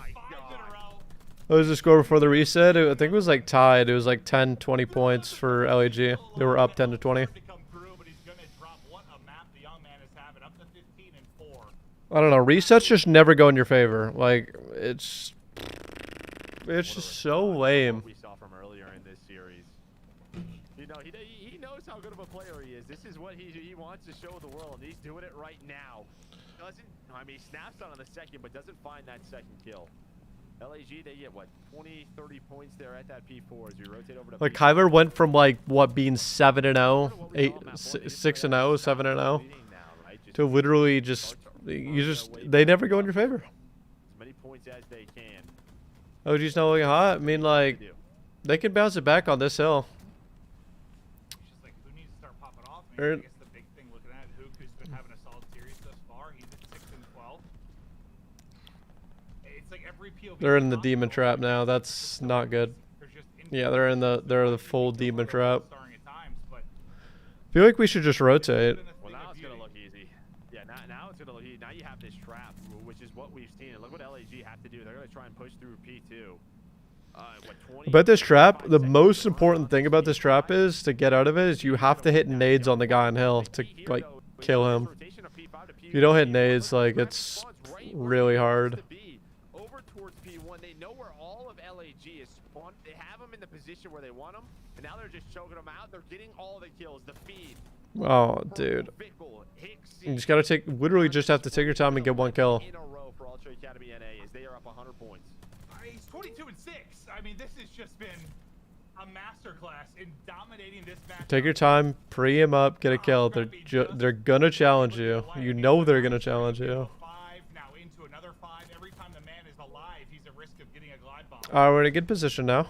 He's gonna fall there as the team is able to take him down. But what was it you said, map 1? You got to get it back within like 60 or so. Like try to give yourself a shot, and they're trying to. They just haven't been able to chip away with it. Maybe behind the seams. No, this is good time, and Asim's in a position to pinch. Yeah. Well, I think this is just one of those games. Well, at least it's. You don't want to flip. Yeah. Okay. Good. You don't want to flip here if you're LAG. Because like the spawn, you spawn closer to P2 hill from like P4 side. Yeah, they're starting to squirm. Now they have a 4 versus 2 and control. LAG starting to fight on back. I think this is where the rally needs to be. This is where it needs to be. 6 in a row for a team. That is not a fun gunfight. So you're way ahead. like for now, able to reach out, able to take it. Some shots into the window, but he's just buddy hopping with the MP40, and we'll get the better of it. Damn, we're a little bit behind. There and then right back into the hard point. It's gonna be Ultra Academy NA, and I think you have a free web your slasher, but Scrappy flies in. It's not good, but And he's quietly having an incredible map again. He's 19 and 14. I know we've been hyping up Hixie, but Scrappy's. Hey, bro, anything's possible. As long as it's not it's no bocage. In LAG, they gotta rotate to P3, right? This is a money hill, but Academy, they have such a strong or such a big lead. They're gonna just take those 20 seconds. Now only be 37 points away from. No, I hit it 2 times. Now I'm up to speed. I didn't know it was that far behind. Gonna wait for his teammates to get pushed up. Now gonna start that push as they're gonna try to break through street side. You see the spawn out does come in as the team has to work back through P1. We're gonna start to see the spawns. That's a huge. Oh, that's so.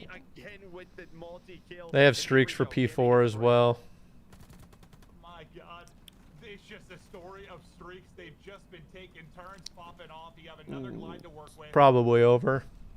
Just trying to put them away with this. I mean, they have a glide bomb for P4, and they're gonna get majority unless they go. I don't know if you want this though. Guerrillas fan, this isn't going to a map 5. Well, like you said, yeah, I mean, you give a full. That's an SD. The next couple of hills, they are just not easy to do. Not easy to find a lot of time. It's Scrappy. He picked the wrong class. He had. I don't know what that was. He had so many things wrong. I have no clue. We just like hopped on and took a nade. Well, yeah, but we like saw the trajectory of it. I have no idea, but he's like, I'm just gonna blow. It's a perk in the game like that causes that, but it also gives you double nades. I don't know. That was definitely questionable to do. I think I would have just played out with the class, but then like. Doing everything I can to try and keep them out of this. If you're Guerrillas, just give yourself a shot. But no one's in the hard point. Like no one's hitting time throughout this. And Pixie, he's just started this, and he's still hitting. Bro, someone check his BC. From sniper range, able to drop one. He must not have bloom. That'll pick it up. Where they can test here. My MP40 don't shoot like that. My MP40 just get bloom. Still on fire. Hixie 30 and 13. Just dominance. have the map position that you want. Slash are going to try to keep him off of P5. They're going to find a couple of kills. Can they get this to a P1 where it's a little bit more controlled? Because all you're trying to do if you are Ultra Academy NA is just a second at a time. A couple of seconds, hop on off, just like they're doing. Up to 241 now. Just continue to trade. Hixie, he finds another double, 32 and 14. 2 minutes in the hill. This man is doing it all. I don't know, definitely a shitty situation. He's been great. 14 and 27. Just the hot hand of Ultra Academy North America. It's simply too much. They are just getting blown out. And it's like the score line won't even look as convincing as it felt. I mean, you just don't have those 250 to 50 type games in this particular title. But how good it has been. Hook trying to find any flow and rhythm within the game, just not quite able to do it. Not really much to say. I mean, it's kind of just like delaying the inevitable. Unless they can break on. I mean, I guess they could. Nah. He's there. Yeah, Mohawk is in it though. Hook's now the next man up to 248. He's got to win this gunfight. He goes for the challenge, but Mohawk's like, I'm gonna just stay in this hard point. And well, here we go, ladies and gentlemen. We are headed to a game number 5. Huh. It's just it's crazy to think, like, if you just look at, I don't know, like the first 2 maps and then the first round of the control. I mean, yeah. That, my friends, is what we like to call a replay curse. Replays never go in your favor. Let it be known. In a hurry, just a rally across the game 3. You have to have a replay, and maybe I don't know. Maybe you're thinking the replay might phase the amateur players a little bit more than the pro team. That is not the case. They come out the gate. Joe's solo casting because I can't connect to talk to him. He's doing such a wondrous job. But yeah, I got back. Sorry about that. I just kept getting a blue screen. I couldn't come join you. I didn't see your beautiful face there. I don't know. We're just here to have some fun. Well, you know, it's a fun show at Game 5. It sure is. Yeah, I mean, it's not what we expected, but these games have been lopsided. I mean, it started off LAG just dominating, and then right from the get-go, look at that score. It's 84 to 11, and then similar to what we saw on Tuscan, it was the P3 where Guerrillas were able to blow it wide open. It's similar here. That P3 was, what, 85 to 15 or so in that scoreline? You had the rotation if you were LAG, and then it's immediately broken. And from that, it just Bocage S&D. Wow. And with hills like P2, P4, and P5, where in Ultra they can just get 2. What a game 5. Bocage S&D for all the marbles. Right there, they close it out. Yeah, and I've said it about 10 times now. I know I'm a broken record, but it's not the easiest thing probably to have 0 kills to search and destroy. And then it's not like he popped off in the game 3, but he had a lot of good plays, especially on retakes at a point. But then there, I mean, we've seen it all out of him now. A goose egg to just a streak. Literally, he was like, I felt like he was getting a 5-kill streak every time he was alive. I know I'm overreacting a bit, and he slowed down a little bit as the game went on, but basically double positive, a monster map. The MP40 was hitting at any range. You saw Scrappy just snapping and winning gunfights he had no business doing. That was impressive stuff. And yeah, it's just like, it's the whole time I thought we were gassing up Pixie, but then like Scrappy ends up like 1 kill off him. Like he was just quietly there, just still putting on. What a series it has been for Scrappy. It's been yeah, incredible. I think for AC, it's just just get a map like that when you're having a struggling series, just to get that confidence under your belt. And now your MP40's hot, and we're going to a 12-0 search, I believe. I believe too. When Hook has been kind of dominating that. And Bocage S&D is like every S&D kid's playground, and like, you know, Spart and Kyler are literally in S&D. It's literally every single day. So. Well, we continue on. There's 4 streams going on. We got matches all weekend long. It's the Pro-Am. We're seeing what the those guys literally are just gonna. Up to this point, not a lot of surprises, but now maybe a chance for that first and big upset here within pool play. We're headed to a quick break. When we get back, massive. Have fun.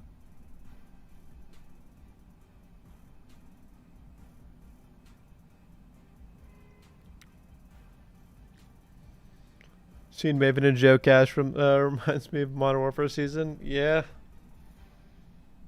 I'm surprised that they didn't have them come out to cast in the Columbus event. Seems a little bit weird.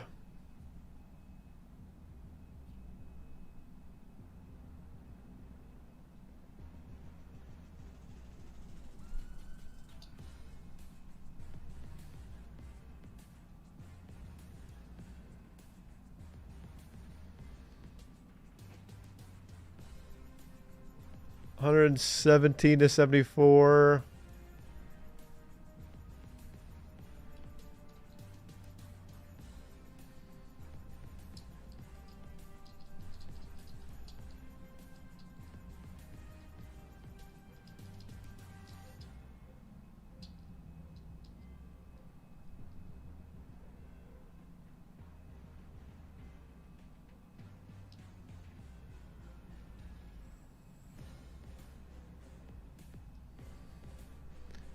They could have these games over in 30 minutes, but they have so many unnecessary long breaks. Yes, I agree.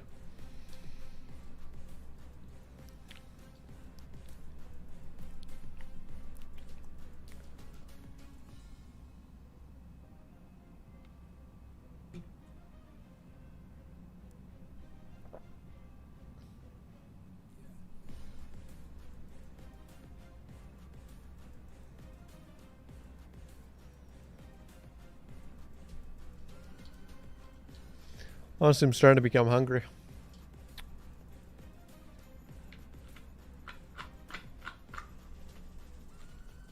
Better go home, make some pasta. It's one of the things, you know, you gotta have a soft food diet 24/7. Nothing crispy, nothing crunchy, just straight soft food. 24/7.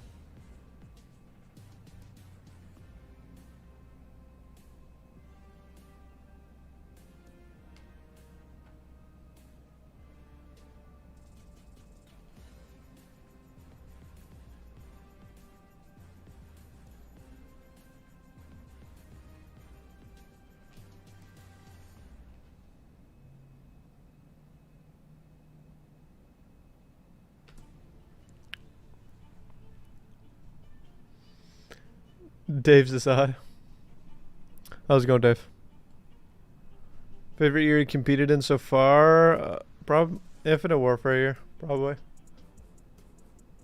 Optic not looking too good. I mean, that's not surprising. I mean, Ender brings a lot to their comms, and just, you know, it's definitely a throw off as well when you go from like one player to, like, they had zero practice. At least in my case, like, Spart had like a couple of days to practice and like adjust with like the team. Like, yeah, that's not even that much, like, or a lot. Like, Optic has zero, like nothing. Like, they're going in blindfolded. They get us to a game 5. You can see it. I mean, just not close hard points. 250 to 160, 250 to 150. You don't see it often on Vanguard. You just don't. So those 100-point wins, that shows you a lot. Yeah, that's like almost like, I don't know, 100-point clubbing a team in the past. And we just don't have a lot of it this title. Yeah. We just don't due to the nature of it, the maps and the spawn system.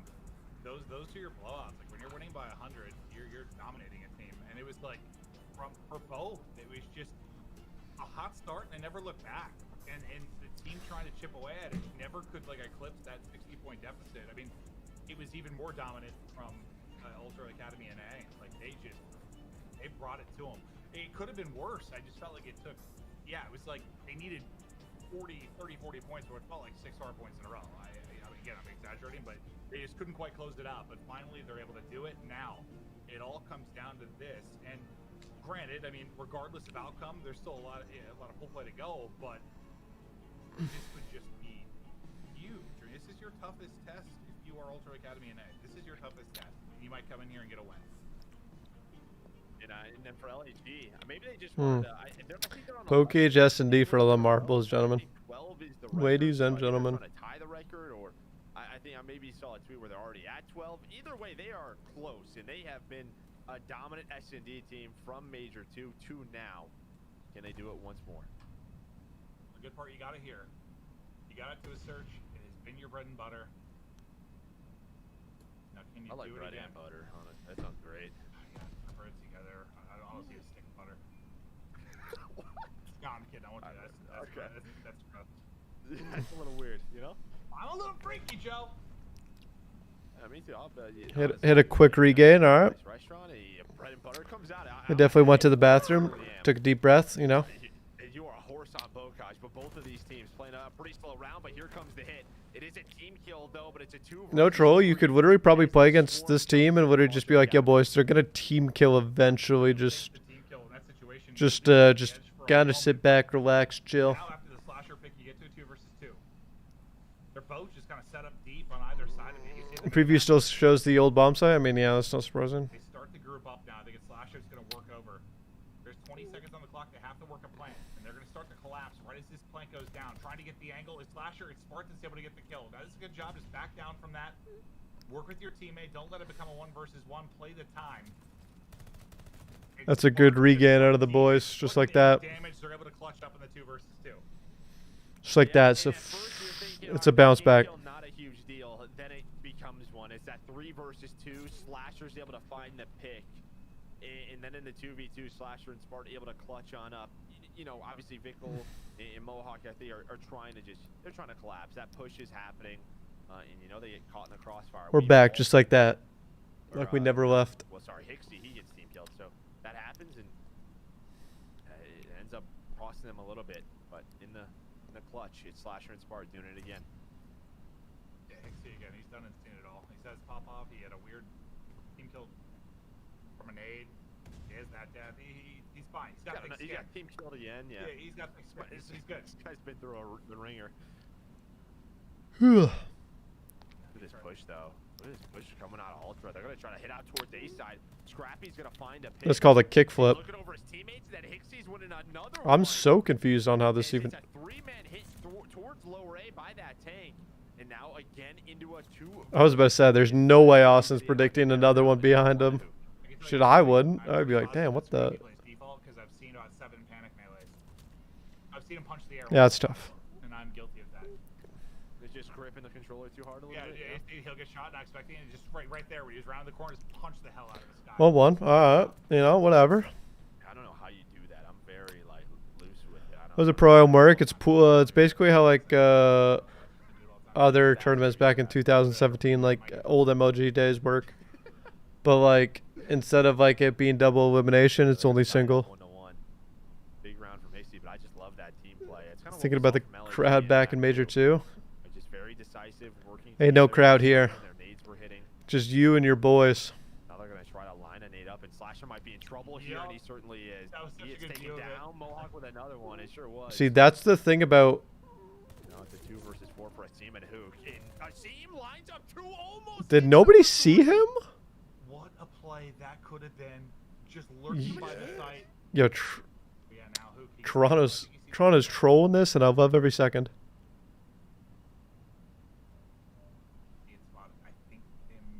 CDL teams don't get CDL points for this? No, they do not. Now it's, did they go back? He go back, right? It's only for money, but it's so like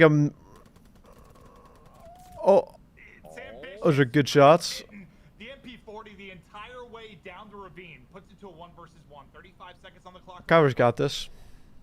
He's probably gonna hop it. Oh, Hixie found him. Hixie, he got the timing. That's tough. He was waiting in the middle of the map around P1 at that fence, just waiting for him to push on back. But like, so you know what I was gonna say is it's half a major, not for points but for money. So like for a major you win 50K each. For this you win 25K each. He does have a death, but it's a team death, right? So it doesn't count as a scoreboard. Yep, that's what I'm saying. Is that a real 5-0? If so, they better be tracking that. Incredible map 4, and then just into this. Now up to 4 more rounds to go. They probably are. They're probably close to streaks.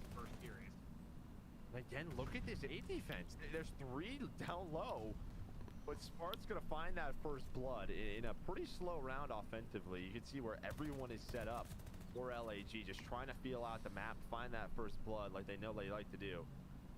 They're sticking with their game plan. We catch the tail end of a hoop kill. Hixie sneaks on through again. Okay. It's a good bounce back, just like that. We're back. I think 1 versus 2, 1 versus 3, but Len, this is Len's fault. you bring it back even. Just imagine if you're able to come in here and beat the reigning champs and also end this crazy S&D streak they have. It's like the deeper it goes, you know, it's on land. I know it's not like a full crowd there and everything, but Scrappy looks like the Pokemon Scrappy. Lean you towards Guerrillas any faster. I don't know what that means, but yeah, sure. I think the momentum is shifted. If they were up 2-0, right? If Ultra was up 2-0, they just came out hot. Like maybe I would say that, but no, because they're the ones on the comeback. I think they're just playing with confidence. And maybe as the deeper this goes on, right? If it stays like, you know, if we go all the way to around 10, maybe then I would give it to a team like Guerrillas. Too dumb speed. Not yet. Not yet. I'm liking what I'm seeing out of Ultra. I wasn't that far beyond. Yeah, it's just this slow build-up once again, offensively for Ultra. And Hook's kind of the point man right now for Guerrillas. He might have a lot to work with. He's just gonna peek. No, I'm telling you, just wait till Toronto. They're gonna troll eventually. In front of all the bullets for both teams, and he gets dropped, but it's gonna be a 2v1. They're gonna troll and eventually get a team kill. Like that's all I'm saying, man. Saving his stats though, you know. Just saying. It's looking good. He looks good, dude. 6-1. The bomb's down. Again, it's Slasher and Spar just kind of in these 2vx situations where they've been so good. Slasher's just going to run through a door, finds the kill as well. Yeah, that, I mean... Big offense here. Frustrated death for Ixie. It's like, great job by Hook. Not that he's Girls aren't even trying. I feel like... Nah, they're trying. It leads to a team kill. I mean, that's a 1v3 where he effectively goes 2 for 1. That's true. I know, it truly is. As you Don't get me wrong, there's no points on the line for this tournament, but like 25k is still 25k. As soon as your teammate dies, you're looking for that trade, and you know your point of view, you're switching it around. Plus, you really don't want to lose to an amateur team. It's the thing. He was the aggressor, right? Like there were 3 people looming there, and it wasn't they all like slid in and hit it. He slammed through the door and got the first pick, and it kind of led to oh god, you know, it leaves that scenario where he really kind of makes the play. Yeah, more of a default defense here, though, from Ultra, where last couple of rounds they were playing that 3 outside of A. Not going to do it this time. Nades are coming in. Mohawk's going to have to dodge these in the back, and he does just that. We had Slasher set up. I see him going for this bomb plant now. It's going to be a 4-on-4 retake. Hixie, though, first blood, and here we go. And that's the bomb planter, so bomb doesn't Hixie just went huge. Onto Hook, and now the collapse onto the rest of the players. I don't think you can get... I'm like pretty sure Austin was looking at his top attic, but I don't know if you can literally be seen.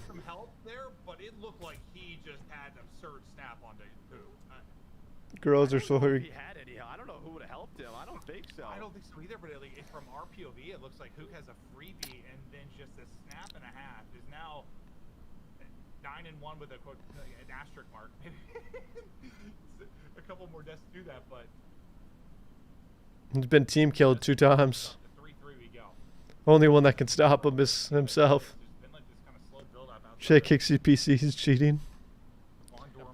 Could be cheats. I don't know, maybe just trying to find info, trying to find a pick, making sure nothing happens. Where, you know, we've seen it on this map where someone just hits through a ravine, gets all the way behind enemy lines, maybe just trying to dodge some nades, but they're just feeling the. I mean, it's just gonna be And they're gonna start and execute on one of these sites. Oh wow, Bocage S&D. What a coin flip. You know Spart's just going to always keep doing the same thing. Just be preventing the A-bomb plant so that they literally can't do anything. Yeah, look at this timing. The timing says they hit. Yeah, Kyler's literally going to get perfect timing and shoot him on the back. This is good. They're behind. I mean, for Hixie and Scrappy, that was an angle you were watching. Well, they're not going to see anyone, I don't think. Why would you?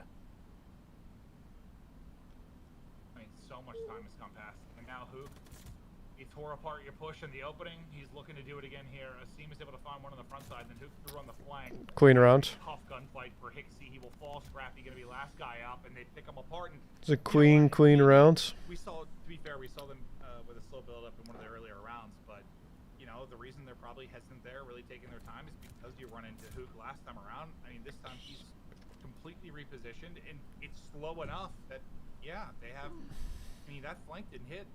He said, so what, 45 seconds or so in the round?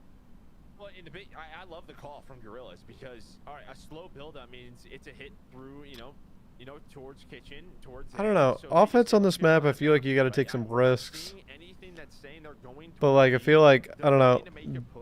Toronto's kind of just playing really like exact. Look what LAG's doing.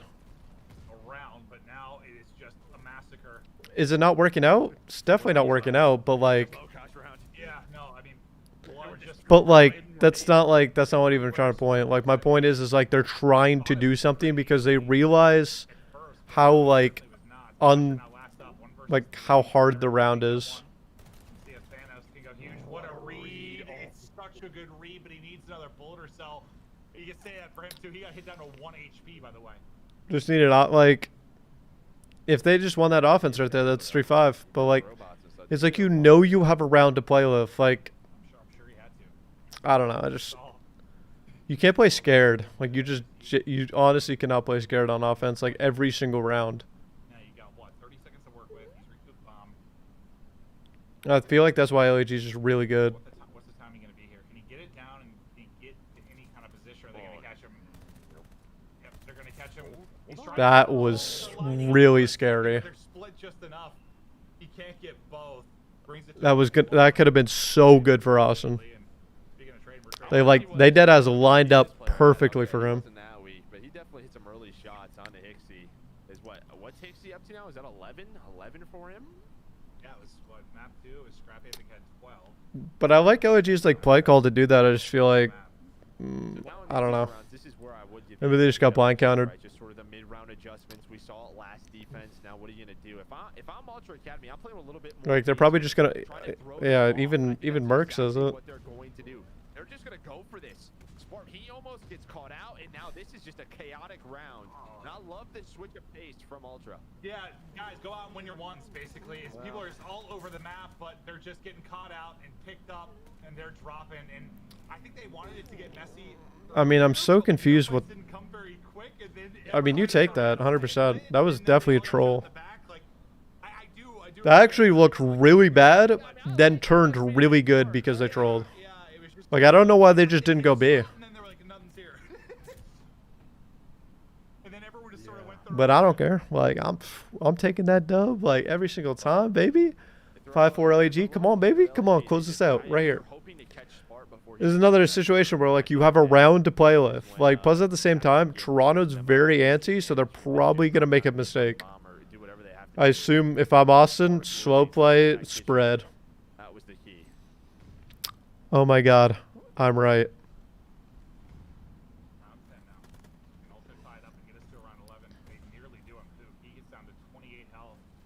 That's done. That's gonna stop the regen. Yep. He actually didn't die. Wow. Look awkward for a second. I thought he wasn't gonna challenge in time. Nice call. Wow, is this actually gonna go 5-5? That's so. It's so butt clenching. Is he dead? Oh god, he's just getting around the corner. He's gonna chase it. Doesn't matter. It's a trade. That's tough. Spread like butter. Like. Now you just. That's bad though, because like Asim literally. Allows them to keep that man advantage.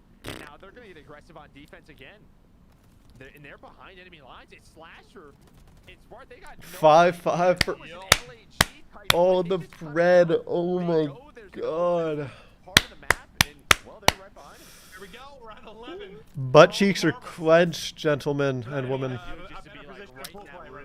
I have no idea how this is gonna go. Who has defense? Thank God. They have defense. So basically, defense has won every single round. I think. Almost every single round. I know. Except maybe like one.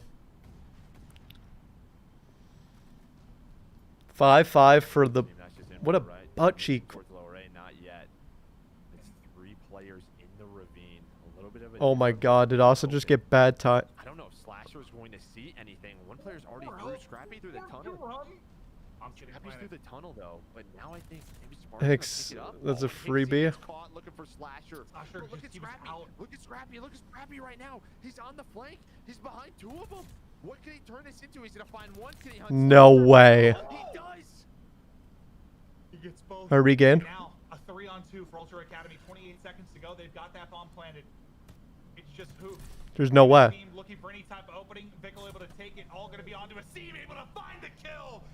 And there's the upset. Ultra Academy. NA come through with the victory. They win it. No, not like that.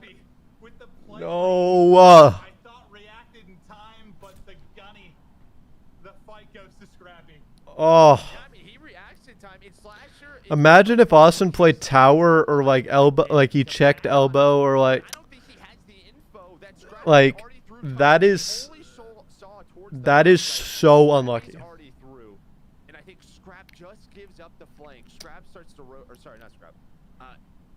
That is so wow. And he catches that time and just gives it up, and man, what a play for Yeah, I don't know. What a play call to hit towards that B side. Yeah, I wonder, like, you know, I was kind of talking about who. Scrappy made the play, don't get me wrong, but like that inner door, or he was playing I don't know. That lower.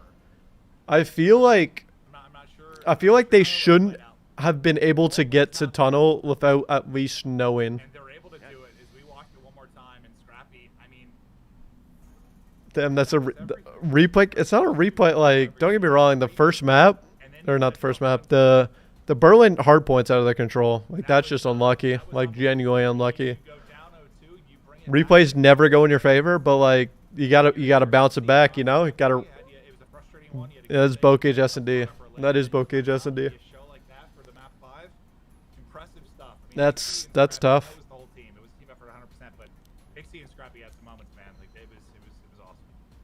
No, it really did. Yeah, just you see the young talent that we have just in challengers. These are our challenger champions from the land in Minnesota. Yeah, champs They for come champs. out. That's why we were Champs excited. for champs. They come out with a round 11 win. They end the streak as well, so that's done. But for us, LAG, I mean, now you got to beat Paris and Boston to try to get out. You can see a recap here. It was a great start for them.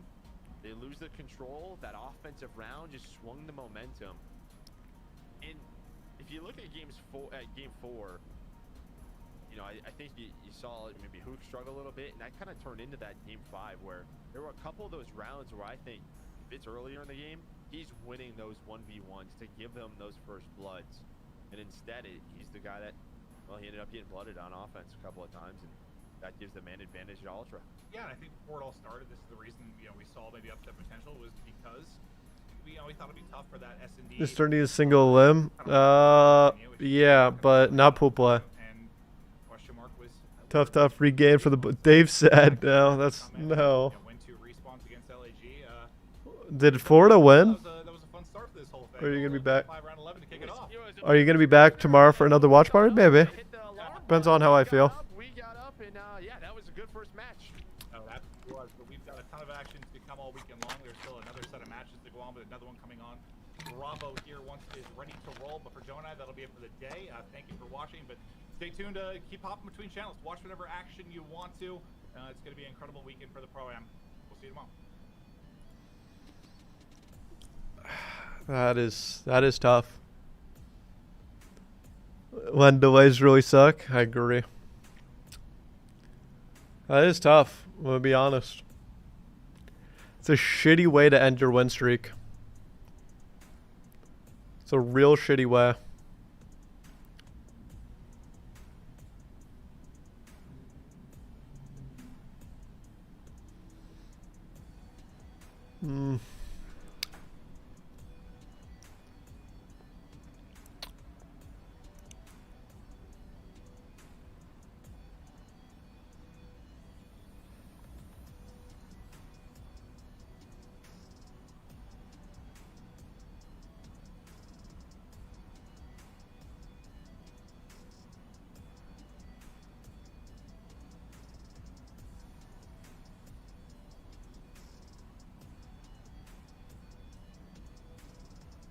That's really sucks.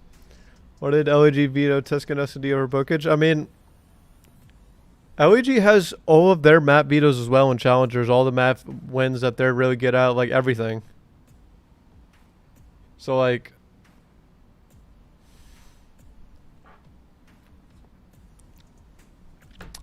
it's just unfortunate. Like, I don't know, but Bokage S&D, gentlemen. Bokage S&D. Just how it goes.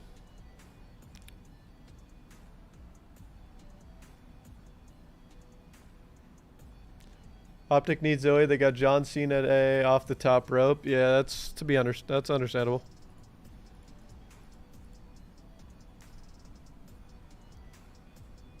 All right, gentlemen and gentlewomen. That is going to be it for me. I'm going to go home, make some food, and watch the rest of the matches. And that was the last good match.